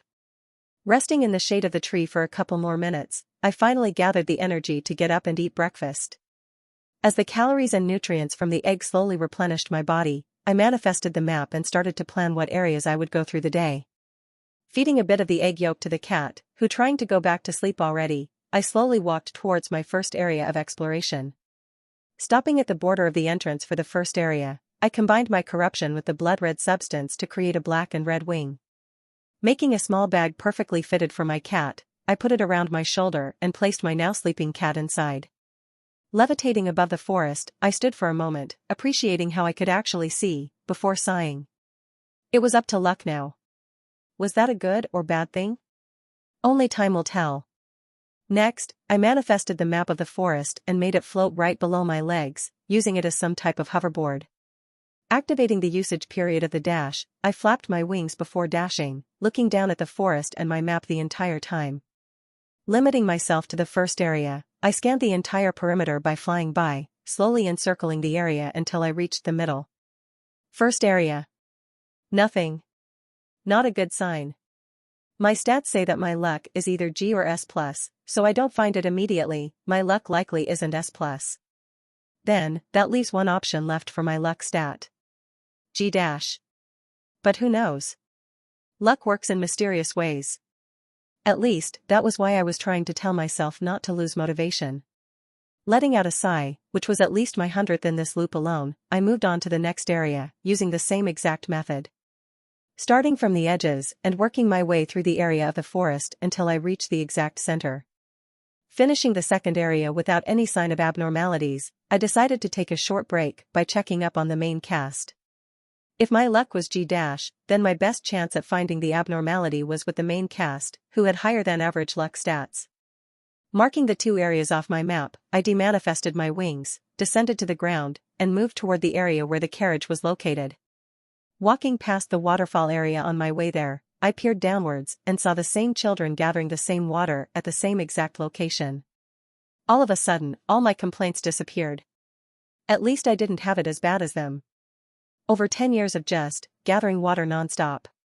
And the worst part? They didn't even know, they wholeheartedly believed they were living a normal life. What were the challenges I had to go through compared to that? Nothing. Manifesting a black hat, I tipped it downwards to cover my face, as I didn't know what expression I was wearing. And I certainly didn't want other people to see whatever expression was currently on my face. Reeling in my emotions, I arrived at the carriage area and saw both Kevin and Liam scanning the area around the carriage. Slipping into the shadows and using my stealth skill, I watched as they carefully touched every tree, branch, and even bush in the forest. Lily must have come up with the same strategy as me. Manifesting a crow, I sent the raven to spy on the two in case they discovered something abnormal. It was very possible that they could discover something but not know it. Watching Kevin and Liam search their assigned area with amazing teamwork and efficiency, I sighed before turning around. Since Liam was the protagonist, it was likely that he would find the end condition due to his higher luck stat, so I ordered the crow to keep watch over him before departing. It was 6 people versus 1, while I had the better strategy, they had more coordination and efficiency. I couldn't search the same amount of area their group of 6 did, but they couldn't easily recognize the end condition as I could. My crows couldn't even come close to keeping up with the speed of a mundane human, especially not 6 D-rank humans. Effort didn't matter in this scenario. No matter how much effort I put in, considering my luck stat was most like an abysmal G and my lack of manpower, the odds of me finding it were 0. But then, why was I still searching? Why I hadn't joined up with the main cast, the group was more statistically and logically inclined to find the end condition. Why was I being so stubborn about staying alone? These people weren't my enemies. I had said it myself, the author determined these people to be heroes. They had the same goals as me, they just used different methods. But, then, who was my enemy? Who were my teammates, my friends, and my acquaintances? Entering the next area, I manifested my wings and flew above the trees with my map at my feet. I knew the answers to these questions, but I chose to ignore them. The likelihood of us finding the end condition would increase if I joined them, right now, yet despite knowing that, I decided to stall for time. I knew that finding the end condition alone in 3 days was close to impossible. Activating the usage period of the dash, I flapped my wing before using a dash, reappearing 20 meters ahead in the air. Not there. Circling around the perimeter of the area, I looked like a drone, staring downwards at the ground while floating. There were reasons I didn't want to group up. Obviously, I would have to display my abilities, but another reason was a lack of familiarity and an excessive animosity between us. It was like transferring to a new school and asking yourself to join a completely new friend group. I couldn't just forcefully include myself in the group, they had to actually accept me, and considering my attitude, I would have to show something amazing to join. Sighing, mid-dash, I knew that it was no longer a choice. 3 days was the maximum I had given myself. Stopping mid-thought, I halted in the air and looked downwards at the specific tree, noticing that its structure was different as it was missing a couple of leaves. It was possible that today's breeze might have caused some leaves to fly away, but it was possible that this tree was something else. Slowly descending downwards, I landed atop the tree, alternating gazing at the map and the tree below me to confirm it. It is different. Jumping from the top of the tree and onto the ground, I stared at the tree's trunk before manifesting a corrupted dagger. Raising the night black dagger, I slashed the tree, slightly leaving a mark on its otherwise unblemished brown trunk. Then, I simply left. Flapping my wings, I once again appeared 10 meters above the forest, took out my map, and continued searching the area. Finding nothing else different, I then moved on to the next area. Then, the next. Then, the next. As the night descended, plunging the whole world into darkness, my figure became invisible in the sky as my insane speed, combined with my stealth stat, allowed my figure to disappear. Seeing the half-crescent moon in the sky above me, I descended to the ground and dismissed my wing. As soon as my 2 feet touched the cold, hard ground, my entire body collapsed out of exhaustion. 1. Abnormality in 12 hours. Well, it's better than 0. While, unlike yesterday, my work wasn't mentally taxing, my physical body was still suffering from the sheer amount of corruption and energy I was using. You can't go from using some corruption daily to using a lake of corruption in a single day, yet I had. And I had no one to blame but myself. During my search, I spotted countless main cast members in the vicinity and completely ignored them, continuing my solo search. How much time had been wasted since my crows or I had searched the same areas? That was something I didn't want to think about. Stubbornness was a flaw that, instead of discarding, I embraced and used. It's not like it matters, I'm joining them tomorrow. Unless. There was a faint hope shining in my heart that just a single dagger mark would remain on a tree in a forest. Barely keeping my eyes open, I stared upwards at the countless stars shining in the night sky. Unfortunately, there were no shooting stars this time. Closing my eyes, I swapped eyesight with my first crow one last time, seeing the waterfall village, before allowing myself to sleep. As the sun rose, shining its rays right in my face and forcing me to wake up, I reluctantly stood up from the ground. Today was going to be a hard day. Either I would find the end condition and have to solve whatever puzzle or fight whatever monster myself, or I would become a part of what I used to hate the most. And I do mean used to. What did I hate the most now? Gazing at the floor below me as I made my way to the marked tree, I cleared my face while manifesting my pair of corrupted daggers. Tilting my head upward as I approached the trees, I picked an apple before handing it to my cat, who had just woken up. Meow. Yeah, I know this is second time, this week. Nearing the tree, I had left a dagger mark on. I noticed some other abnormalities as I glanced between my map, which was floating above my hands, and the area around me. The leaves on the forest floor were crumpled and spread out while yesterday, they had been placed perfectly under a tree. There were slight indications of activity as some areas of the ground were slightly more elevated than others. Manifesting a crow, I sent it flying up ahead of me and towards the tree to scout the area for any other abnormalities. I had already discovered there were no animals in the forest, so was it one of the main cast? Had the abnormality with the tree yesterday also been caused by the main cast? As my hope slowly faded away, I continued on my way to the tree from yesterday, occasionally switching bodies with my crow for a slight second. I had actually gotten quite used to the feeling. For the split second I entered the crow's body, my body would become lifeless and start falling to the floor, but after a while, I had gotten so fast at it that I could return and catch my body before it hit the floor.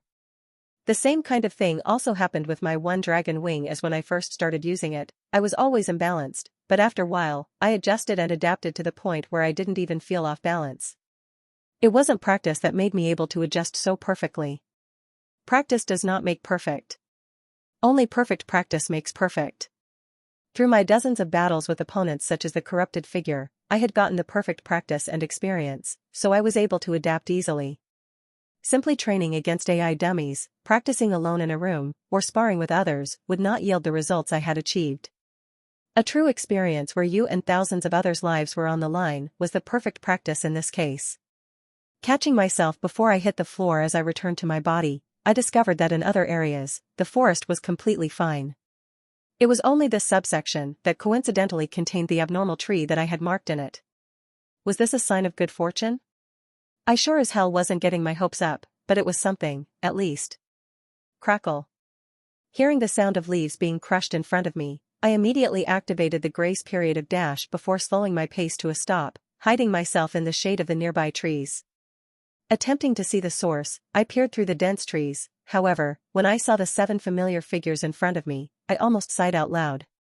Lily, Alia, Zach, Kevin, Liam, Irene, and Ruby were all searching the area right next to my marked tree, now only a couple of seconds away from discovering it. My G-Luck stat was not only not helping me find the end condition, but it was also hurting me.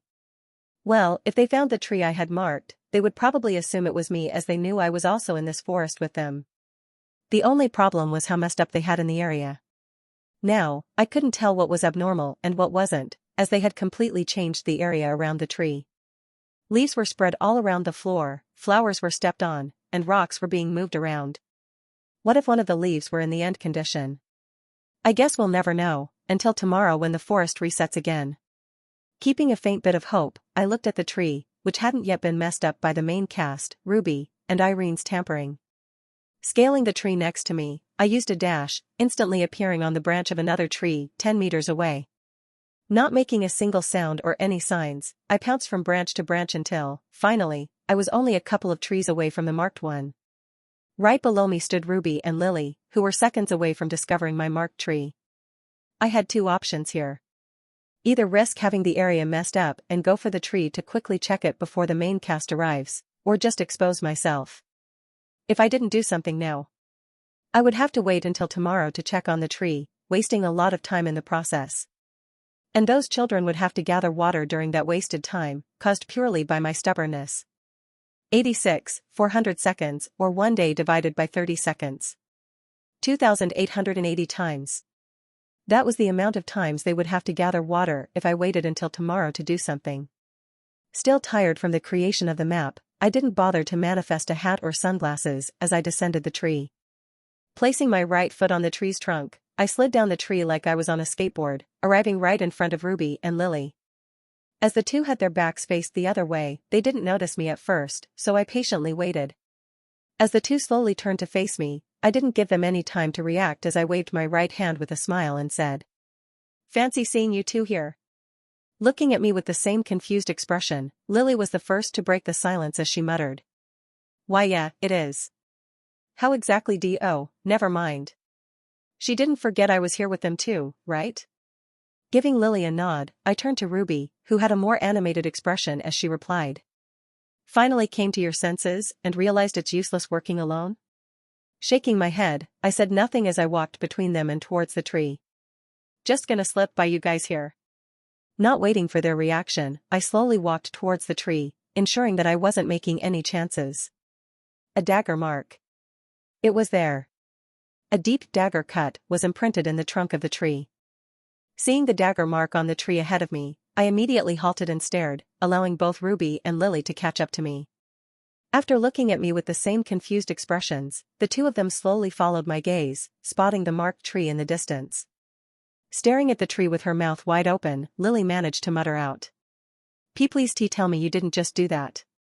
Regaining my composure, the spark of hope inside me ignited into a fire as I replied, "Yesterday, I did it yesterday." A loop's end condition is only identifiable by one factor: the loop does not affect how it acts, in this case, how it looks. The tree in front of me was not affected by the loop, as despite everything around it being reset, it remained the exact same as yesterday. But then the question is sparked. Shouldn't I have already triggered the end condition and ended the loop then? If I had marked the tree yesterday, and it was indeed the end condition, the loop should have ended right then, and all of us should have escaped the forest. Leaving the two shell-shocked figures behind me, I walked up to the tree, tracing the imprint of my dagger on its trunk with my hands. The depth, size, and shape of the imprint was an exact match to my dagger.l. There was no denying it, this tree was the end condition. Trying my best to keep the fire of hope intact, I tried everything, punching the tree, kicking it, tapping it, flicking it, banging it, and last of all, just staring at it. Yet, nothing happened. Leaning against the tree trunk, I momentarily swapped bodies with my crow, making it fly forward, but just like me, the crow ended up back at the flipped carriage no matter how long and far it flew. The loop was still intact. Returning to my body, I saw Ruby and Lily walking over to the tree with concerned and confused expressions. Oh yeah, I must have looked like a psychopath kicking and punching a tree like a child. Commanding the crow to continue flying forward, hoping something would change, I turned to the two girls approaching me. Staring at the tree behind me, Ruby asked, "So, is this the end condition you were talking about, Lily?" Moving out of Lily's sight, I crouched down and manifested my corrupted daggers. If what Rin said is true, then this has to be the end condition. Allowing Lily to examine the tree, I started digging at the ground with my daggers, trying to get a view of the tree's roots. Maybe the entire tree was the end condition, but we had to touch a certain part of it to trigger the end condition. Placing her hand on the tree, Lily shouted to the other main cast members, who hadn't yet noticed me. Liam, Kevin, Zach, I think I may have found something. Can you go check if the loop is terminated, and we can leave? Immediately turning around and stopping his search, Kevin excitedly replied. Really? Zach shared the same sentiment as he happily looked over to Lily. On the other hand, Liam was scratching his head as he replied to Lily. If this loop really is over and we can leave, how are we supposed to tell you? We'll be out of the loop. Holding my laughter in, I hid my expression by continuing to dig at the ground below the tree. Yeah. Seeing Lily's confusion, Alia emerged from the shade of a nearby tree and replied. How about this, if you three aren't back within 2 hours, we'll assume the loop has ended and leave with you. Liam, Kevin, and Zach slowly nodded their heads before waving and departing, not even noticing my crouching figure a few meters away. At this point, it wasn't my stealth stat, they just weren't paying attention. Well, I could tell them that the loop was still alive, or not. Weighing my options, I allowed them to leave as more people would just cause more trouble. We had already confirmed that this tree was the end condition, so we didn't need 3 extra people all searching this small tree. It was also possible that my crow, for whatever reason, was just stuck in the loop while humans could leave. Seeing the dark brown roots in the ground, I reached my hand, ignoring the dirt, and tightly gripped them. Switching bodies with my crow, I once again attempted to see if the loop had terminated, but my crow ended up in the flipped carriage. As Liam, Kevin, and Zach's figures disappeared, Irene emerged from the trees and stood aside from Alia, watching us with a curious gaze. Noticing me, Irene was about to ask a question when Alia subsequently silenced her, prompting me to continue searching. Moving on from the root of the tree, I ignored Lily, who still had her hand on the trunk, and scaled the tree, sitting on the lowest branch. As I began examining each individual leaf and branch, a testament to my desperation, Ruby, Alia, and Irene followed our lead, examining the lower half of the tree. Ahem, what exactly are we doing to this tree? Responding to Irene's question while continuing the search, Ruby replied. Apparently, it's the end condition from our talks earlier. Nodding her head in confusion, Irene responded. Shouldn't the loop have already ended, then? That's why the others aren't here. So, then, why are we still searching? As Ruby turned to Lily for an answer to Irene's fair question, Lily pointed at me. He seems to know something that we don't, and he's still searching the tree. As the 4 girls shifted their gazes to me with confused expressions, I climbed up onto another branch before sighing.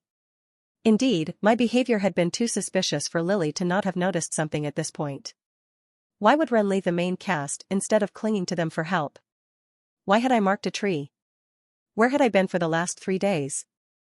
Staying silent for a moment, I continued checking the remaining leaves on the branch I was on before turning around. Looking downwards at the 4 girls, I contemplated my options. Considering that this a new situation, as I had no idea what to do with this damn tree, their perspective and insight would be useful. Lily was already suspicious of me due to my behavior thus far, so would it even hurt me if I made her more suspicious?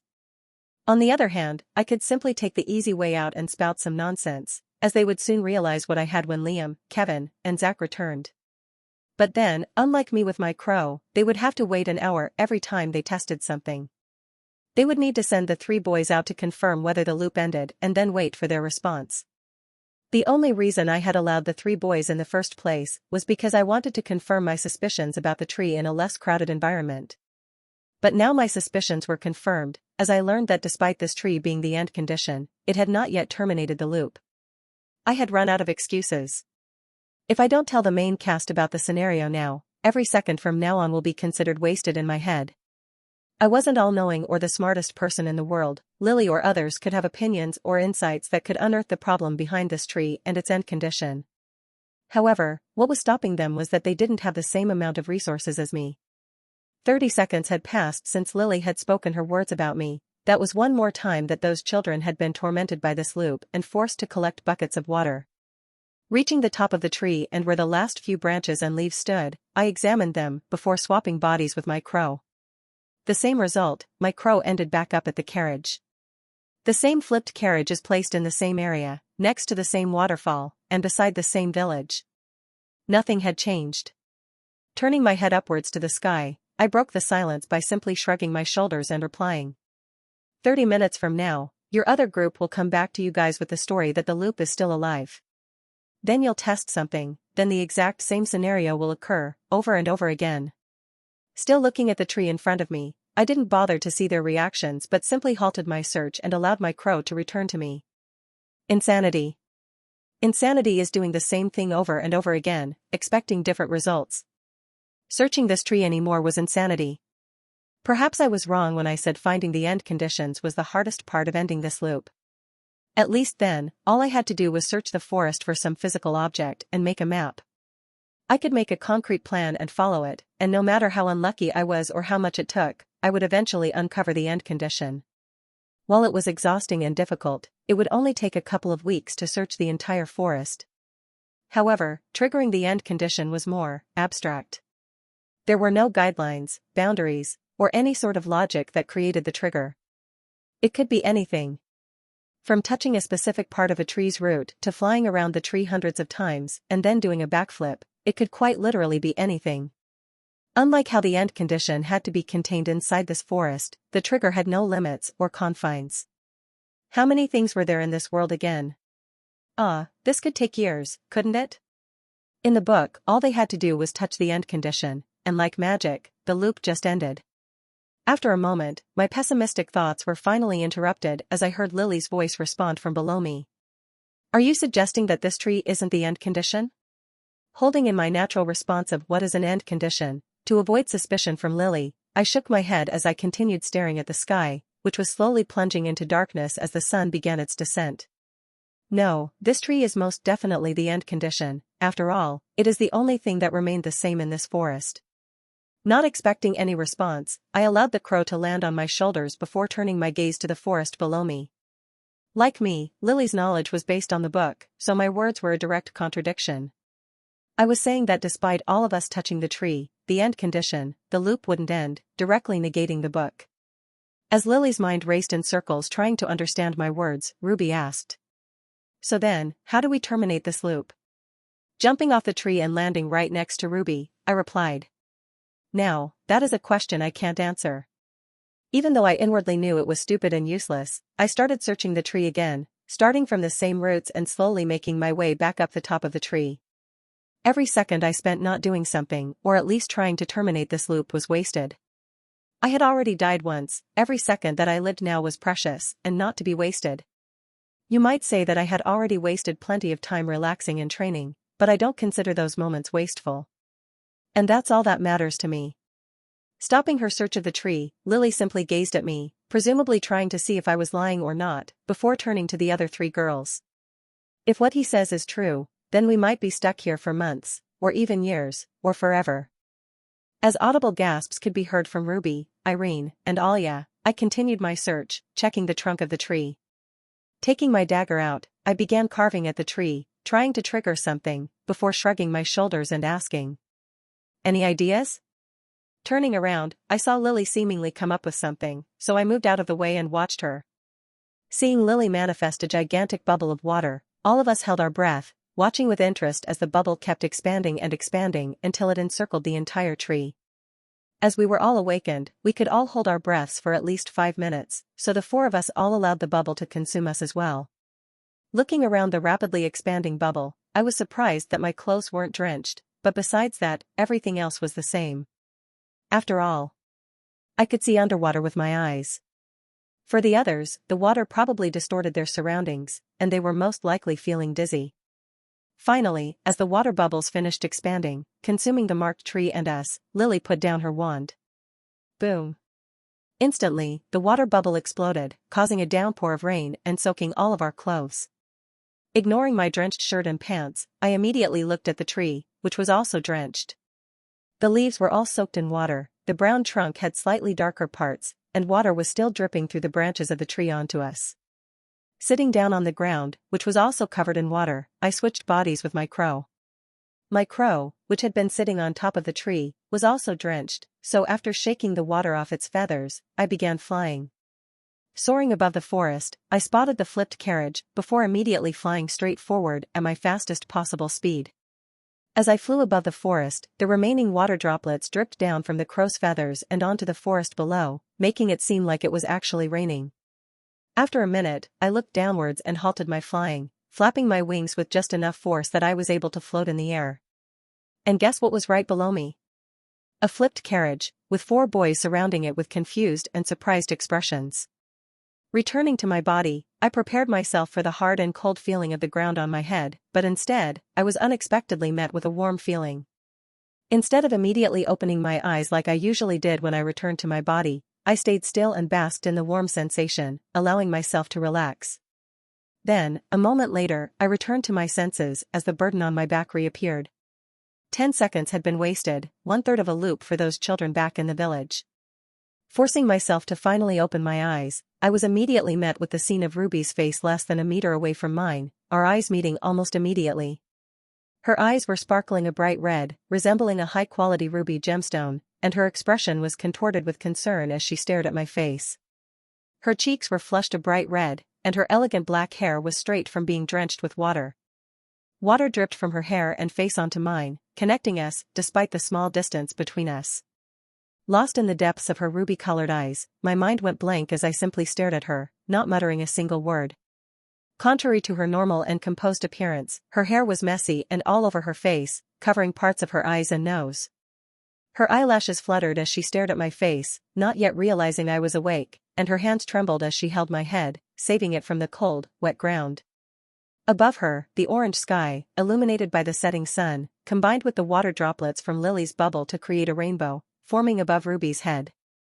This timing couldn't be any better, could it? Wait, what was under my head, then? Turning my head slightly, prompting Ruby to turn her head and notice I was awake, I was immediately met with her drenched blue pants. Basking in the scenery in front of me alongside the warm feeling under my head, I closed my eyes once again. I had time manipulation as an ability, didn't I? This didn't have to be one of those fleeting moments that I looked back on in a couple of days, did it? If it was me, I could make this moment last forever. No. I couldn't. Unlike me, some people didn't have the choice to decide what moments they lived and didn't. There was also a world out there that would need my help, whether they wanted it or not. Lifting my head off Ruby's lap, I met Ruby's eyes, and before she could say anything, I scratched mine and asked. So, what did I miss? Releasing her hands from my black hair, which was also drenched and all over my face from the rain, Ruby stared at me, simply muttering. You just collapsed onto the ground, we're the ones who missed something. That? Oh, that happens sometimes, don't worry about it. Turning to Lily, who had shifted her gaze from the drenched tree to me, I shook my head and continued. Didn't work. And you're sure it didn't? You can wait another hour and see, so what reason would I have to lie? Alia, who had seen the whole thing coming, made an icicle shield to stop the water from hitting her, asked. Why exactly did you choose to pop a bubble on it? Glancing at me for a second, Lily sighed before pointing to her eyes and replying. The tree seemed to have some sort of magic connected to it, so I tried to replicate the tree's magic spell, but instead input the magic into a water form instead of a tree. While I considered whether I should act surprised or not at the fact that Lily revealed her ability to see and replicate magic spells with her eyes, Ruby got back up and asked. If no one else wants to try, I think I have an idea. As Ruby stood up from the ground, the blush disappeared from her face, and she subsequently brushed her hair off her face. Not even glancing at me, Ruby waited for the nods of approval of the other 3 girls, before pulling out her magic wand. Well, go ahead then. Seeing the 4 girls completely ignore my sarcastic response, I sighed before dusting the dirt off my pants and stepping back. Keeping my crow elevated in the air above the forest, I watched with interest as the tip of Ruby's wand turned a dark red, and bouts of fire began to crackle on the ground below here. Interestingly enough, despite the ground not being completely dry from the water's earlier downfall, Ruby's fire seemed to ignore the wet ground, as it only grew despite the water being right below it. Instead of creating an elemental reaction between fire and water, the fire seemed to coexist with the water as the 2 substances basically ignored each other. Returning my gaze to Ruby, I saw the tip of her wand combust as a small flame formed on it before Ruby pointed the wand at the tree. The fire on Ruby's wand seemed to expand until a small flame, in terms of width, not length, stretched all the way from Ruby's wand to the tree trunk. Then, Ruby stepped back before thrusting her wand forward, immediately causing the large fire to explode outward. Barely managing to keep my eyes open, despite the flashbang I had just witnessed, I saw the flame expand to form the figure of a phoenix. The phoenix made of fire seemed to come to life as its wing flapped, propelling it right at the tree. With a size comparable to Lily's bubble, the tip of the flame that created the phoenix was barely a centimeter away from me before it moved toward the tree. Of course, the phoenix made of Ruby's fire did move particularly fast as there were still some lingering water particles in the air, but that just added to the mystical-like scene. Despite not having to slow down, I saw a phoenix made of pure fire move in slow motion toward a tree drenched in water. Hollywood could never do something like this. Feeling my body begin to sweat as a result of the fire, I stepped back and watched as the phoenix consumed the tree, completely removing it from my sight. Then the phoenix disappeared, and the fire that made it up spread to the tree, causing the trunk to burst into flames.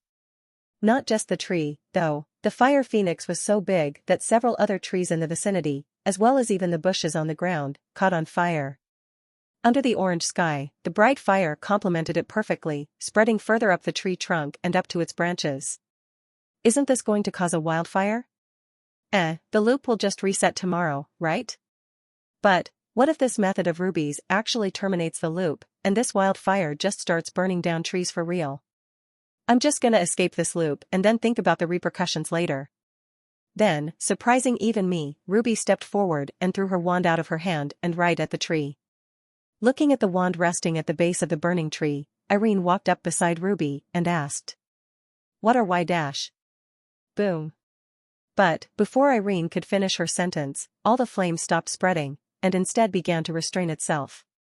The trees in the vicinity that were previously on fire were now fine as the fire seemed to retreat.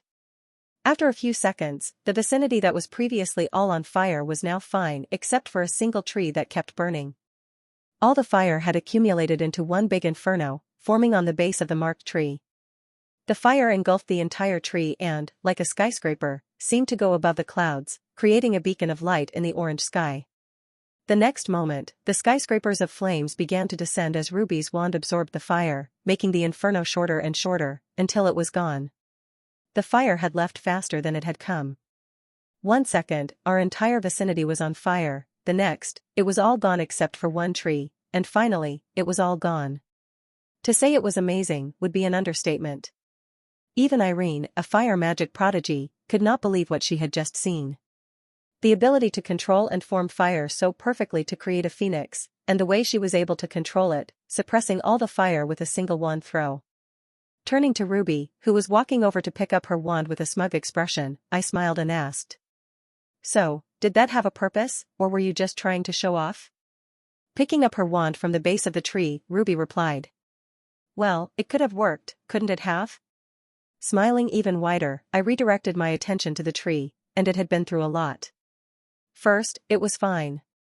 Second, it was slashed with a dagger. Third, it was bombarded with water and drenched.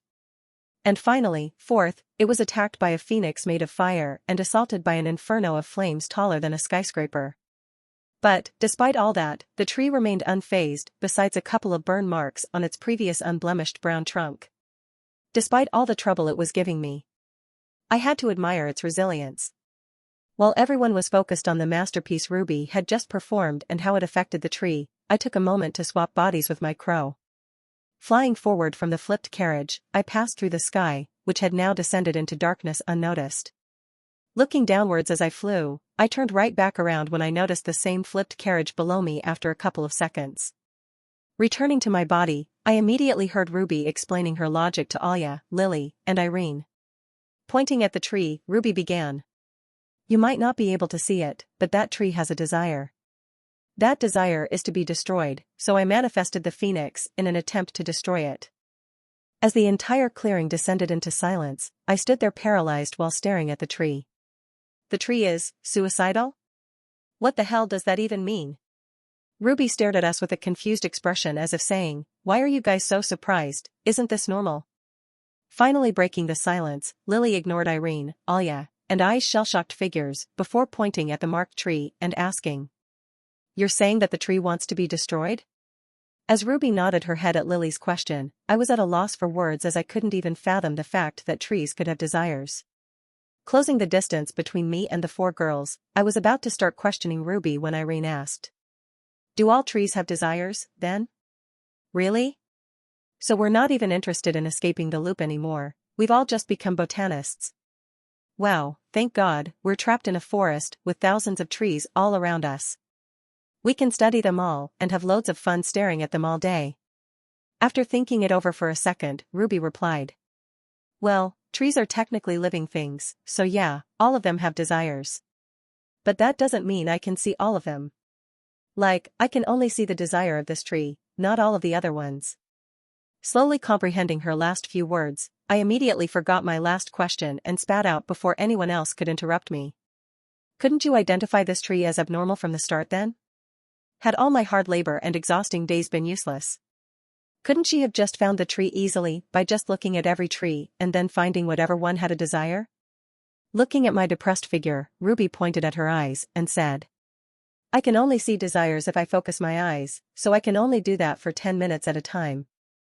Anyway, I only saw this tree for the first time an hour ago, so I wouldn't have found it earlier than you. After a moment, I straightened up my posture and looked back at the tree while Alya began speaking. Anyway, you said the tree wants to be destroyed, right? As Ruby nodded her head once again, Alya replied. Isn't the trigger just destroying the tree, then? I mean, if the end condition wants to be destroyed, shouldn't we destroy it? While I contemplated her words, Ruby pointed back at the tree and replied. Like I said, that's what I thought when I cast that fire phoenix, but it survived my fire phoenix, so I'm not sure destroying it is going to be easy. Stepping forward, Irene took her wand out of her pocket and said. Let me give it a try. Without even waiting for any response from us, Irene walked towards the tree with her wand glowing a fiery red. Shaking my head, I stared at Irene's departing figure and said. Are we really going to be dumbass and go one by one when we could all just go, at the same time? What is this, a horror movie? Are we all going to look for the monsters one by one, just to get picked off until we all die at the end? Slowly nodding her head, Alya also took out her sword and pointed it at the tree. Irene, I think attacking at the same time would be a more time-efficient strategy. Abruptly stopping, Irene turned around and said. You think I don't know that? Running at Irene, Ruby broke into laughter and asked. So you just wanted to show off, then? So, when you do I dash. Interrupting the two's bickering, Lily also took out her wand and walked towards Ruby and Irene. Manifesting an elegant black bow made of corruption, I strung it around my shoulders before walking in front of the three girls. Shortly after, Alya also stepped beside me with her sword, which was now covered in particles of ice, causing me to shiver. Behind me, 3 colors started shining as Irene's wand shone a light red while Ruby's was a dark red, and Lily's was an ocean blue, resembling mana. Seeing the 3 girls behind us ready, Alya raised his ice-covered sword while I manifested an entire quiver of arrows. As the 4 ready girls stared at my unprepared figure, I slowly took 3 arrows out of my quiver and strung them all at the same time. 1 arrow was at the top, 1 at the middle, and 1 finally at the bottom, each having a pitch-black tip in contrast to the bright colors shining around me. As I pulled back the bowstring, knocking the 3 arrows, the area once again descended into silence. Wait, who's gonna tell us when to attack? Taking the moment, I smiled before yelling. Attack! What a commander I was.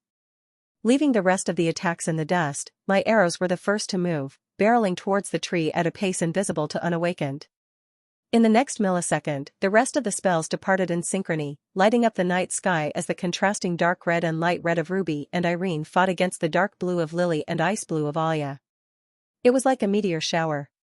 Since my arrows didn't have to be controlled, unlike spells, I looked away from the tree and watched as the 4 girls controlled their spells to coexist alongside each other without reacting while simultaneously targeting the tree's trunk. The 4 spells of varying colors created a beam that should have looked like purple, but none of the colors combined, each spell not daring to stray away to touch the other colors.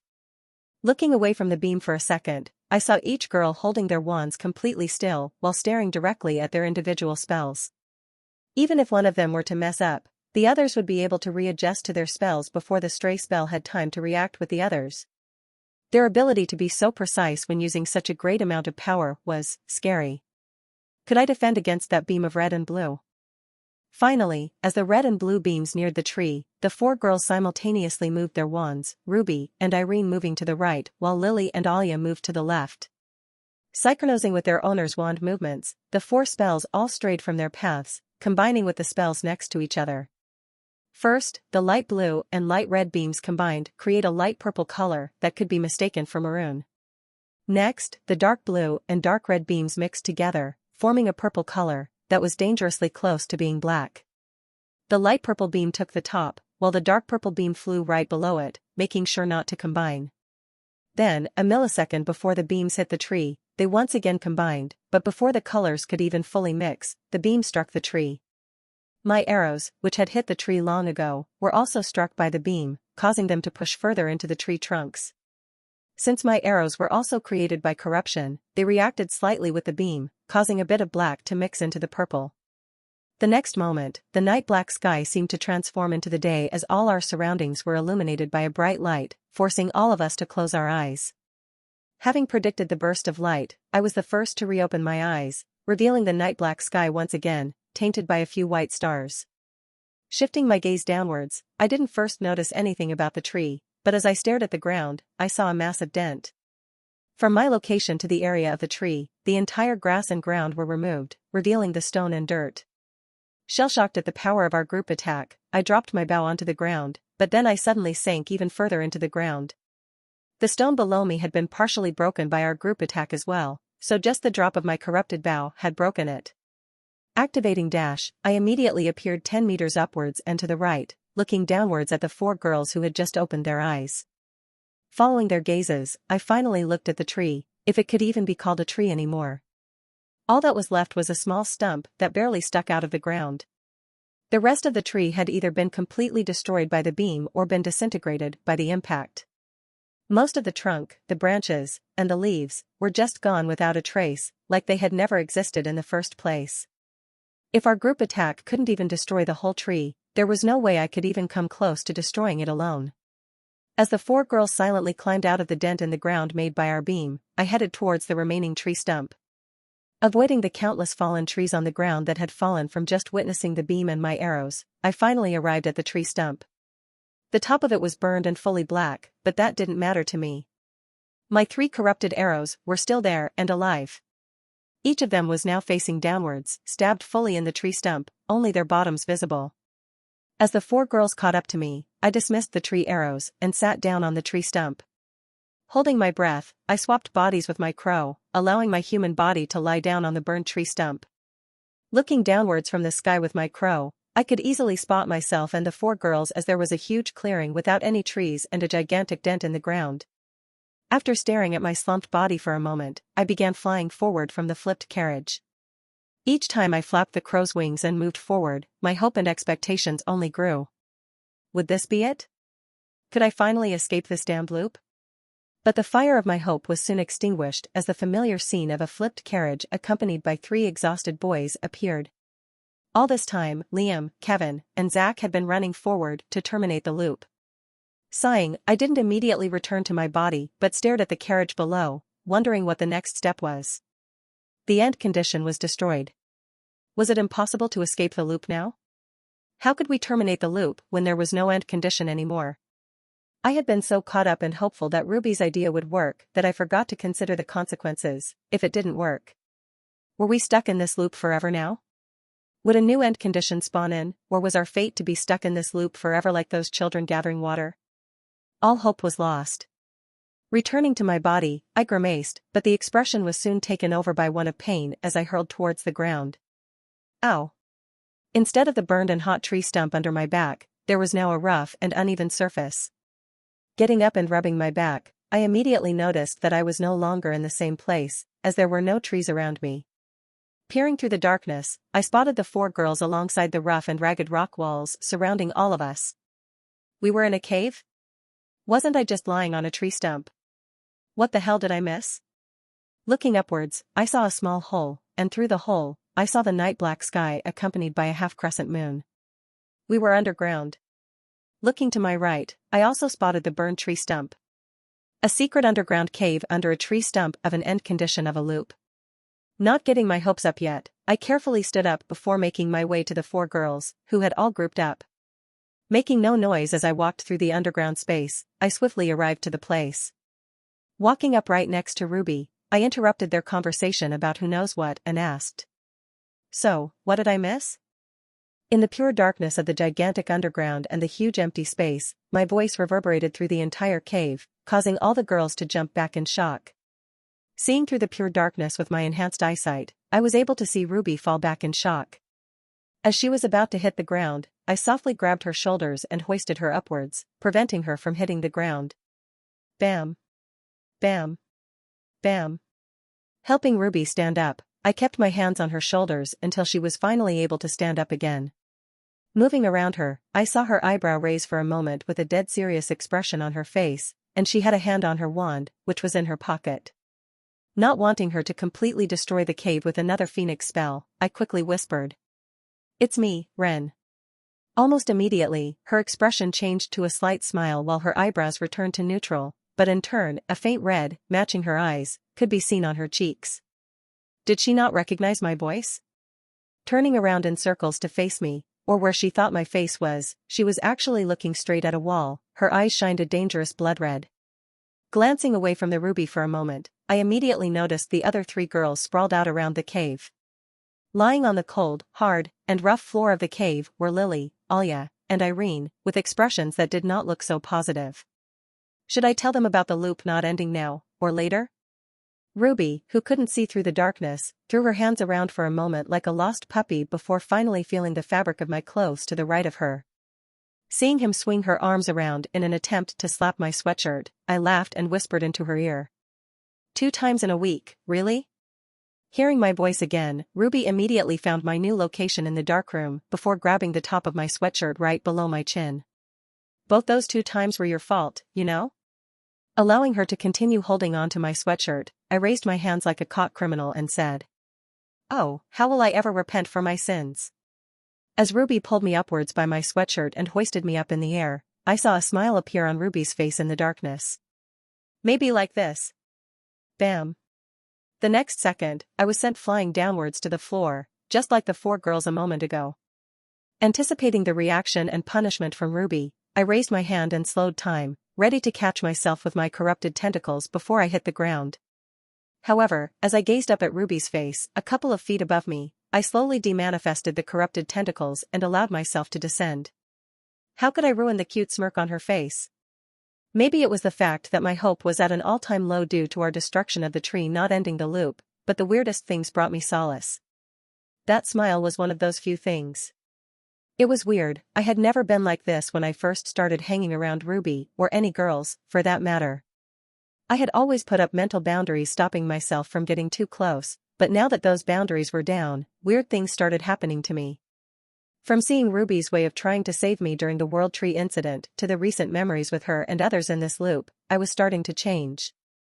Normally, my mind would only consist of planning and ways to get stronger, but some foreign memories were starting to slip in. It was weird. I could dismiss distractions such as this, but these memories came back no matter how much I avoided them. After saving the World Tree, I had just given up on trying to avoid them, but at the same time, I hadn't fully accepted them.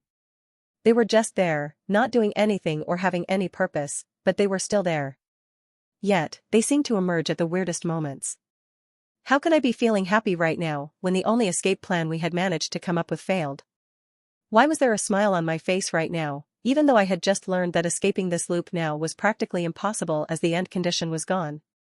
Of course, this wasn't the first time as Raven, Zing, and I had grown close enough to where I didn't feel any need to act around them, but at the same time, this feeling was something different than that. Rather than a fun and happy feeling like when I joked around with Zing, it was more of longing. A remembrance. A desire to see that smile remain on her face. Shaking my head as I fell, I closed my eyes and prepared for the impact of the ground. The mind really was a strange thing.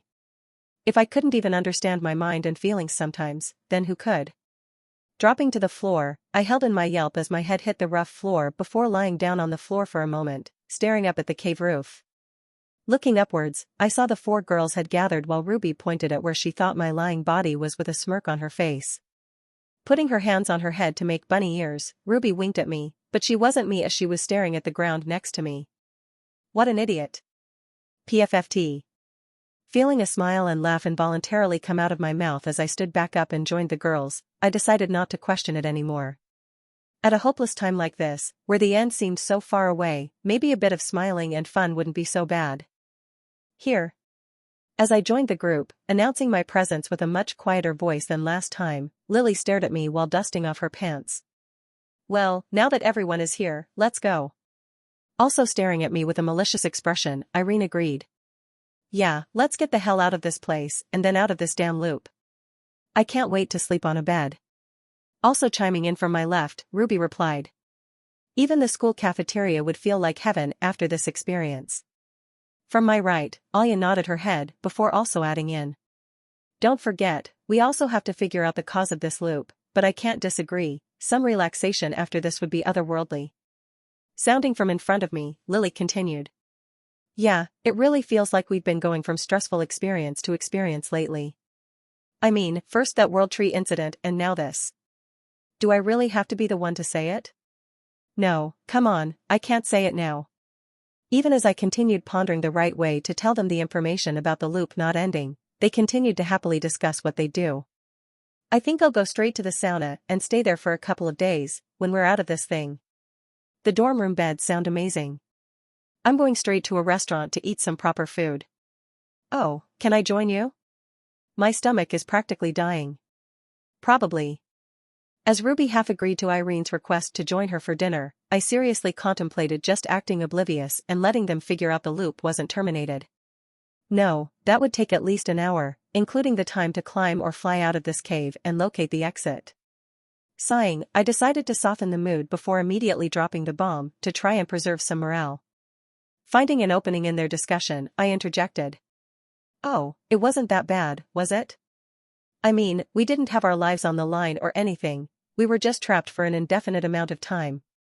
Immediately, the whole cave went quiet as everyone shifted their gaze to the direction where my voice came from. Hearing the sound of a foot slamming into the ground reverberating through the cave from Irene's location, I stepped back. With an angry tone, Irene exclaimed. Oh, so is not dying the bare minimum now? Oh great, we're just trapped in a loop for who knows how long without any route of escape. But it's alright because we're not dying? After pausing for a moment to catch her breath, Irene immediately continued. Is too much to ask for a normal life where we just go to school like students. I mean, some saving the world every once in a while is fine, but back is not okay. Do they even know what I've had to go through? To be fair, none of us had the right to complain, as we all chose to do what we did, knowing the consequences. But someone had more of a right to complain, it was me.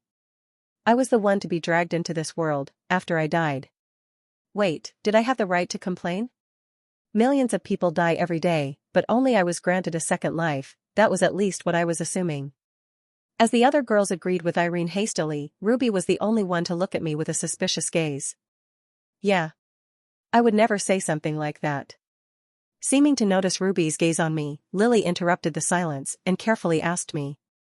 And, do you have anything to say? Turning to face away from them, scared to see their expressions, I started. Well, how do I word this? Turning to face me, or what was actually Ruby, Irene replied. Spit it out. Ahem, you see, unfortunately, the loop has not ended yet. Trust me, I'm just as disappointed as you. After a moment of silence, Lily reached out her hands, making sure I was still there before an eerily calm voice replying. Is this something you just learned? Yeah. Getting out her tippy toes, Ruby leaned against me before placing her mouth to my ear, allowing me to feel her every breath as she inhaled and exhaled. Choose your next words very carefully. That was a long inhale and exhale. Alia, who had been silent up until now, raised her hand, before immediately lowering it as she realized no one could see and replied. I can confirm that the loop has not ended as well. Irene, who was still clinging on to the tiny hope I was lying, almost collapsed to the ground, trembling while Lily regained her composure. Ruby took out her hand and cast a fire torch, illuminating the five of us and the area around us, before asking Alia. How are you able to confirm that? She didn't ask me? Looking at Lily, Alia held out her hands, which were glowing green, and replied. After destroying the tree, I was able to make contact with the tree spirit. Its physical body wasn't that tree, that is somewhere else. Almost immediately, Irene popped right up from the ground and exclaimed. Then ask it how we destroy the tree. Calming down Irene, Alia replied in a monotone voice. What do you believe I've been doing this whole time?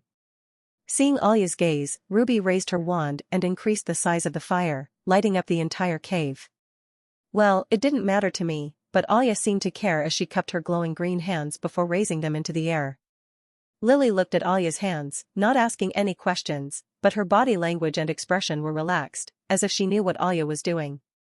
As Alya's hand reached the highest possible hand, Alya uncupped her hands, and almost immediately, thousands of green particles emerged from her hand and flew towards the cave wall. She was tracking the tree using its spirit. Oh, right, this tree is suicidal, so the spirit is probably helping us. All of us stood still, until all the particles disappeared from Alya's hands, forming a path straight into one of the cave's walls. Nothing had to be said as the five of us immediately followed the path until we came to the wall. The green particles seemed to go straight through the wall, so it was clear that we had to break down this wall. The question was how, though. One single mistake could result in the entire cave collapsing, or just hitting the wrong portion would cause the entire cave to break. Then, finding the path of green particles would be much harder when they were covered by rock and dust. Well, I had some experience with this kind of stuff, didn't I? Not saying anything, I stepped in front of the girls, who had stopped in front of the cave wall, and raised my hand, indicating for them to wait.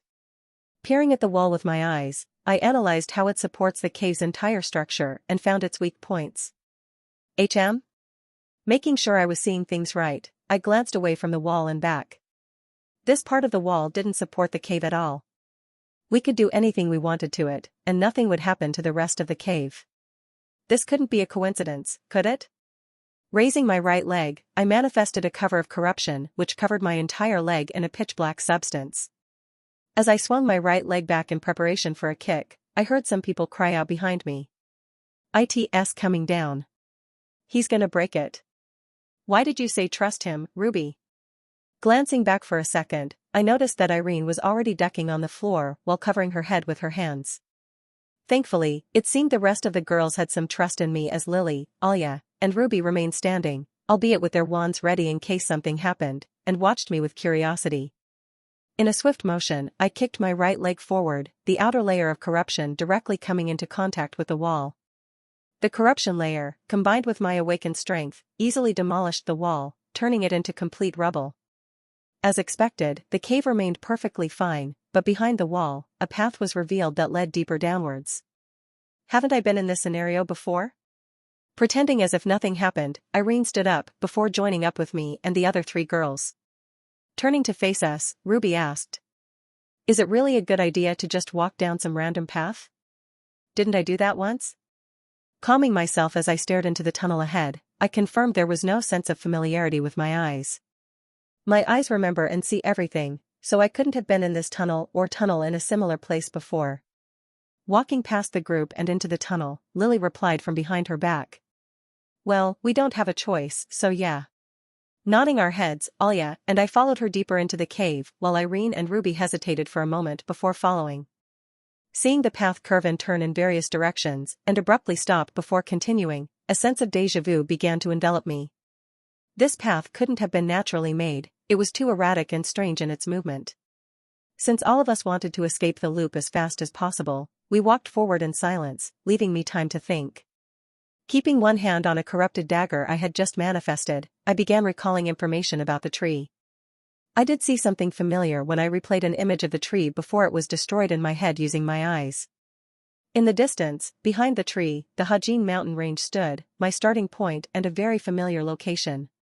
Realizing we had been walking for quite a bit without being sent back to the carriage, I stopped for a moment, prompting the girls to follow. Without saying anything, I leaned against the cave wall before swapping bodies with my crow, which was in the outside world.